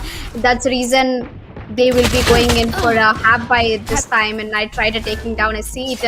That's a nice opening coming in from Knight Rider, although the recon will be getting taken down. That's one player already down for Purpose Esports. Tritish, I have a question for you. How long do you think Purpose Esports can defend Force One Esports? Like, what's going to be the first half score if you can predict it? First off, I guess should be Force One Esports taking 7-5 or something like that. I guess Purpose Esports can easily put up 5 rounds on the board. And I guess Force One Esports, once the big guns are out, I guess Force One Esports are going to go ahead and get themselves 7 rounds on the board on their attack as well. As I said, Haven is an attack-sided map, and if Force One Esports can't pull out 7 rounds, then I guess that pretty much sums up the story as well. That Purpose Esports, they're a lot better on Haven, and they deserve all the win as well on this specific map. Yep. And looks like Purpose Esports this time, the man advantage is not really looking good for them, but I think they might be able to pull this off. They've already made their way towards the C-bomb side. There's no one actually standing inside the C-bomb side. They're gonna smoke. They're gonna start to diffuse while the recon comes through. One of the players already been spotted out. Knight Rider gets to one on flex. The shot guard comes in at the right time. RBK gets a double headshot with the Sheriff in his hand. And there you go, Force One Esports. Even after they force bought in the last round, they didn't have the big guns, but they somehow made it to work through the Sheriffs and the Spectres. And that's what I'm always proud of Force One Esports. There you go, guys. The first round on board for Force One Esports. As Purpose Esports, they made it. They almost made it to get the retake happen, but I think the man advantage was not really into their favor. And don't worry, guys. For Purpose Esports economy, I think it's balanced right now. They'll be going in for a full buy. While Force One Esports, they have 2 rifles right now. They have 3 Spectres. Yeah, so they're going to be playing it out as a bonus this one, and I guess they're going to pull out the big guns on all 5 of the players the next round as well, if in case they lose this one out. Right now, Purpose Esports, they have taken aggressive possession over towards the A mains as well, as basically shown by our observer. They know for a fact that there is a player outside of the A lobbies from side of Force One Esports, and that is going to be RVK. But RVK, does he know the fact that there's the Reyna that is holding on towards that little cubby over there? Now, if he's not aware of that, he better be, because that is definitely going to be a problem. If RVK gets taken down, then the after-plan situation is going to be a little bit tough for Force One Esports. But then again, he's going to try and lurk in, try and move in from the A side over towards B, whereas the entirety of Purpose Esports is going to be making the rotation as well right about now. As the spike has been planted over towards B, and it's going to be a retake for Purpose Esports. Well, looks like the retake might be happening, but I don't think Kawhi's gonna let that happen. Kawhi's gonna take down Knight Rider, and that's one man down from Force One Esports as well. As Purpose Esports is going in for the retake, the B side is completely clear, and there comes the Hunter's Fury by Kawhi. He's trying his level best to defend. And there you go, that's last one standing in for Purpose Esports with half defused run. No, not even half defused run. Gets himself up, but the recon is gonna give away the position of S8, while RBK and the other guy is on the other side. He was confused on whom to take the first shot on. And there you go, a 4v5 retake, not really going into the favor of Purpose Esports. As Force One Esports, they get back on track. 2-2, the scores have been equalized. And after losing that full buy round, Nitish, I don't think Purpose Esports, they'll be able to have the economy to go for a buy right now. And I think Purpose Esports, as you said that Purpose Esports, I think they got stocked up on high energy drink right now. Look at them, they're playing. It's like Purpose Esports. They're all awake right now. They know what exactly is happening. They're so conscious, game conscious, and I'm really happy to see them coming back into the track. Well, it's still the defender side. Heaven is an attacker side map, so I hope that Purpose Esports will take out as many as rounds possible. Yeah, maybe the caffeine kicked in and they are all, they've all lost their sleep as well. Purpose Esports, I guess, this time around though, they're going to be facing off an aggressive Knight Rider who has dashed in out of the side and got himself a kill as well. Rafa is going to find himself a frag as well, and I guess Force One Esports this time around though, they're just going to be, this is going to be finishing it off as fast as possible. The same can be said for Purpose Esports because they've got nothing but the pistols, right? They've got the pistols, the sheriffs. They're not going to do that much as the rifles from the side of Force One Esports. They're gonna reign supreme. So there you have it. The third round of the board for Force One Esports is gonna be 3-2 as we move on towards what could possibly be a round where Purpose Esports might have a chance at tying things up on the scoreboard. Well, I think Force One Esports, by taking the lead, I think it's only gonna put Purpose Esports in a pressure. But I think that Purpose Esports are, they have been habituated to take the pressure and to take it calmly, and it's a full buy round for them, and they know what's at stake if they lose this round. If they lose this round, the economy is going to be entirely trashed for Purpose Esports, so they might be going in for a slow play, as Inflix is going to be putting up that cam and waiting for somebody to push and show up through the A mains. Well, I think it might be an A execute, to be honest. And Inflix, did he spot out Jet? I'm pretty sure he should have. No, I don't think so. Inflix did not see the jet crossing, and now he did. Now he did. He knows that there's a jet over towards the aliens, and with that Inflix, he's just trying to get the sound cue as to where exactly the Omen teleported, and afterbacks. Well, he's also gonna move it over towards the mains. What the hell did you do, afterbacks? I mean, he shouldn't have gone for such a close ultimate though. I wouldn't have let that happen, as Knight Rider is inside the side and the Jet, as he goes into the under heaven, Scargod is gonna take her down.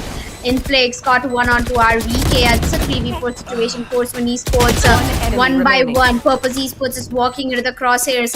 Knight Rider is down to really low HP, and there you go. Scargod is gonna get the pixel exposure of Kawaii and gonna take him down. That's 4th round on board for Force One Esports and Purpose Esports.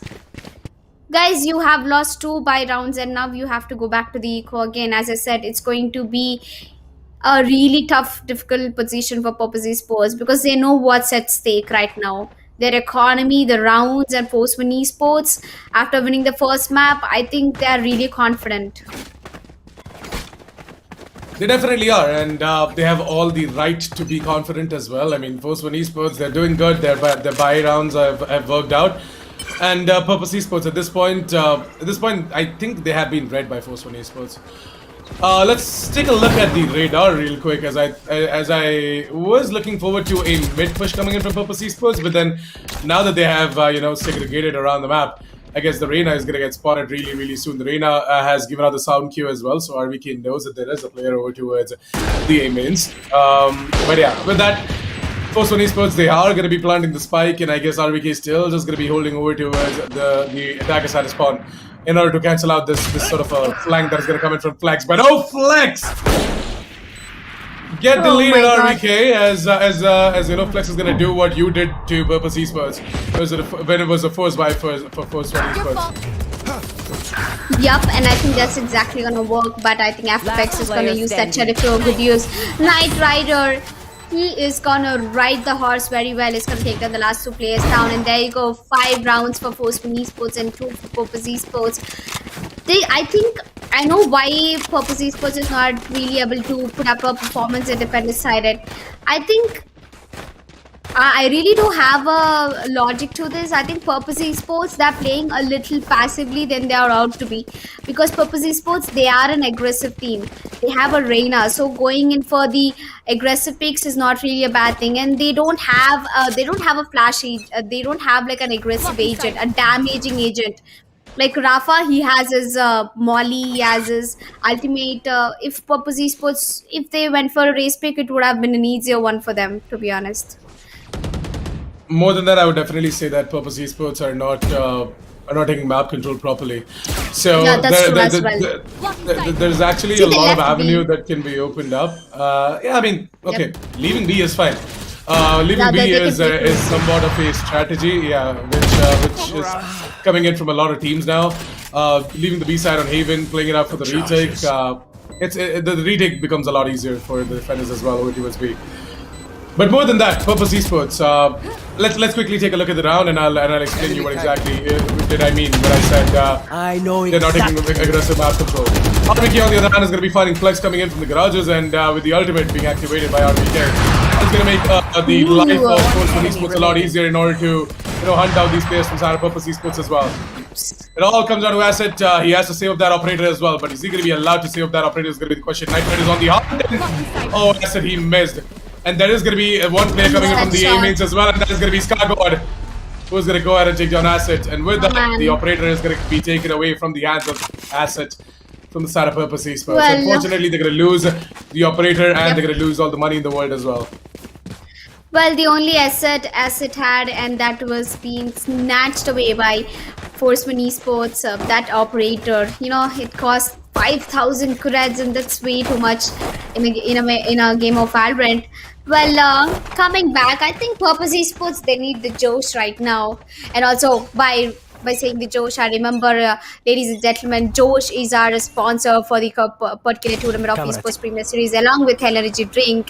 If you guys are bored and if you guys do want to try out as a content creator, except from gaming, if you want to expand yourself, go ahead and download Josh app. It's a really fun way to create comical versions. Well, coming back, Purpose Esports, they've lost a player already. That was Cypher being burnt in the Molotov. While Knight Rider, I think he's going to get tagged away with that ultimate. The Hunter's Fury coming into the play. The spike plant has been denied. Flex gets one kill. He's going to immediately switch the gun as Rafa is going to flash towards the back of side. As it is going to get that kill onto Rafa. Flex is going to get himself a double, and the last one standing is going to be RBK. Misses his spray, and there you go. Flex is going to take RBK. Third round on Look at the action Esports. Was that important? Yeah, look at the action replay. Flex. He got himself a kill, and Rafa, with that flash being done, I think that gave a kill for Flex as well. He's going to take down the Sova, and the last person standing around RVK as well. I think RVK, he messed up the spray, or else it would have been a crisp headshot on towards the head of Flex. Well, talking about the play card, Acid versus Knight Rider. 5 kills for Acid and 11 for Knight Rider. I think Knight Rider is doing a great job in terms of the number of kills. Well, the deaths, I think Knight Rider has 5 deaths, and Acid with 7. And I guess Force One Esports, right? At this point, with them losing out their round, they are once again going to try open up that avenue which was the seaside as well. And this time around, though, it is going to be Inflix who's just going to be watching it all using the cam. And Purpose Esports, they are going to be inflicting some damage as well in terms of the utilities. Force One Esports right about now have got themselves Knight Rider on top of the default boxes. And I guess Purpose Esports, in order for them to go ahead and get this retake done, well, they have to pull a rabbit out of the hat. Well, they have to pull the rabbit out of the hat. I think that's going to be a tough job for them in this. What do you think? I don't think that's going to happen, as after Bexu is going to take down Knight Rider, but Scargod is going to immediately trade. And do you think Scargod with that HP might be able to do something? I guess Flex should be able to get the frag, as he's like, he's on his Empress as well, and never mind. Who are we play? Never mind, okay? Just forget I even said that, because it is gonna be the shock dart coming in from Shivi. Is gonna inflict a lot of damage, and then RBK is gonna finish it off as well. He's gonna put the final lane in the coffin, and that's gonna be the 7th round of the bow for Force One Esports. So Purpose Esports, with all of the max loss bonus kicking in as well, I guess they should be able to pick up the upgraded pistols this round, and they have to save up for the last round of the first half as well. Well, I think they're doing a good job.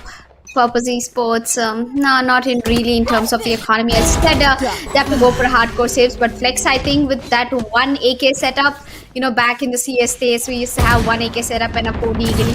Oh, reminds me of the game. Well, Kawhi also managed to get one. And that flash, oh my god, Rafa, he really messed up One big time with enemy the flash, remaining. don't you think? He definitely did, and I guess post one esports, with all comes down to Scargod, right? He's over towards the garages, and I guess Flex is looking forward to get that kill, and he definitely will get it as well. And he's gonna do it in style with that one tap. Not gonna panic. Keep us calm, cool, Last round. before composure, the and he's gonna switch. get that one tap in as well. So it's gonna be 7-4 as we move on towards the final round in the half, and I guess Purpose Esports. Yep. They're looking like they really are about to get that 5th round of the board as well. What do you think? Do you think that Purpose Esports is going to be able to close out the half 7-5 I in the mean, favor of Force for Esports? if there was an operator coming in from one of the player, I could have given a thought about it. But Purpose Esports all rifled by after winning that eco round. I think their confidence is really way too ahead, and I think Force Win Esports look after what you are playing against, because Purpose Esports, after getting that hell energy drink, they are looking quite confident. Look, as I take the name, Flex is immediately gonna take that kill onto Knight Rider and uses his dismiss. Spots out where exactly Rafa is, and Rafa is down to really low HP. With that flash coming through, it's gonna do a lot of damage. Rafa might not be getting taken down, but Scargod gets himself a double through the smoke. Insane! What did Scargod? What did I just see? Hey, Yeah, you did. You saw what exactly was being shown by Scargod over there. I mean, he kind of had an idea that that both of these players were trying to aggressively take down Rafa, who is pretty damn low. And with Inflix taking down RBK, it's gonna be down to a 3 versus 2. All coming down to Shivi and Scargod. Scargod is somewhere else over towards the middle position, I guess, and he really wants Shivi to just stay alive for a little bit more, so that they can move in together as a unit for this attempt over towards the seaside, or even towards B. And I guess Shivi, he heard out all of these 30 players seconds rotating over left. towards the seaside, so now that they're slowly moving over towards B, and eventually maybe they can try and go in towards A as well. You never know. But I guess they're locking onto the B side for now. Yeah, Scargod, he has got his both the more smoke, so he's gonna immediately smoke the A-links and the C-links. And Scargod, using that paranoia, is gonna quickly push down towards the A-mains, gets himself a kill, and he might be going in for the flank as well. As well, we are down to a 2v2 situation, and look at Sova, he's been droning. And I think Kawhi might be in the trouble, because he has tapped on the spike and he might be getting hit through the shock dart. But the shock dart didn't really go at the time. One As enemy Infix gets remaining. one, Shivi gets one, and there you go, that's a 1v1. Kawhi is gonna pretty much sum up, and as Nitish said, oh Nitish, I think his predictions are coming through day by day, and there you go. I think it was always correct, by the way. 7-5 Purpose Esports, they managed to get the 5th round on board for Switching them. sides. And that's a really good first half, on a positive note. Definitely, the prediction, it did come out to be true, and I guess I did see some of that action from the future. Of course, on Esports, I knew that they are going to be able to get 7 rounds on the board on their attack side, and I had faith that Purpose Esports are going to be able to make some sort of a comeback and put up 5 rounds at least on that defense.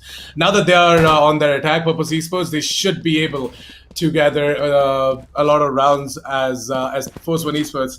They are also going to find it a little bit hard, considering the fact that Yes. there's 3 sides to defend, and more than that, looking at the buy, right? Once again, Force One Esports, they're going to be bringing out these automatic pistols, the frenzies into play as well, which might just give them the advantage. Interestingly, they've got a 2-man setup over to the C side, and I guess that's it. He knows where these players are. He's going to be putting himself a double. Ladies and gentlemen, give it up for Acid, as this man has just activated himself, and he's going to get himself a double in order to Spike open up planted. space for the team over towards the C side and get the spike planted as well. Now you know why I Player really fell in standing. love with Jet, because of the action and Force Win Esports. I don't think there's nothing much left to do for Shivi. His tag down is 74 HP, has 2 shock darts and a recon for himself. It's a 1v2 situation, and there you go. I think S8 is gonna pretty much end things for Shivi. As Force Win Esports, they're just a point away, and I think Purpose Esports going in for the force buy, they will be pretty much summing it up and making it the equal score 77. Also, for a fact that Purpose Esports, they have won the pistol round in the first map as well. Yeah, Purpose Esports, they definitely look I think good they on have the a pistols. good pistol. Yeah, they definitely look good on the pistols, but then the problem is that once Force One Esports have got their big guns out, right, it becomes a lot harder for Purpose Esports to hold on to as well. But maybe things are gonna be different this time around though. Knight Rider, he's got himself the ghost, and I guess he's gonna take all the time in the world in order to take out that outroad. But this specific play can make all the difference, but unfortunately, he's only gonna be able to put himself One enemy remaining. frag on the board. Acid on the other hand is further pushing in, and he's gonna finish it off with a double. Not bad. Purpose Esports tie things up the scoreboard, and I guess Force One Esports, they can finally pull out the big guns this round, and they can put up the 8th one on the board, or maybe it can be Purpose Esports to do the same. You never know. Let's find out. Yep, let's find out if Purpose Esports will be taking the lead or is it going to be a Force One Esports. But as our little knowledge, I think that it's going to be a bonus round coming in for Purpose Esports and Force One Esports with the big guns. They might be actually they might be putting up a good fight. Well, as we know that Purpose Esports, they've even got the pistol and the force by the second round, even in the first half, and they're pretty much trying to do the same even in the second half, where they've actually equalized the scores with Force One Esports, Nitish. And looking forward, I think this full buy round is leading me towards the C-bomb side because, you know, Purpose Esports, they've been doing really good towards the C-bomb side, especially Acid, the Jet. He got himself a double kill, and he's really good at giving the entries. And I guess Purpose Esports, they definitely are gonna try and moving over towards the C side, because maybe they got an intel that hey, the C side is all up for taking. There's absolutely no one from the side of Force One Esports holding on towards the C side. They're all focusing a lot over towards the middle position as well as the A side as well. So now that it's going to be a really awkward retake for Force One Esports as well, down to a 5 vs 5 situation. A 5 vs 5 retake, it always is a lot awkward.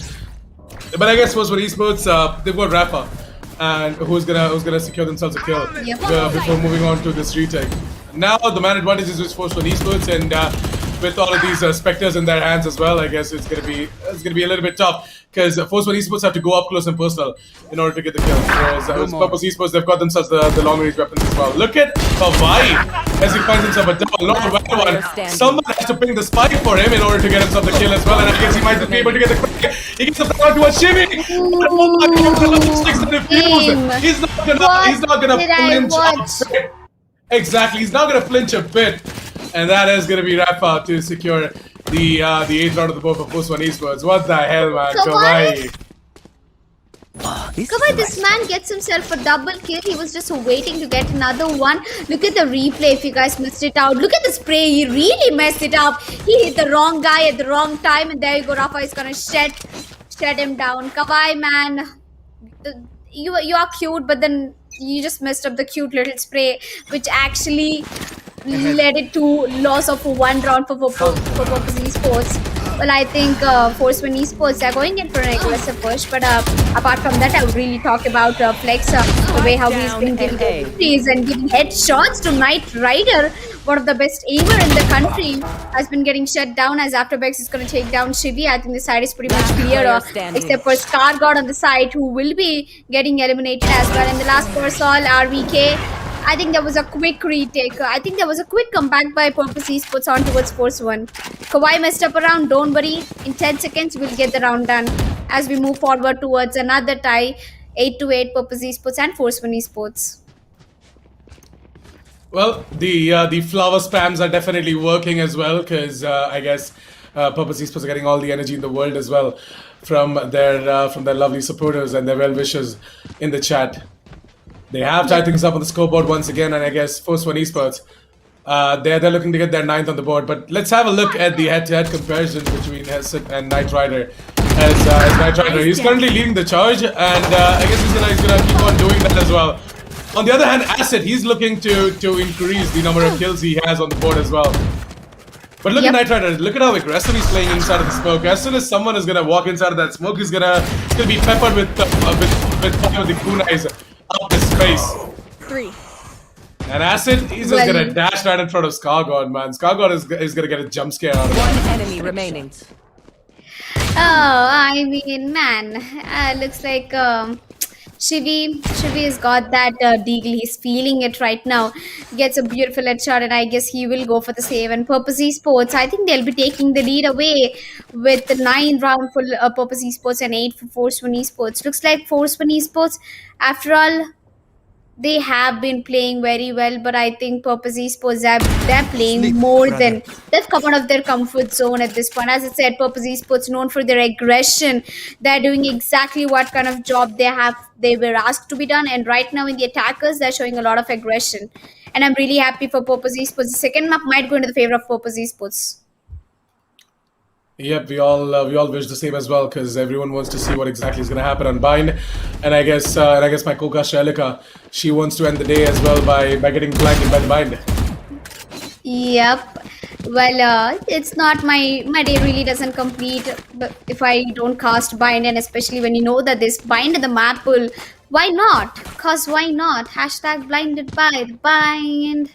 Well, I'm not really good of a singer as Weekend is, but just never mind the comparison as well. I might just get my head bursted. I don't want to do that. Well, yep. Calm Force down, with Anika. It's esports. okay. It's okay. First one Esports this time around though, we are going to be seeing them pull out the bigger guns most probably. It was an equal for them the Yeah. last one, right? And yeah, they do stand a chance to once again make it an even Stevens on the scoreboard. So let's see if they're going to be able to do that or not. Asset this time around though is just going to be dashing in as soon as he gets an intel as to where exactly these players are, because he just doesn't want to blindly dash inside of that cyber cage. And yeah, he's not going to do that. He's just going to save up the dash for a situation where he has to badly escape out of. Gonna drop in a smoke over towards the heavens, and with that, we're gonna be seeing Purpose Esports, plant the spike as well.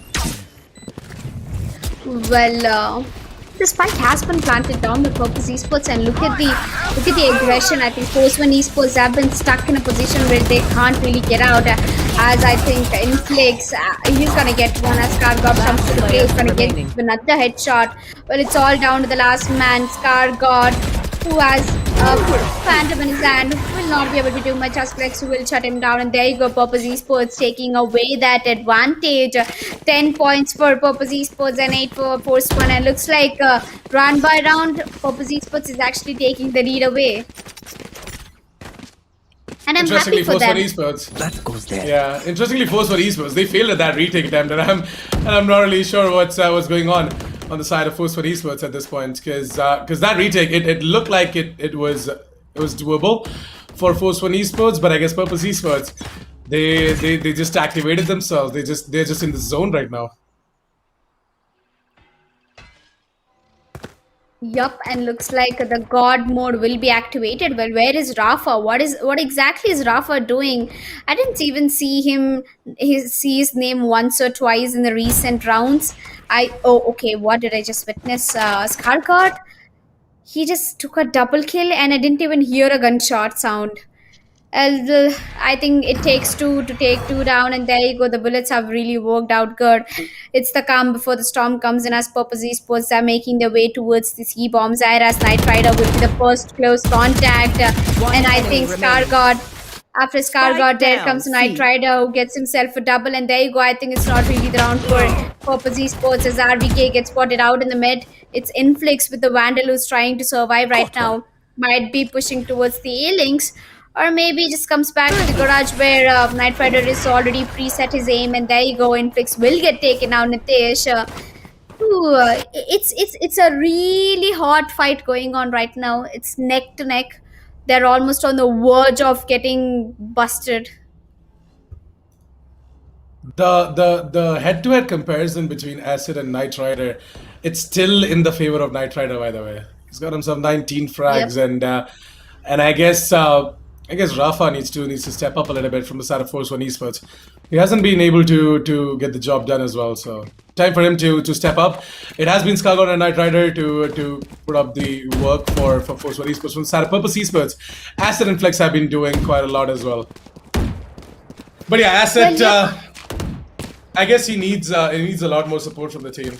I think Inflix he really needs to do a lot more in terms of gathering intel as to what exactly is going around the map. And if you notice, right, RVK, he was on the flank the previous round. That was something that was absent from the side of Purpose Esports and their defense as well. When I said that Purpose Esports aren't taking a lot of map control, I was meaning that. We just got a cue from the production that it is a tag pass coming in from the side of Purpose Esports. Okay, it's a tech pause. All right, it's a tech pause. It's not a tactical pause. It's a tech pause coming in from Purpose Esports. So sorry for the inconveniences. We're just going to be back into the match really soon. But getting back on that specific point that I was making as well, right? Purpose Esports in their defense, that was something that was completely missing. The aggressive pushes, the flanks, were simply not there. And if they would have got that into their play as well, maybe they would have been able to snatch away a lot more rounds on their defense as well. But at this point, Force One Esports, we are definitely seeing that from them. We did see RVK pushing up towards the B windows the previous round, and I guess once they come to know that Purpose Esports, their flank is not properly being watched or something like that. The trap wires are simply not there, or maybe the trap wires are not set up properly. Then maybe Force One Esports are going to take more and more advantage out of that. Maybe we might just see Rafa coming in with these insane flanks as well. Well, I think talking about the firepower, I think Force One Esports have got pretty much on their plate, and Purpose Esports, as they've taken a tech pause, I don't think things are really going well with Purpose Esports right now. But they have the lead, they have the point lead. I think they're so close to get this map into the favor right now. They've given a hell of a show right now. They've put up a really good show, and I don't think Purpose Esports should be getting back. I think they have to fight. It's fair enough for them to fight against Force One Esports, where Force One Esports, they're still standing below with only 9 points. And I think Acid, if he gets the entry, if Flex does it, I think it's going to be an easy one, as Rafa gets spotted out with that ultimate pushing towards the shot. And there you go, the ultimate has been activated. Acid gets that entry. Knight Rider will be getting taken down, and Scargod will also be getting taken down. And there you go, that's should be getting taken down. Rafa getting taken down. Purpose Esports might be going on the 11th round. RVK managed to get to 1 kill, but will he be able to get another one? Yes, that's a double kill. And maybe a triple one, but I think Afterpex has pushed back into the seat. He's over there. He has entirely pushed back. And I think RVK, he might be able to pull this clutch up, because it's a 1v3, but I don't think that's going to happen, because Kava is going to take down RVK. And there you go, that little celebration by bursting out the classic. 11th round on board for Purpose Esports, and 9 rounds for Force One Esports. I think they have to look after their economy at this point. And Purpose Esports, OP comeback, guys. OP comeback. Yep, guess all the again, as I said, right, all the flower spams in the chat are working out for them. It's giving them all the energy in the world as well. But you know what else is going to give you a lot more energy? It's Hell Energy drink.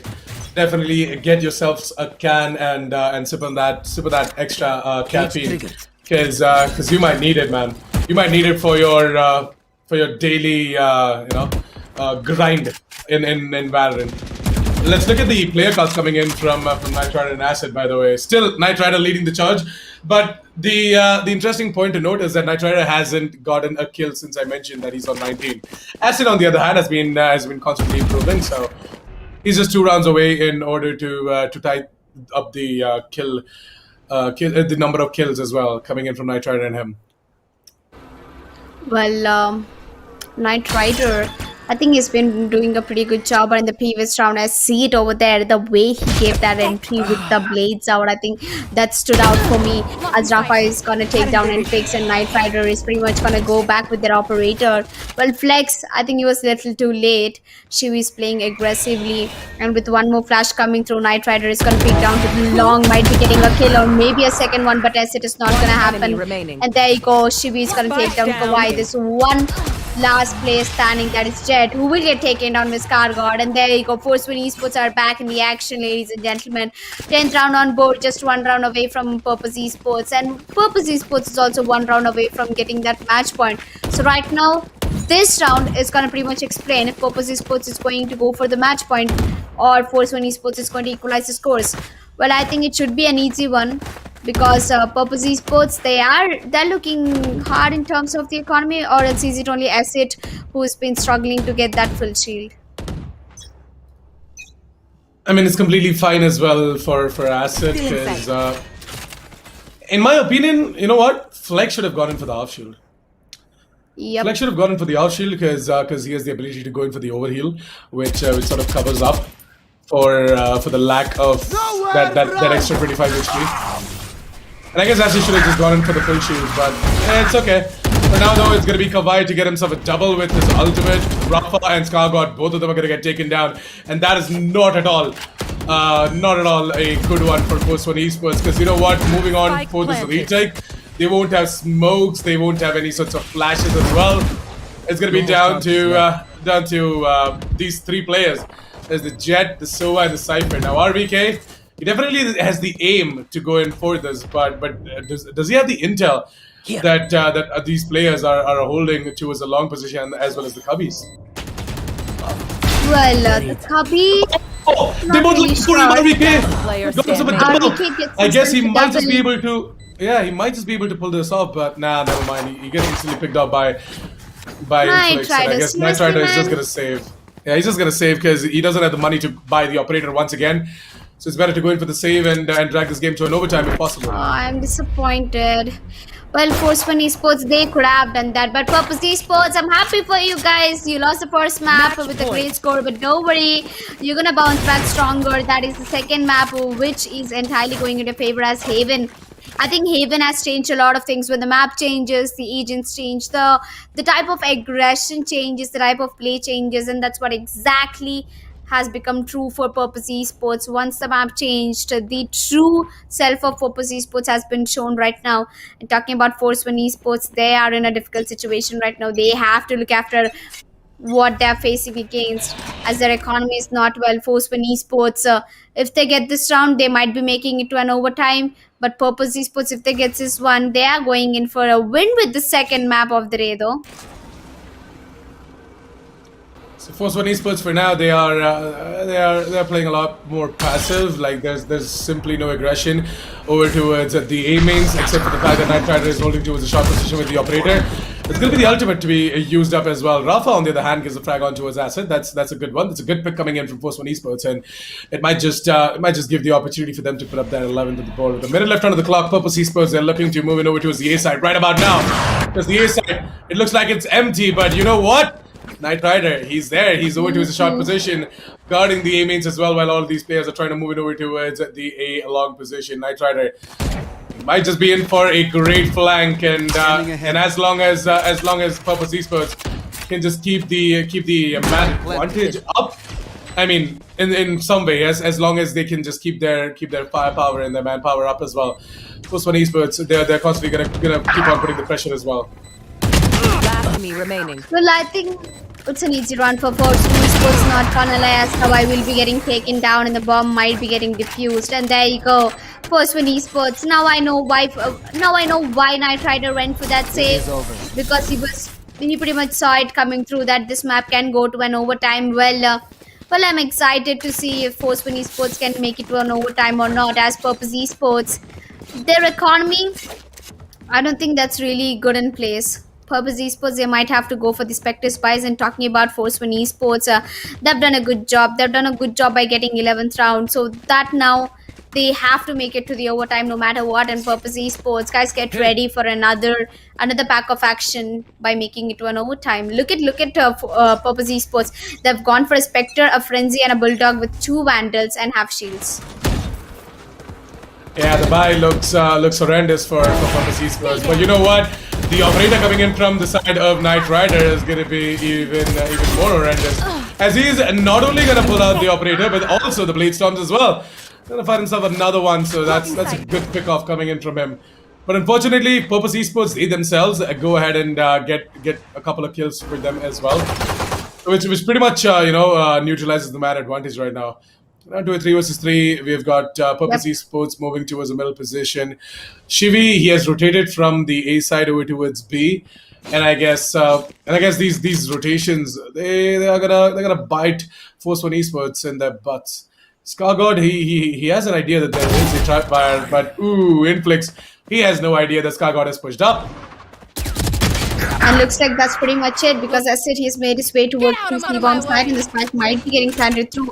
It's a 2v2 situation, it's a do or die round. As the spike gets planted down by Purpose Esports, Force One Esports, you have to do everything in your power to get this round, to get this to an overtime. I don't know what is the I don't know what is the wait for Swin Esports as the recon comes to does not spot most of the players as Rafa gets One taken out. enemy Shibi gets a remaining. 1 kill, but he doesn't have any idea that where the next man is. And Attackers there win. you go, as said, Was that he has supposed made to be it a for the fight? team. That's Purpose Esports winning out on the second map. Looks like we are going in for the bind for the real. Look at this.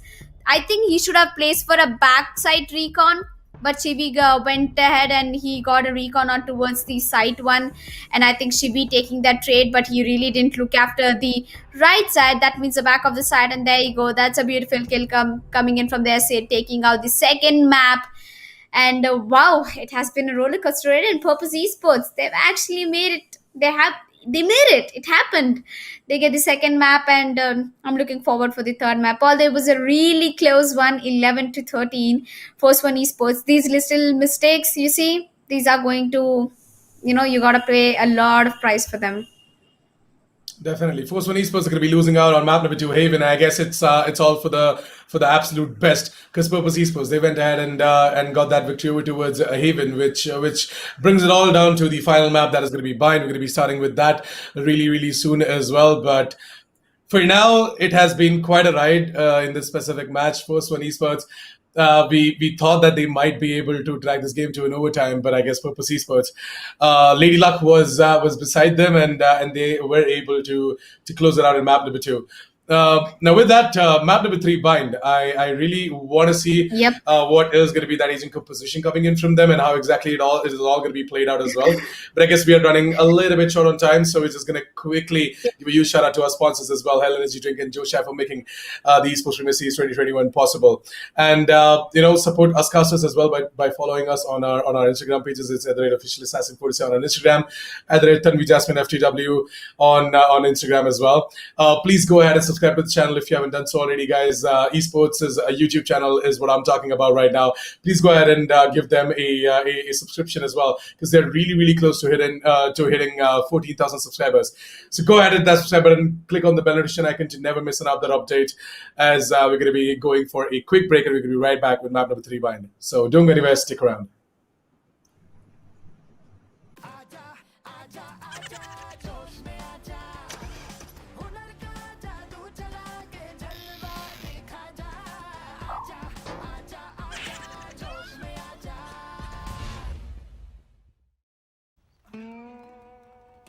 ये है होश।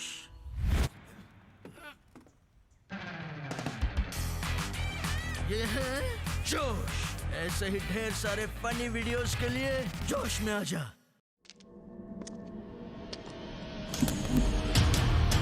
There was a time when I drank coffee. Lots of it. That time is long gone. I switched because I like to keep up with the new trend. Energy, taste, power. What else do you need? For me, it's enough. Hell energy.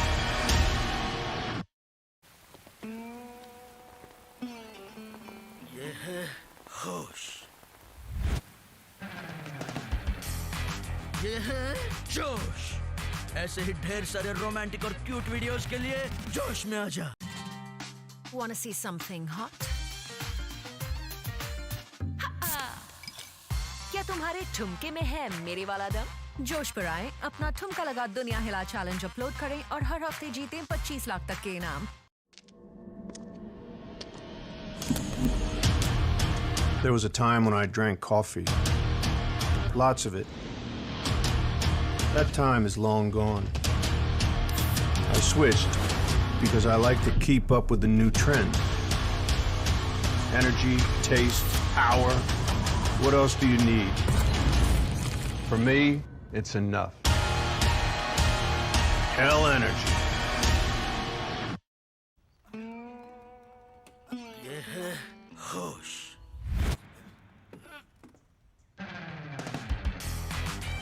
ये है जोश। ऐसे ही ढेर सारे funny videos के लिए जोश में आजा। Wanna see something hot?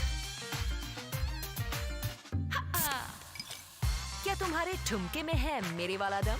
जोश पर आए, अपना ठुमका लगा दुनिया हिला चैलेंज अपलोड करें और हर हफ्ते जीतें 25 लाख तक के इनाम। ये है होश, ये है जोश। ऐसे ही ढेर सारे रोमांटिक और क्यूट वीडियोस के लिए जोश में आजा।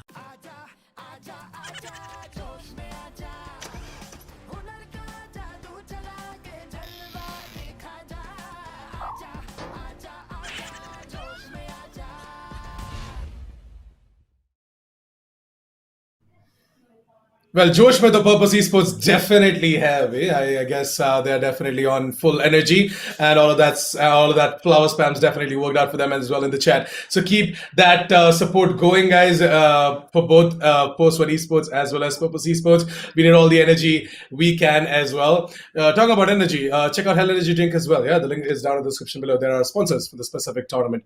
But yeah.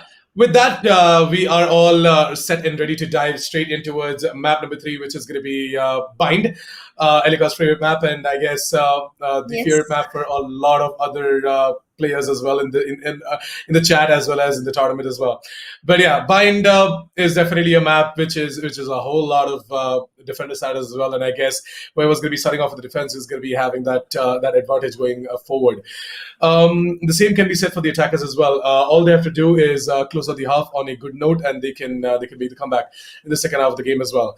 Let's hope the best may win, and I really can't wait to see what exactly the aging composition is going to be coming in from both of these teams.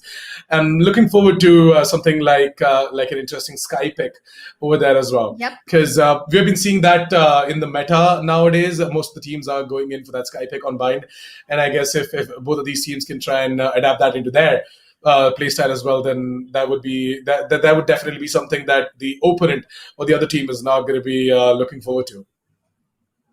Well, yeah, I'm looking forward for a Sky pick as well. And not only Sky, I'm actually looking for a Viper pick as well, which might be an outstanding pick. I mean, a Viper, the lineups, it has been pretty insane. And this time I might be going in for a Brimstone as well instead of the Omen.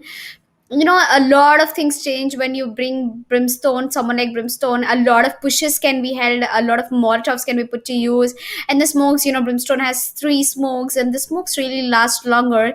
So I'm pretty much expecting that one of this team might be picking up picking up a Brimstone. And talking about Viper, the controller, I think when you start off at the attacker side, I think you should pick up the Viper because it makes you get the wall, the orbs, and post plan, especially the lineups. I think Bind has a lot of lineups for Viper. And yep, hashtag blinded by the Bind. I'm really excited for the map of Bind.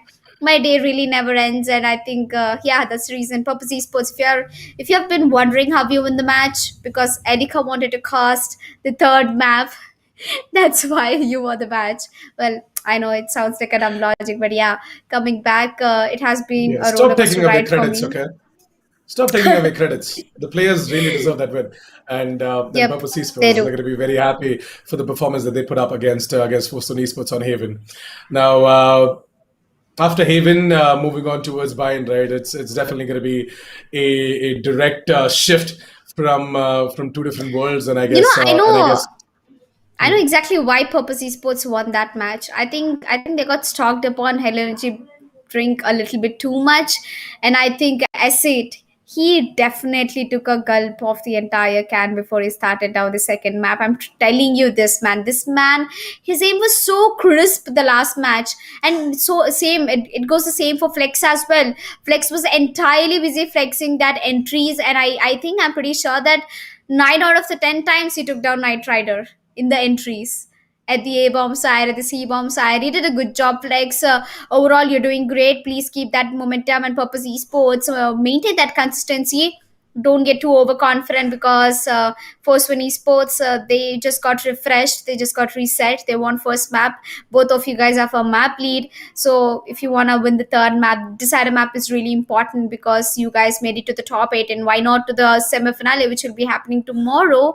So guys, make sure you don't give away any kind of information to the enemies. I mean, of course, in intel terms, of course you can, but I'm talking about the advantages like entry picks, the flank, always watch your behind before you push down to the any of the sides. These are the basic things I would like to say because both of the teams, they are professional, they are well known, they are well reputed, and they've been playing Valorant for a while. I'm expecting them that they give their best. Both of the teams give their best out of Bind. A lot of motivation. No, this time I want to really predict out. Before you even ask, I want to go ahead and predict that Force One Esports might be shutting it down for team purpose esports, because I have a calculation. The first map, it was picked up by the Force One Esports. The second one, it was picked up by the Purpose Esports, and the third one was picked up by the Force One Esports. Where I think that Purpose Esports might be starting off with the defenders. With that starting off with defenders, Pine easy defender sided map, and I think Purpose Esports, they should be taking that advantage into their hands in good use. Guys, make it to at least 7 rounds in the first half. You guys are good to go in the second half. No, I'm not gonna lie. Purpose Esports, they're equally better on bind as well. So we might just see them putting up a massive performance and maybe shutting down Force One Esports as well. Force One Esports, let's just hope that they have the juice to keep going. Because if they don't, then I don't know what's up. Because they really look like they were running out of juice at the end of that specific map, that is Haven.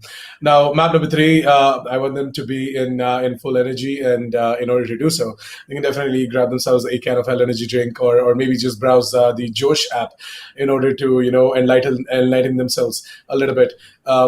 Maybe something or the other went wrong, and maybe they're just this is disappointed, or maybe they're just sad.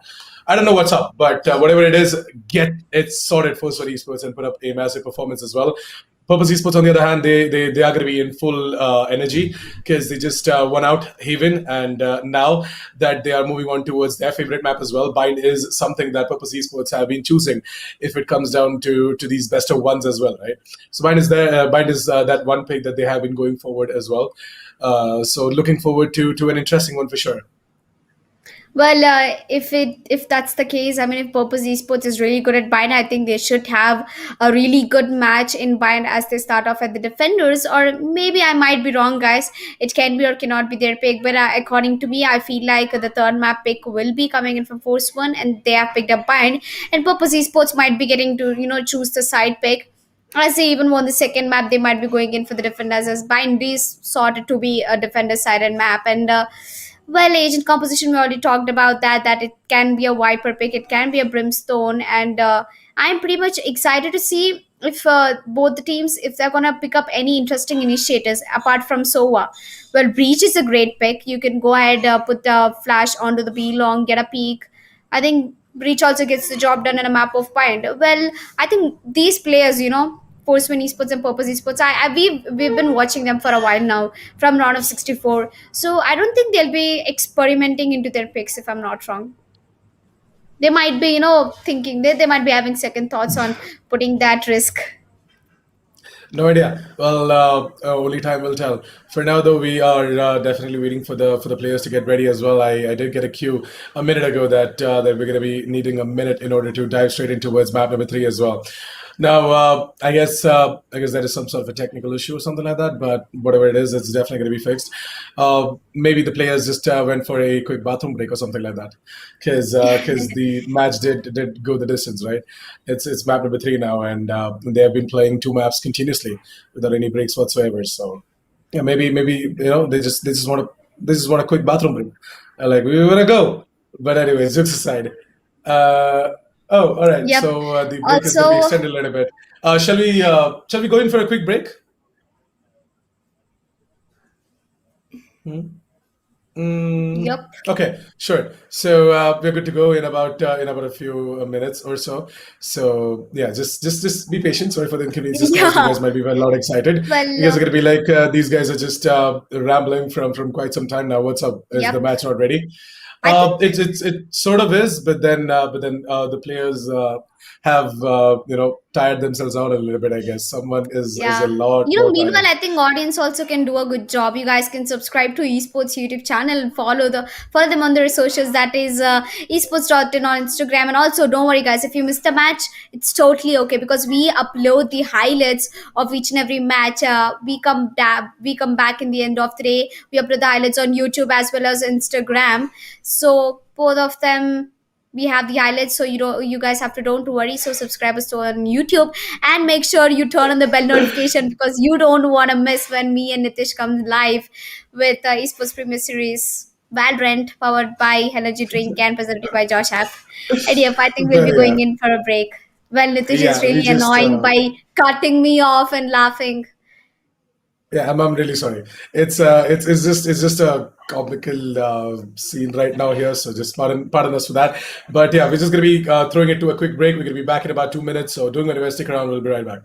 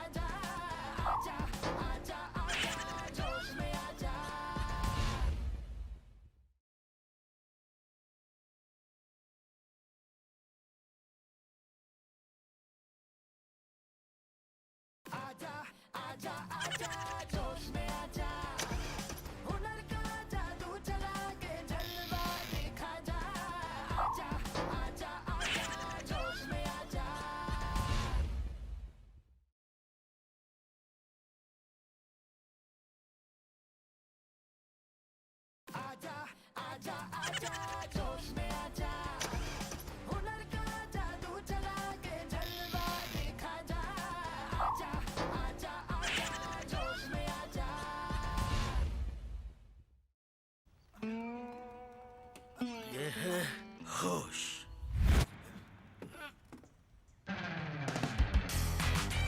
ये है जोश। ऐसे ही ढेर सारे funny videos के लिए जोश में आजा।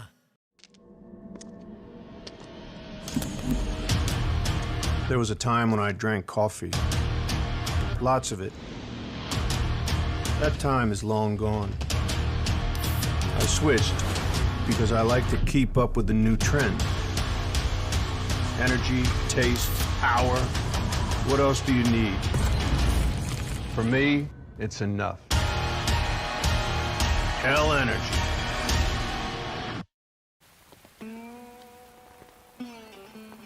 ये है होश।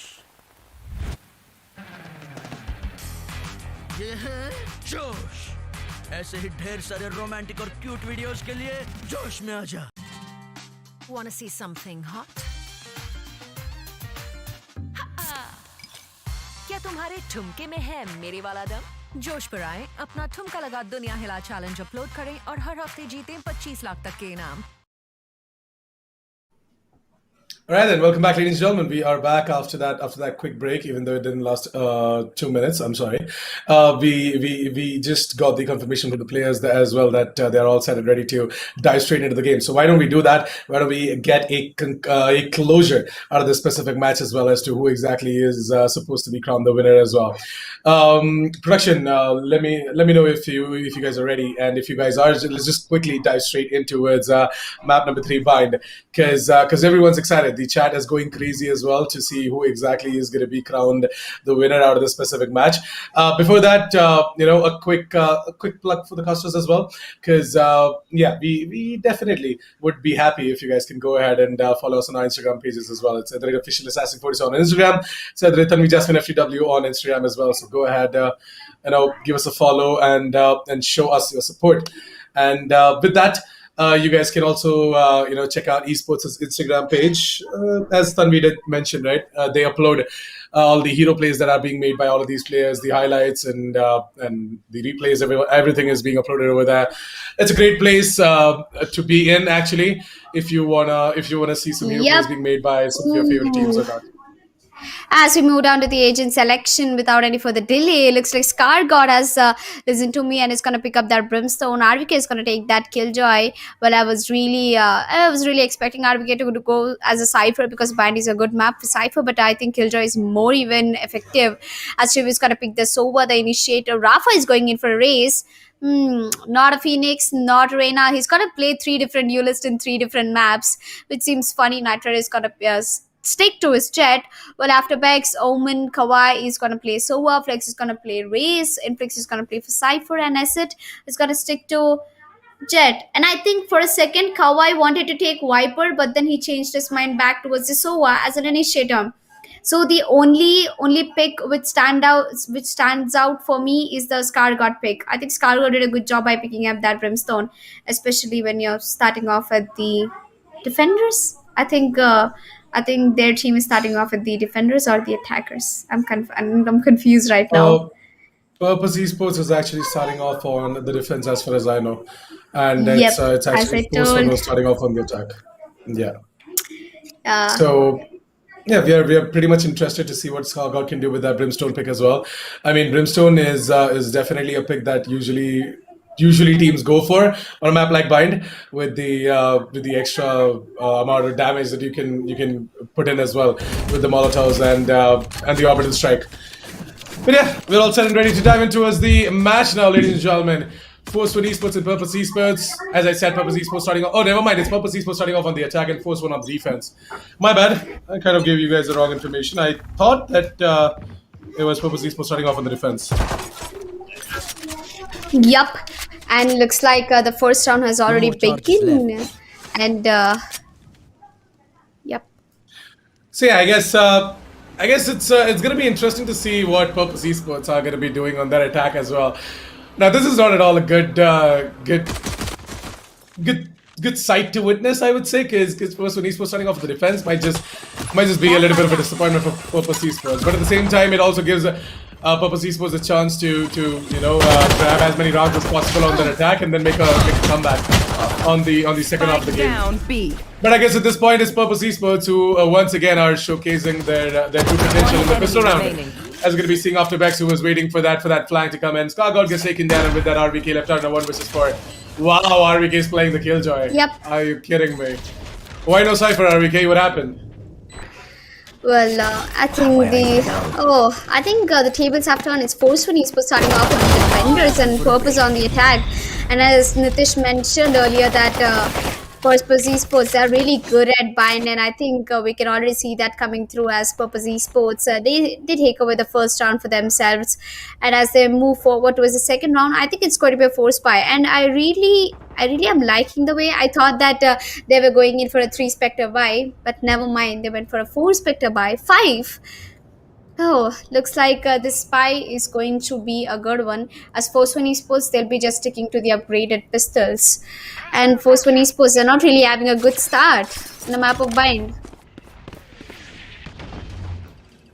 So right now, Purpose Esports this time around, though, they have shifted that focus over towards the middle position a little bit more, and the spike is over towards the A Spike down, lobbies. attacker spawn. Interestingly, Kawaii, I've got no idea why he was left all by himself. But yeah, the spike is definitely dropped, and I guess Acid is just going to move in towards the teleporters. Gets taken down by Knight Rider and Force One Esports. Their aggressiveness over towards the showers has worked out in their favor. But unfortunately, Purpose Esports, they just got their hands on the spike, and look at Flex and his backstab. Ooh, Flex is going to be seeing all of these players moving into his crosshairs. Gonna get himself a double. Spotted out one more player, but I guess the nade is definitely gonna put him at a position where he's gonna be completely caught off guard. Purpose Esports, they're still moving it over towards the A side. Oh, never mind. That is gonna be a quick teleport being taken up by Afterbacks, and Force One Esports is gonna be played out. Well, yep, Force One Esports have been played out, but I think what matters here is that Force One Esports, it's down to a 2v2 situation, and it's a force buy round for Purpose Esports. And for Purpose Esports, they know what are the stakes if they lose this round, and I'm definitely sure they might not be able to lose this one. But I think Rafa, the man, the rescue, came through the shot right now. Is gonna, but Infix is gonna immediately trade out Rafa. It's a 1v1 situation as he sticks to the defusal. I think it's. Oh my god, it's Raze versus the Cypher. Well, he's just patiently waiting for somebody to chop through the CT, and there you go. The bomb has been halfway defused. It's going to be Knight Rider making that first round for Force One Esports, winning out that force buy round against Purpose Esports. All the flex. Man, hats off to you. You did a great flank. You got 3 kills for yourself. So I think that's a max that Flex could do. And Purpose Esports losing that round, that's gonna affect a lot on their economy with this. Yeah, as you guys can see on the replay as well, right? Flex with an amazing flank gets himself a triple, as Alika just mentioned. It was a great play being made by him, but I guess it just wasn't enough. Maybe Knight Rider, he just was looking forward to get that round into his hands, because Force One Esports starting off that specific round, they had the advantage. They had the spike in their hands. They had a couple of kills as well. And yeah, they didn't really wanted to get that first round of the board for themselves, and they got it. Well, this time around, though, Knight Rider and Rafa, they're going to be the ones to start off the kill streak, and I guess Rafa is just not going to stop. He's going to keep on holding that W along with the left mouse button, and One enemy he's going to inflict more and more damage onto the players from Purpose Esports, who have got nothing but a great pistols. Looks like Knight Rider, he had a good time taking down almost 3 players on towards Yearlong. He got himself a 1 on towards Inflix, and Rafa getting that immediate trade. He gets himself a double. And there you go, Knight Rider pretty much summing it up by getting the last 2 kills. And Shivi, oh my god, he had given... Shivi tagged the enemy so much, but Knight Rider is gonna finish that up. And there you go, 2 rounds for Force One Esports and 1 for Purpose. And looks like the economy is looking good for Force One Esports and for Purpose Esports as well. Because Purpose Esports, they've done an eco in the previous round. So they'll be going in for a full-fledged rifle buy with the big guns. With the big guns coming out, it should be easy for Purpose Esports to take down Force One Esports, as one of the players has already been spotted out. That's RVK behind the green box. I guess at this point, though, Purpose Esports, they definitely are looking to make their way towards the B side, because the A attempt it kind of failed out, and I guess Purpose Esports, they head over towards the B side might just work out in their favor. But look at Knight Rider in his aggressive position, being held on to be at the box. He's got himself a double now. That's Flex and Afterbacks going down. With that, no smokes, no utilities left out from the side of Purpose Esports, and that's gonna hurt. Yep. And looks like Rafa over here, he might be actually getting some picks over towards the bomb side as he puts that paint shell. It's going to do quite some damage. And with that boom bar, I think he might be able to get a kill. But Inflix immediately taking the boom bar out, while RVK is on point with the killjoy play as well. He's putting out all the necessary boom bars and everything. As Kargot gets 1 with the Molotov. Now we know the reason why I said Brimstone could have been a better pick, and it is a better pick as Force One Esports. They managed to get this retake into their hands. 3-1. I thought it was a good beginning for Purpose Esports, but Force One Esports, they shut them down.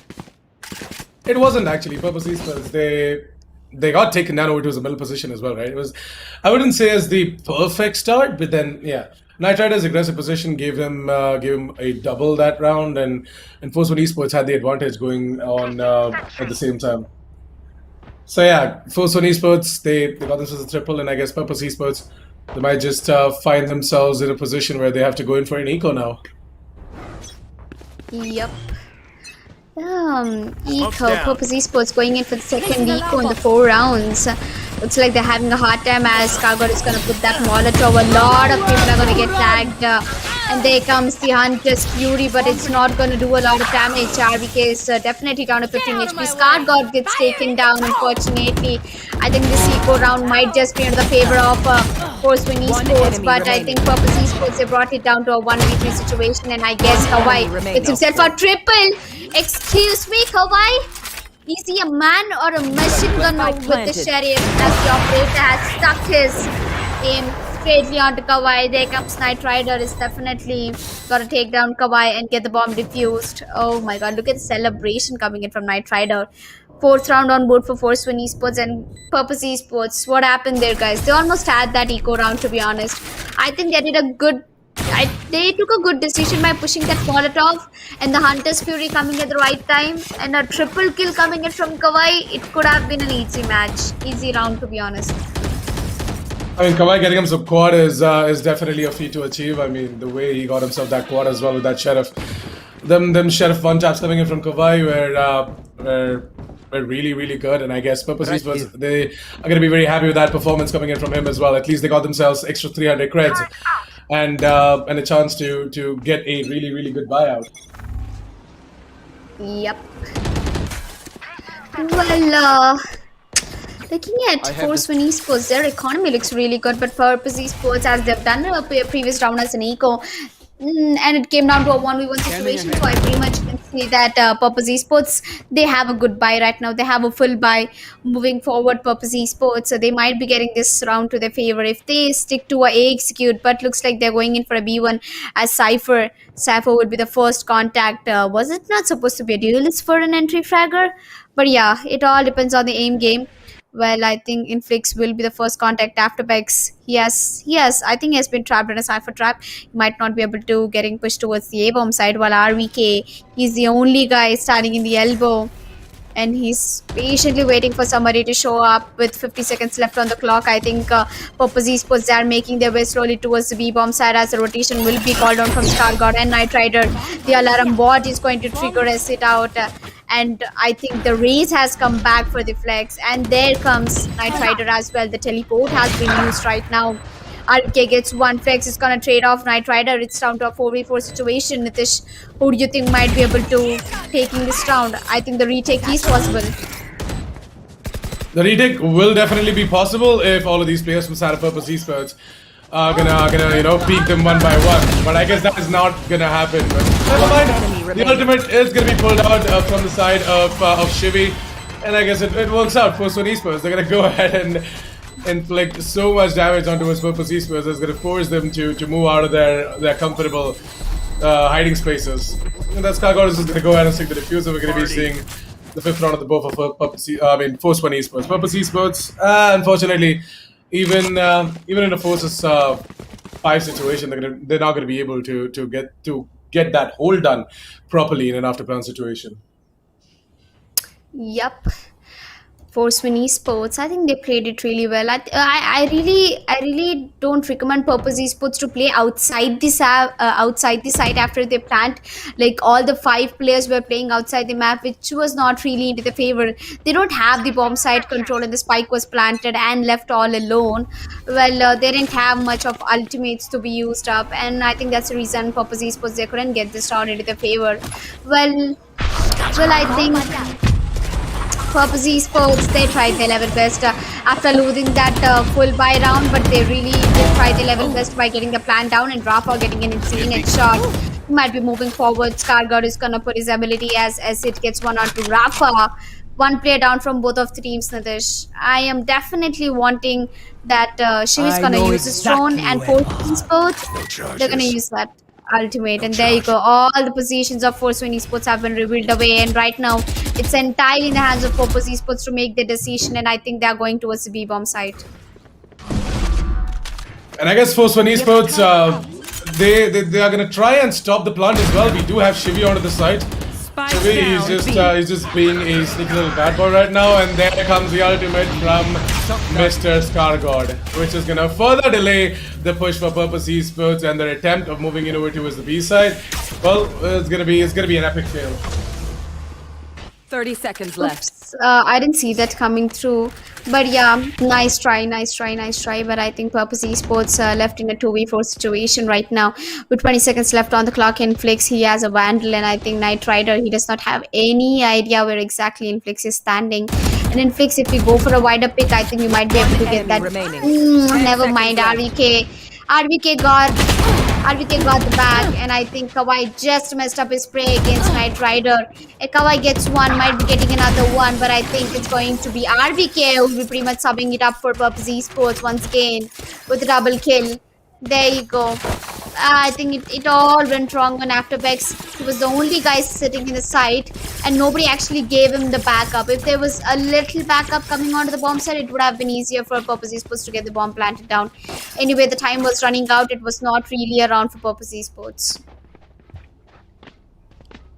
So Purpose Esports, they still are going to try and eke out a buy this round. They've got themselves a couple of Spectres up there, along with 2 of the Vandals. So, Purpose Esports, they really have to bring some sort of a different style of execute over towards the A side, because nothing's working out in their favor right now. And there comes the dash coming in from Asset, and maybe he might just be able to get the frag on towards Knight Rider. Yep, he will. Knight Rider goes down, and it's going to be Flex to take down Scargod. This is the kind of play that I'm looking forward to from Purpose Esports. This explosiveness, and it is definitely going to help them. As Force One Esports, they are not going to be able to react that quickly. RVK, he doesn't have the lockdown ready, but I guess he has the turret ready though.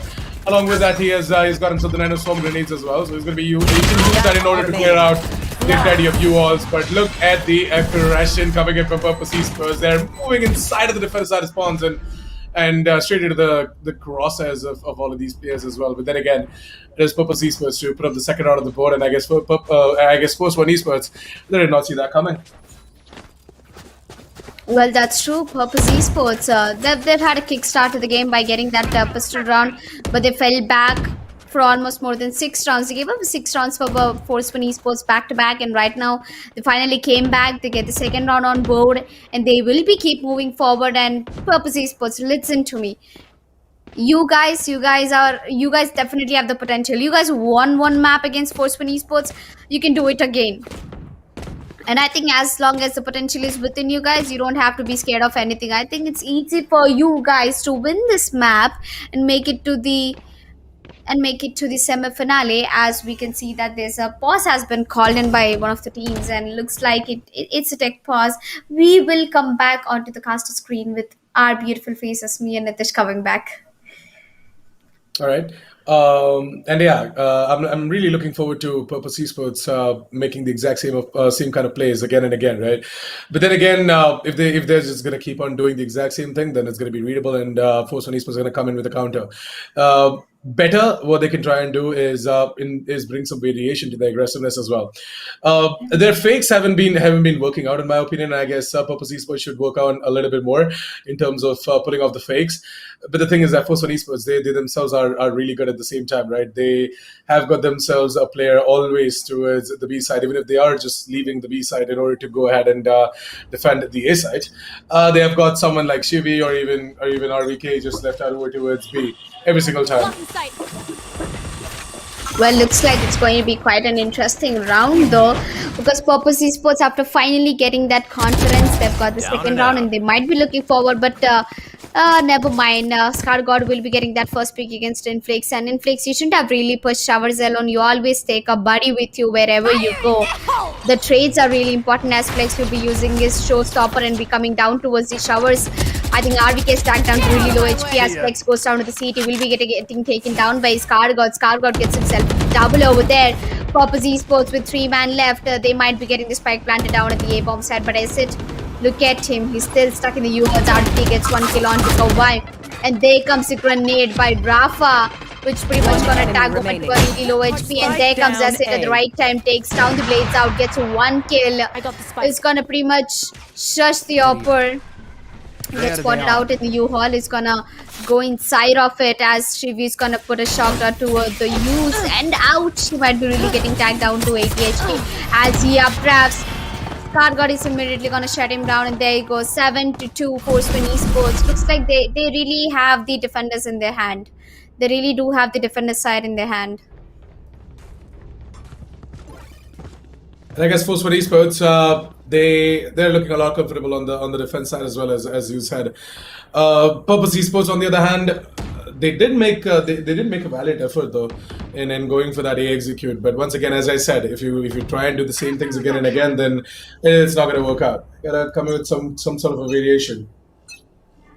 At this point, Force One Esports, I guess the head-to-head shows us how exactly Force One Esports are as well, right? They're a lot energetic, and I guess Rafa playing over towards the hookers. He's gonna go in for a counter nade as well, and that is gonna be Afterbex to take down Scargod. Look at this chaos. Oh my god, Rafa! Look at this chaos as Rafa goes ahead and adds more and more onto that kill card on the left hand side.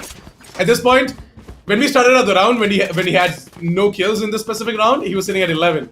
Now that he got himself a triple, if I'm not wrong, was that a triple or a double? I'm not sure. Yep, that was close to 13 or yeah, that was a double if I'm not wrong. So that puts him at 13 or 14 frags at this point. Down to a 2 versus 2 retake, ladies and gentlemen. It's gonna be Rafa and RVK. Well, RVK is the only one who's healthy. Purpose Esports, on the other hand, they have got both their players who are alive and healthy. Rafa is low, so he should be the first point of contact at this point. He's gonna try and move in. Get taken down by Kawhi. RVK is gonna move straight in. He's gonna put down the lockdown, and I guess the position coming in from Inflix is gonna favor Inflix as well. I guess RVK knows where Inflix is coming in from. He's gonna bait out Inflix into peeking and trying to take down the lockdown as well. But RVK, he knows all the tricks, man. He has been a Cypher himself before. And with that, the 8th round of the ball comes in for Force One Esports.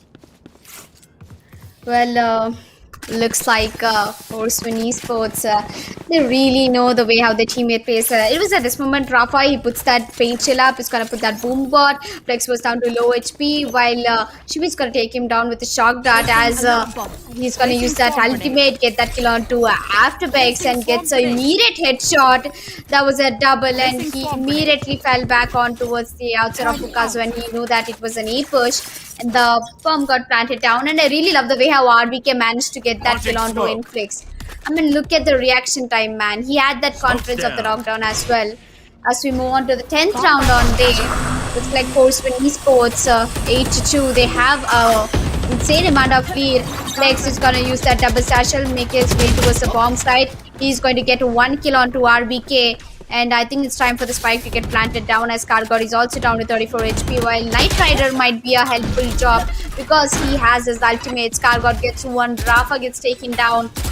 And there we are. Once the recon comes, Shivi is the only hope left right now.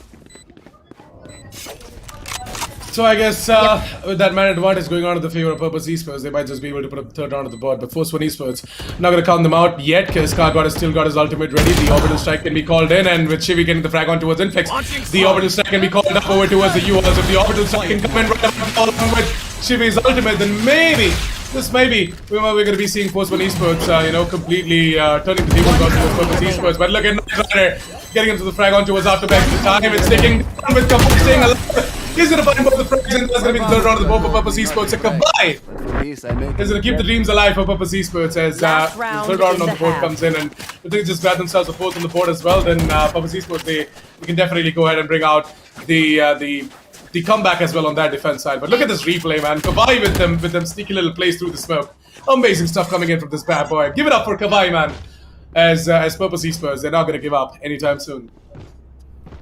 Yep, and looks like Purpose Esports, they still have the hopes left. They still have a ray of hope. Well, I think 8 rounds for Force One Esports and 3 for Purpose Esports. I think Purpose Esports, 1 more round and they're good to go. And Flex, oops, he did mess up his paint chill, but don't worry. I think he will be getting that entry frag for his team as the Sova will be getting that drone straightly done forward towards the long.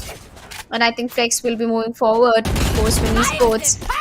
I think the entire Purpose Esports is trying to stick towards the B-bomb side, and Knight Rider will take down Flex, gets another one. It's got to immediately fall back as Brimstone ultimate comes back, and there he goes. Kargod is going to take down and Flex. Knight Rider is down to 62 HP with the last man standing. That is Afterbex.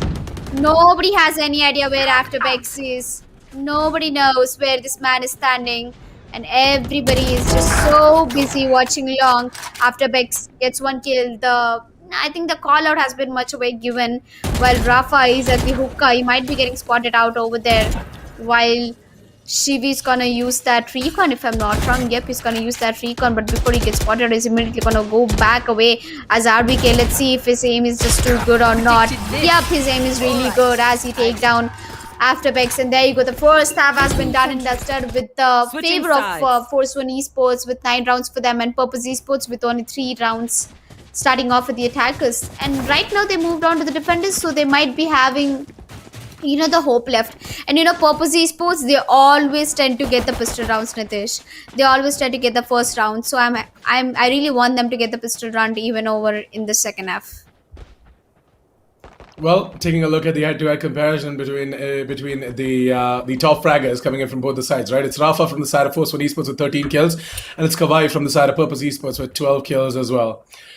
The rest of the team, they are definitely gonna step up now in the second half of the game, and I wish Purpose Esports all the best in their attempt to make a comeback against Force One Esports. Right now, Force One Esports, the way they have laid out their players across the map, they've got Knight Rider pushing up towards the showers as fast as possible. We have got Shivi as well moving in from the A-shot position, and the rest of the gang is trying to just create a distraction maybe over towards the B side and start getting the rotations in from the side of Purpose Esports. Well, Purpose Esports looks like they're actually playing a 3-man setup towards the B-bomb side, and 3 of the attackers, I think they're slowly making their way towards the A-bomb side, where Omen and the Jet, both of them, they're playing a great crosser setup over here. So even if one gets taken down, it can be an easy trade coming through as RBK He might be slowly going, but he's gonna take down his Boombo. He's going to take down his turret and he might be just firing some shots and teleports to the B-bomb site. Well, everybody knows that it's going to be a B-execute coming through. Flex is tagged out to low HP, but unfortunately, Kawhi gets taken down with that spray coming through. 12 HP left on towards Flex head. It's going to get taken down. RBK gets one, and in a matter of seconds, it's down to a 1v5 situation. It's all down to the last man, Omen, who gets one after Vex with a frenzy. I know, Nitish, the expression you gave when Rafa just uses his satchel and comes out of the side, gives a right click classic, and there you go, done and dusted. Well, that was something insane, and something that I would expect from a guy like Rafa as well. But after Bex, I don't expect him to pull off this clutch in a 1v4 situation. So, yeah, definitely give it to First One Esports, putting up the 10th round of the board, getting on to double digits. Inflix has disconnected, so we might see a technical pause being called in really soon. Yep. And I think the pause timer has been turned on, and there's technical pause, as we can see. One of the players is disconnected, and I think we'll be quickly switching back to caster screen so that me and Nitish, we give some, well, how do you call it? We give our views about the game right now. 10-3, Purpose Esports. I really wish they got the fourth round. A little bit of tidbits here and there, some insights, and I guess for now though, Purpose Esports, what worked out for them on the attack, right, is definitely the explosiveness that they showed over towards the A side. Now, moving on to the defense, what might work out for them could be the ability to pull off flanks and lurks. Because if they can try and do that, see, First One Esports, if you try and take that 1v1 duel against them, 90% of the time you might lose because they've got some really good aim stars. As you guys did see, Rafa going ahead and getting himself that burst fire midair, right? Something like that. So basically, First One Esports, they've got some real aimers in that team. Yeah. So instead of going in for the hero plays right off the bat, you guys can try and get some smart big brain plays made as well. Yep, that is indeed true. While I think Purpose Esports, they have to look after their game right now. They're on the defenders, they might have an advantage. Only if they pulled off the fourth round on the attackers, it would have been an easier one. As I put the caster's curse, they did not win the pistol round of this particular second half. And oops, I feel bad for them, but don't worry. I think Force Win Esports, they've gone for a force buy, and right now Knight Rider has a Phantom in his hand, which is actually concerning me. Because if Knight Rider loses it, it's going to be a problem. Inflix gets tagged down to a low HP as he'll be moving towards a shorter range. He's down to 20 HP right now. He'll be quickly moving back, and it's a force buy round for Purpose Esports as well, if I'm not wrong. And the flank has come through. In no time, RVK is going to rotate towards the B-bomb side, towards B-hookah. Scargot has the gun and the bomb as well. He has the spike, so he should be the one who gets the spike planted down at the B-bomb side. But why do I have a guts feeling that 30 seconds left. everybody is going to teleport to the B-bomb side and get the plant down at the A? I mean, they're going to teleport from B to A. Or maybe not, never mind, Rafa. Yeah, I don't think so that's going to happen. Rafa has already made the push in, and we are also going to be seeing aggressive angles being held on to by the players from Force One Esports. So yeah, Purpose Esports, feels bad for them, but Force One Esports, they've got themselves the 11th on the board. Yep, smoke one after another. Scargot is completely trying to block the vision enemy remaining. of Precipitate, and Rafa, if you can do the blind spray, I will become a huge fan of you, although I am one already. Looks like it's got to be Scargot who will be putting off the last kill. And there you go, Force One Esports with 11 kills and Purpose Esports with 3. 11 rounds actually. Yep, Force One Esports with 11, Purpose Esports with 3, and Force One Esports is just 1 round away from getting that match point done. And Purpose Esports are going in for a hard eco with upgraded pistols. True that. And yeah, I mean, to be honest, what I consider to see from Purpose Esports is, again, some sort of a big brain play. But I guess I gotta wait in order to see that.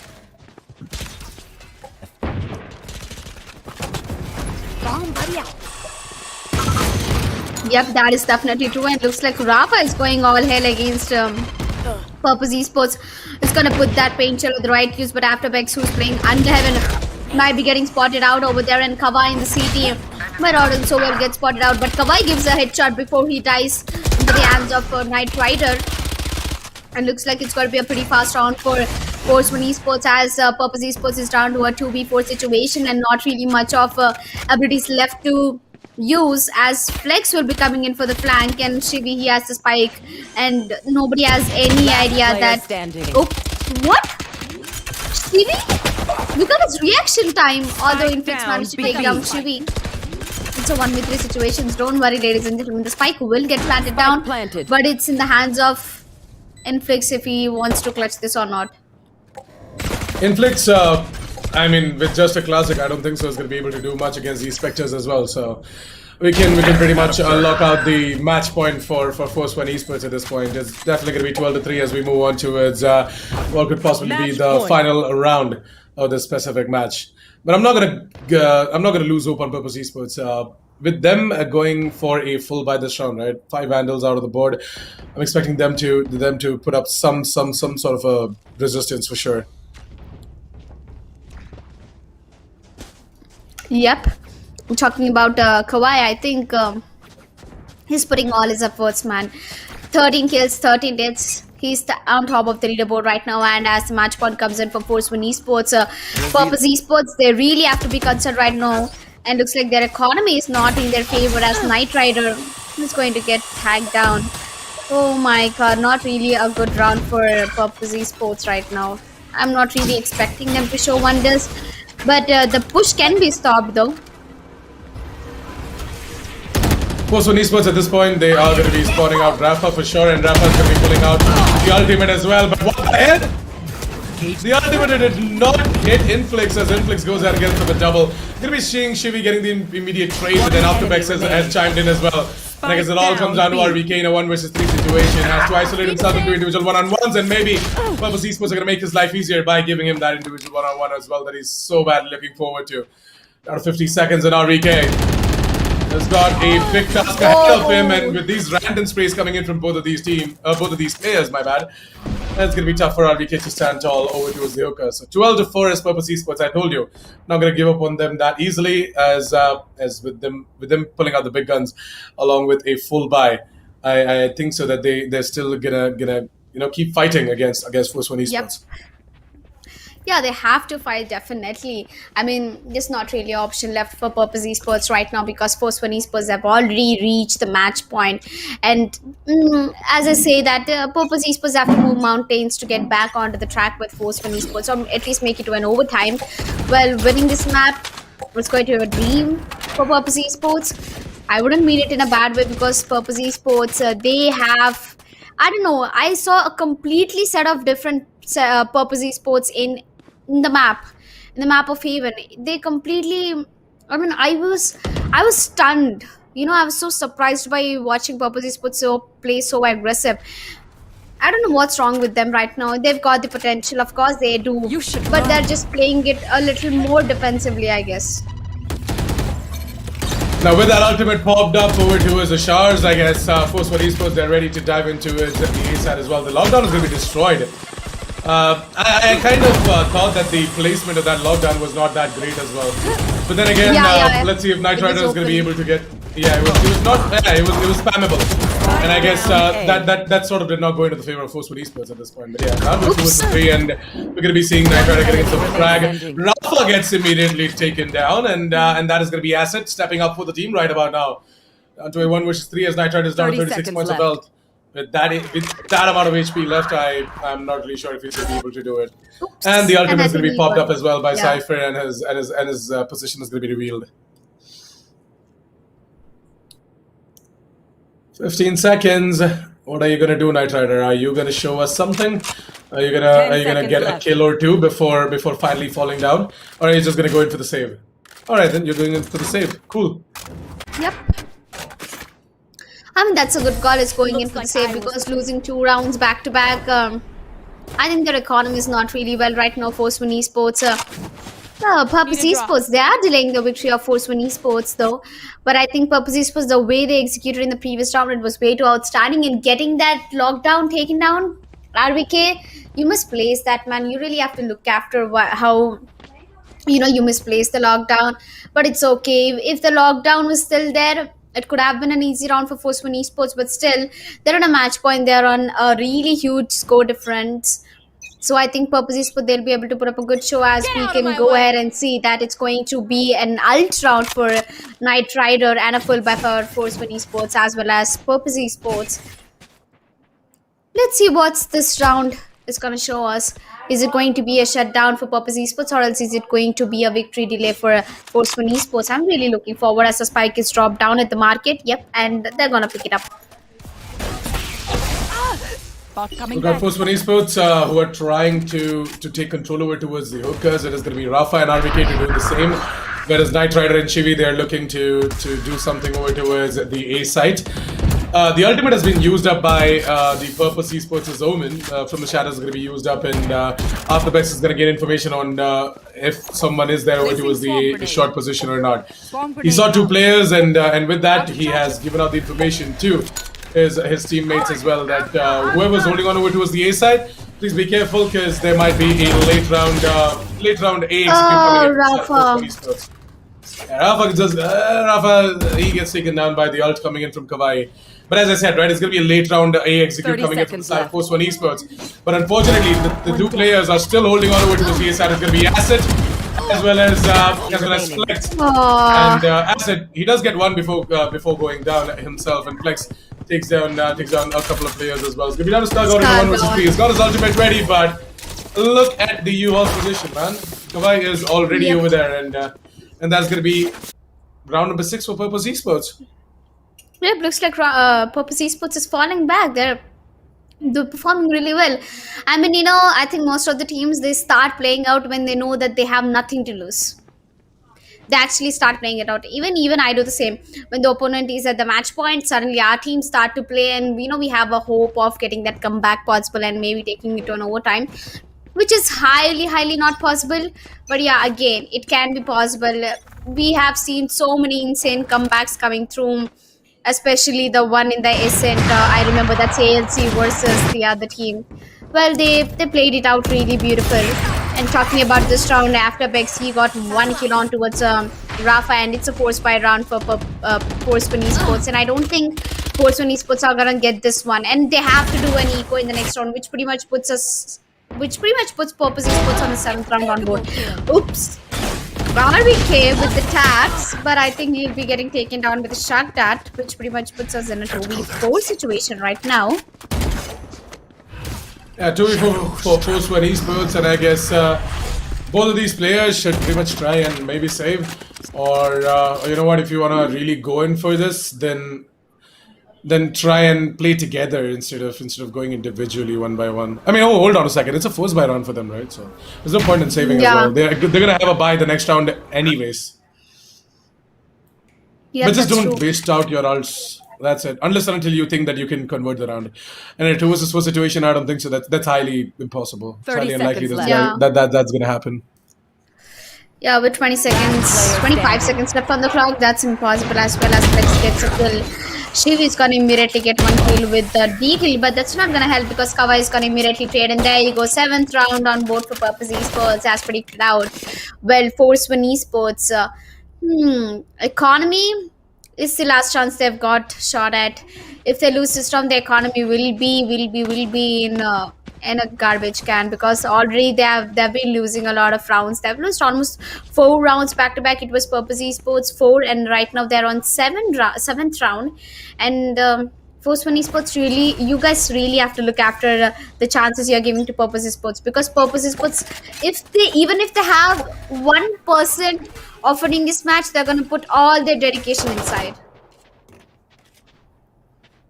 Well, Purpose Esports, they definitely are putting their heart and soul into this specific match, and they're trying really hard to get the comeback in. And I guess Hassan is not being spotted yet, and he's going to be using that opportunity to get himself a double, and he's maybe going to get the triple as well, because Knight Rider is right around the corner. But then Hassan is not aware of that, and now he knows that Knight Rider is over there. He's going to try and spam through the smoke, and there's no dash available, so he's just gonna bunny hop his way back towards the gardens. Well, that was one hell of a fight I've seen as playing against Kargod. I mean, wow, a double kill with Operator into a Yearlong. And I think there's not really hopes left for Force One Esports right now. They're down to a 3v4 situation, and Knight Rider is also down to less than 50 HP, 45 HP. Not really, a lot of HP to work with, and they have Afterbirth standing so close. It's gonna spot out Knight Rider. Is gonna take that kill, and with that paranoia, I think he can get the job done. As he exactly knows where RVK is standing in the last man.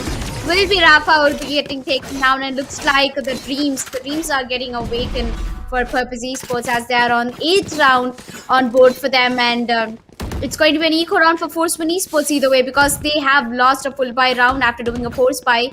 Right now, they really have to look after what they do with their economy, man. They have to go for a hard eco. There's no other way. Or maybe upgraded pistols, I would say.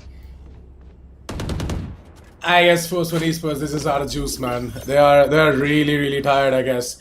Nothing's going on to their favor, and Purpose Esports, well, they've got a lot more stamina, and they're just not gonna stop anytime soon. They're going and going and going, and I guess at this point, Purpose Esports, what could definitely put them at a loss might be some sort of a godlike play coming against Force One Esports.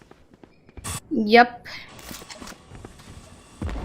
And looks like Force One Esports, after all, it's high time that they get this round done into their favor, but it's an eco one, so not really a lot of expectations. As I said, it's gonna jump and get that shot onto RVK, gets himself a triple and make the last kill. That's not a Knight Rider, but Knight Rider with that Vandal is gonna get the job done. And look, wait, it's actually a 1v1 situation right now, as one of them is actually making their way towards the B-bomb set, but never mind, Inflix is gonna turn back and go back as he hears Knight Rider making his way towards the A-bomb side, as he'll be planting the bomb, and I don't think he has the time to take Inflix down. And there you go, Inflix clutching it out for Purpose Esports. 9th round on board for them, and a nice eco round for Force One Esports, I would say, because they have put 4 men down with the sheriffs they had, and they've got the bomb planted down, and that's what matters, man. That's what matters. Interestingly, Asset prefers to have the Ghost as a secondary when he is open. I personally like to have the Frenzy because, Yeah. it really brings in the close range advantage as well. But then again, it's personal preference, and I guess Asset, that's something, that's a small detail that I just noticed as well. Because there's not really much to talk about as well, right? That round, it could have gone either ways, and I guess it was definitely the round for Inflix, as he played it out beautifully. The presence of mind coming in from Inflix, he knew that it might just be a fake being pulled off by Knight Rider, and I guess the one-way smoke messed up. Afterbex missed out that one-way smoke, and that is going to give the advantage to Force One Esports now in order to just dash in through the smoke and move into the U-Hauls. Afterbex has given a lot of noise, and I guess the judge is going to work out for him here. Maybe Afterbex, he's really good with the aim, so I would really recommend him to go ahead and get those kills. But staying at one position also might be a good one. Oskawa is putting up a lot of shock darts, and I tried to down to really low HP. But if at this time Afterbex he pushes up, okay, there's 1 kill onto Knight Rider already done, and that pain shell might be doing a lot of damage, but not much of a HP, as I think Rafalala will be getting spotted out. It's down to a 3v5 situation, and Force One Esports, what are you guys doing? Shivi gets a kill, but he's tagged down to low HP, and that's going to be a headshot coming in from Kawhi to Rafa. And there goes Kargod is going to take down Kawhi. As a recon comes down, Afterbex is still in the U-Hauls, and there you go, the last kill comes through onto the Shivi. It's 10th round on board for Purpose Esports. The comeback of the... I can't see. If Purpose Esports take it to an overtime, I am going to bow my head towards Purpose Esports. Man, look at the dedication. They have not given up at all. I told you, it is a defense-sided map, and Purpose Esports, they know that as well. They're not going to give up because they know that they can make it happen. They can make the comeback, and they can drag this game to an overtime as well. Because Force One Esports, they definitely are feeling the pressure, and I guess Shivi just recovered from his sickness as well, right? So he's definitely going to be a lot tired. Putting in all of these hours into playing 3 maps continuously. Bomb buddy out. Yep, 3 maps continuously. That's a big deal, man. Well, Force One Esports looks like after getting that match point, They are the hopes. They really gave up, man. Right now, their economy is also not into their favor. And oh, what is happening? What is happening? Force One Esports, you are giving away the match. You are giving away the overtime for Purpose Esports. Are you not? One enemy remaining. Octopus Yep, on the and other there you hand go. gets himself a double with the judge. This guy is just going absolutely maniac over towards the B-long position right now. First towards the U-hauls and now towards the long position with a goddamn judge. I mean, Force One Esports, they're definitely gonna be mad. They're gonna be like, what the hell, guys? We're losing to the judges now? Is that what it has come down to?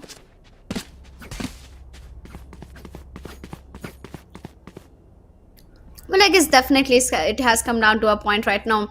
Why is Knight Rider picking up a Spectre? Oh, look at Force One Esports. They have all the 5 ultimates ready, and it's going to be an interesting round to watch.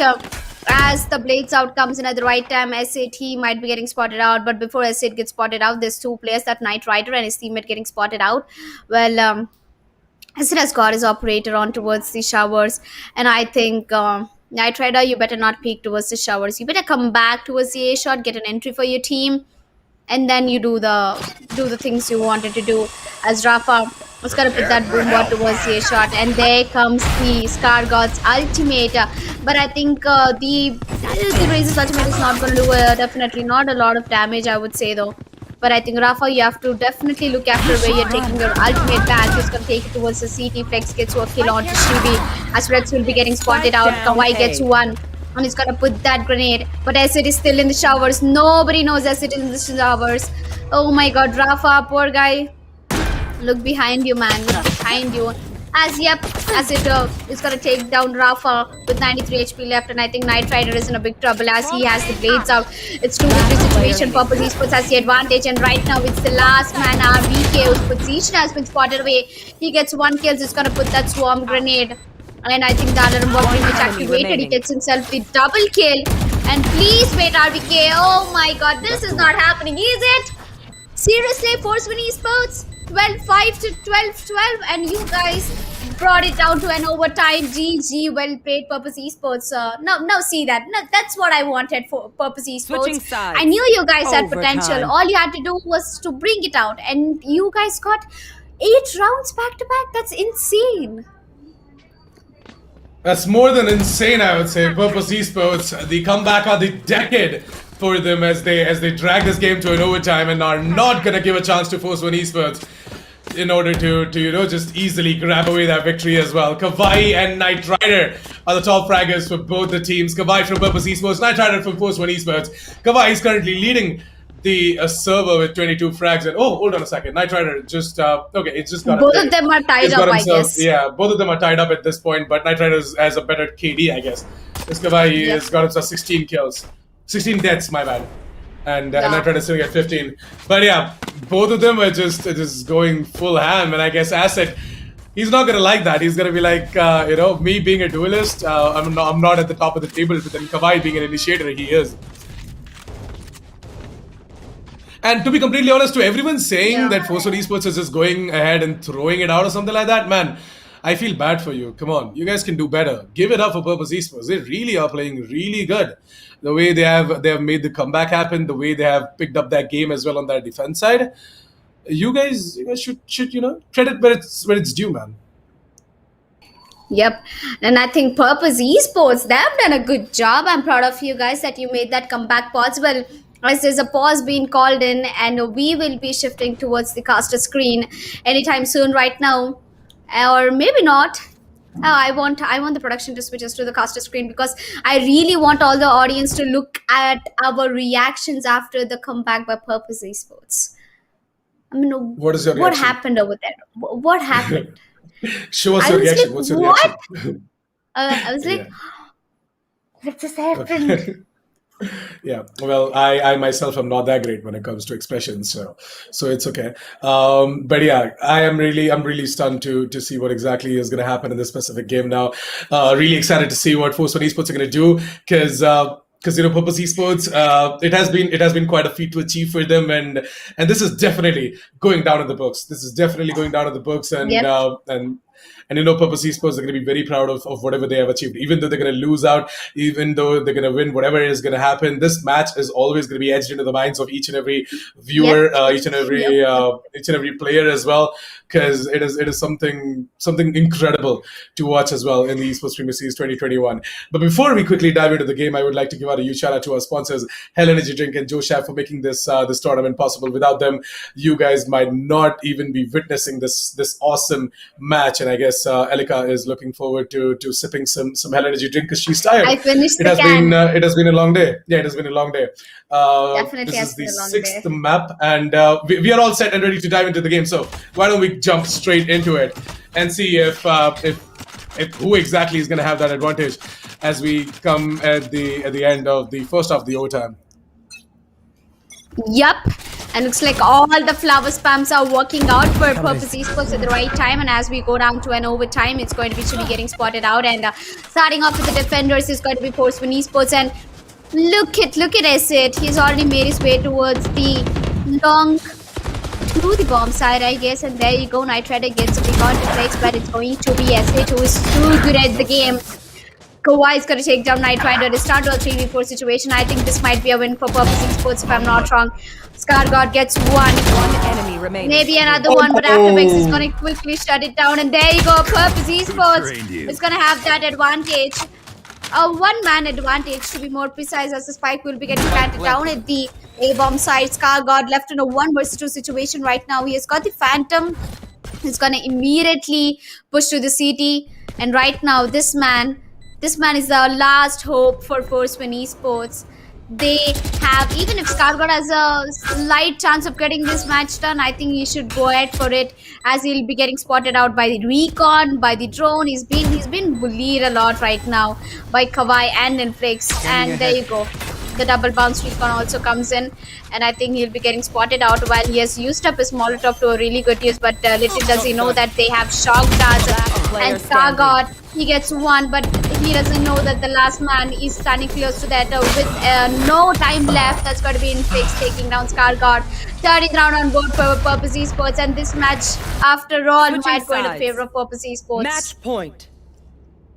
And now you know what, Purpose Esports, they are on their favorite side as well. They're on the defense side now, and we all know what they did in order to drag this game to an overtime. So all we need is that exact same energy, exact same power as well coming in from Purpose Esports. And if they win out this specific map, ladies and gentlemen, I'm telling you, this is gonna be written down in golden words, because it's an insane comeback, and no one saw this coming. Absolutely no one.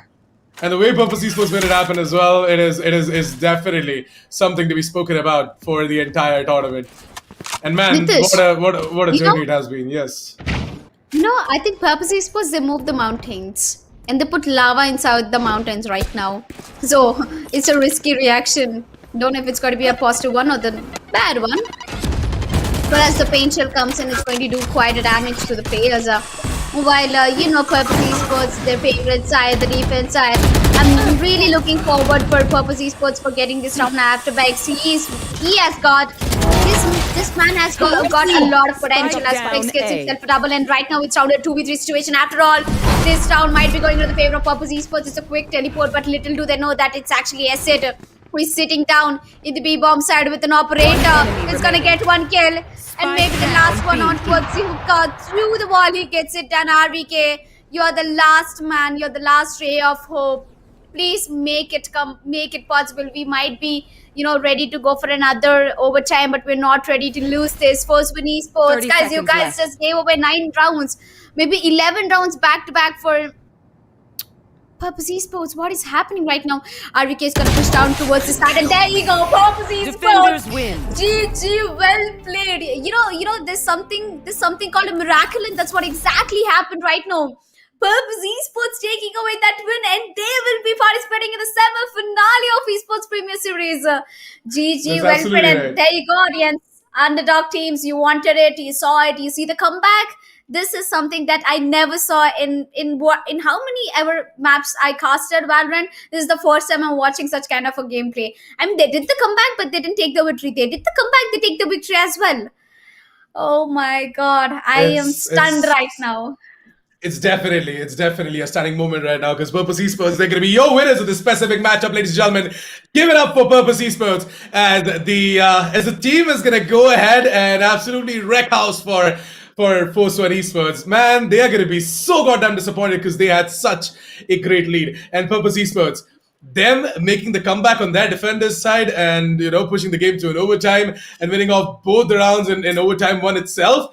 I guess Force One Esports, either they are really tired, they run out of juice, or I don't know what happened. I don't know what went wrong. I would Oh love to my have a gosh. chat with Arviki and the Yep. entire team, but I guess at this point they would not love to talk to anyone right now. They just want to be left alone for a little bit because they need some time to process as to what exactly happened. Whereas Purpose Esports is going to be all smiles and joys for them at their place. And you know what? I Oh guess well, they well, definitely I deserve all remember. the love and respect. Yeah. Yeah, I remember saying one thing: if Purpose Esports they make this comeback happen, I'm gonna bow down to them. And yes, I will. I will. Oh my god, what a game! What a game, Purpose Esports. I mean, this refreshed me. After such a long day of casting, I was really tired. But when I saw Purpose Esports coming back, I mean, I was like, okay, ninth round, 10th round, okay, that's okay. But they get 11th round. I thought that pretty much Force One Esports is gonna shut them down 11-13. But nope, that did not happen because they went for an overtime and they take both rounds in the overtime without making it to further any delay. I am really proud of Purpose Esports. I'm really happy to be a part of Purpose Esports right now. Guys, you guys did a miracle. You moved mountains. Legit, you did move mountains. And please, also Force One Esports guys, don't be disappointed. It was just not your day. Maybe you couldn't perform well, but you did win one map. You had a map lead, but unfortunately it was just a very dedicated day for Purpose Esports. They have brought it down to a really good match. Don't worry guys, the Qualifier 2 registrations are open, so I hope that Force One Esports are going right away and registering for the Qualifier number 2 as well. Yep. Let's take a quick look at who exactly the MVP is for this specific match, and uh, I can't I wait to would see say what the exactly. Omen guy, the After Afterbex, Bex, I'm after pretty sure. Bex, after Bex. Or maybe All right. Flex. I don't. Afterbex, Flex. I guess. I I got guess my it. bets. Yeah, I guess it could be Kawhi as well. So let's quickly have the MVP on the screen, ladies and gentlemen, as we're going to be seeing who exactly is the MVP. Whoa, it's Oh, Rafa. it's Rafa with Okay. 69. Oh, iconic. All right, so he was actually 17 kills ahead of the second place of the second place as well of the winning team.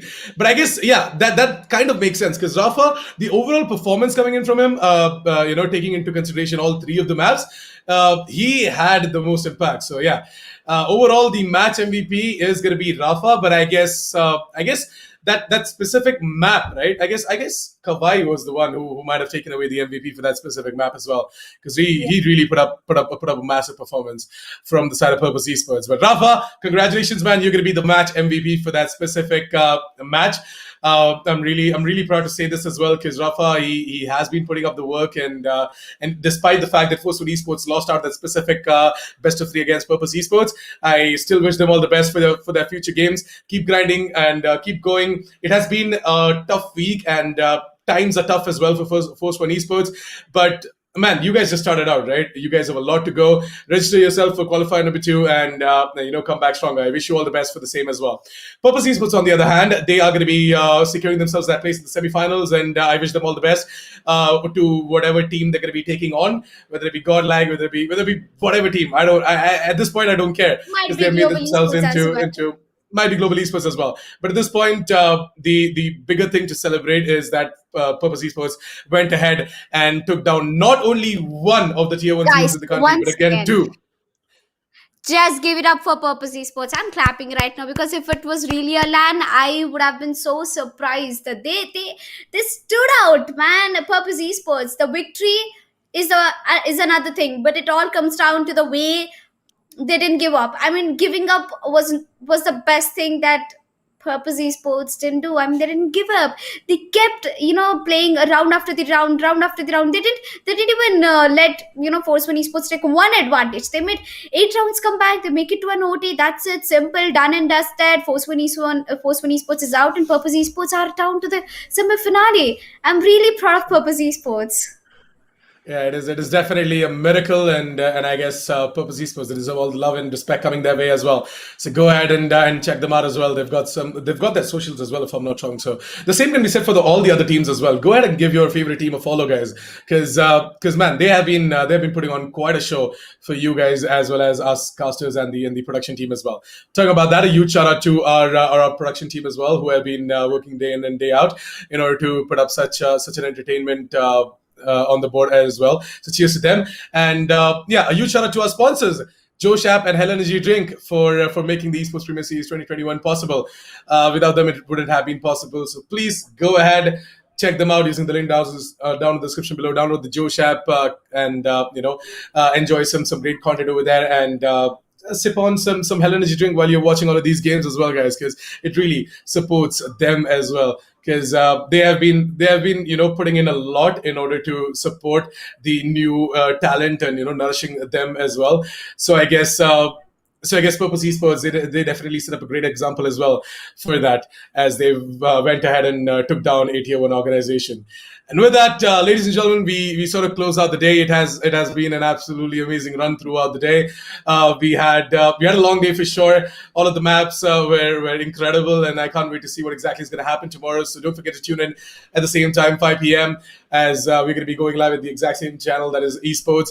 Go ahead and hit that subscribe button if you haven't done so already. I see a lot of new viewers in the chat as well, so please go ahead and hit that subscribe button, because Esports Jordan is close to hitting 14,000 subscribers as well. So make it happen, make it 14K, and put up the smiles on the faces of all of these guys over at Esports Jordan and Joe Shap and Hell Energy Drink as well. With that, I guess we are pretty much done for the day, Alika. Let's bid our farewell to the viewers, and we're gonna be seeing you guys tomorrow. Good night, goodbye, sweet dreams.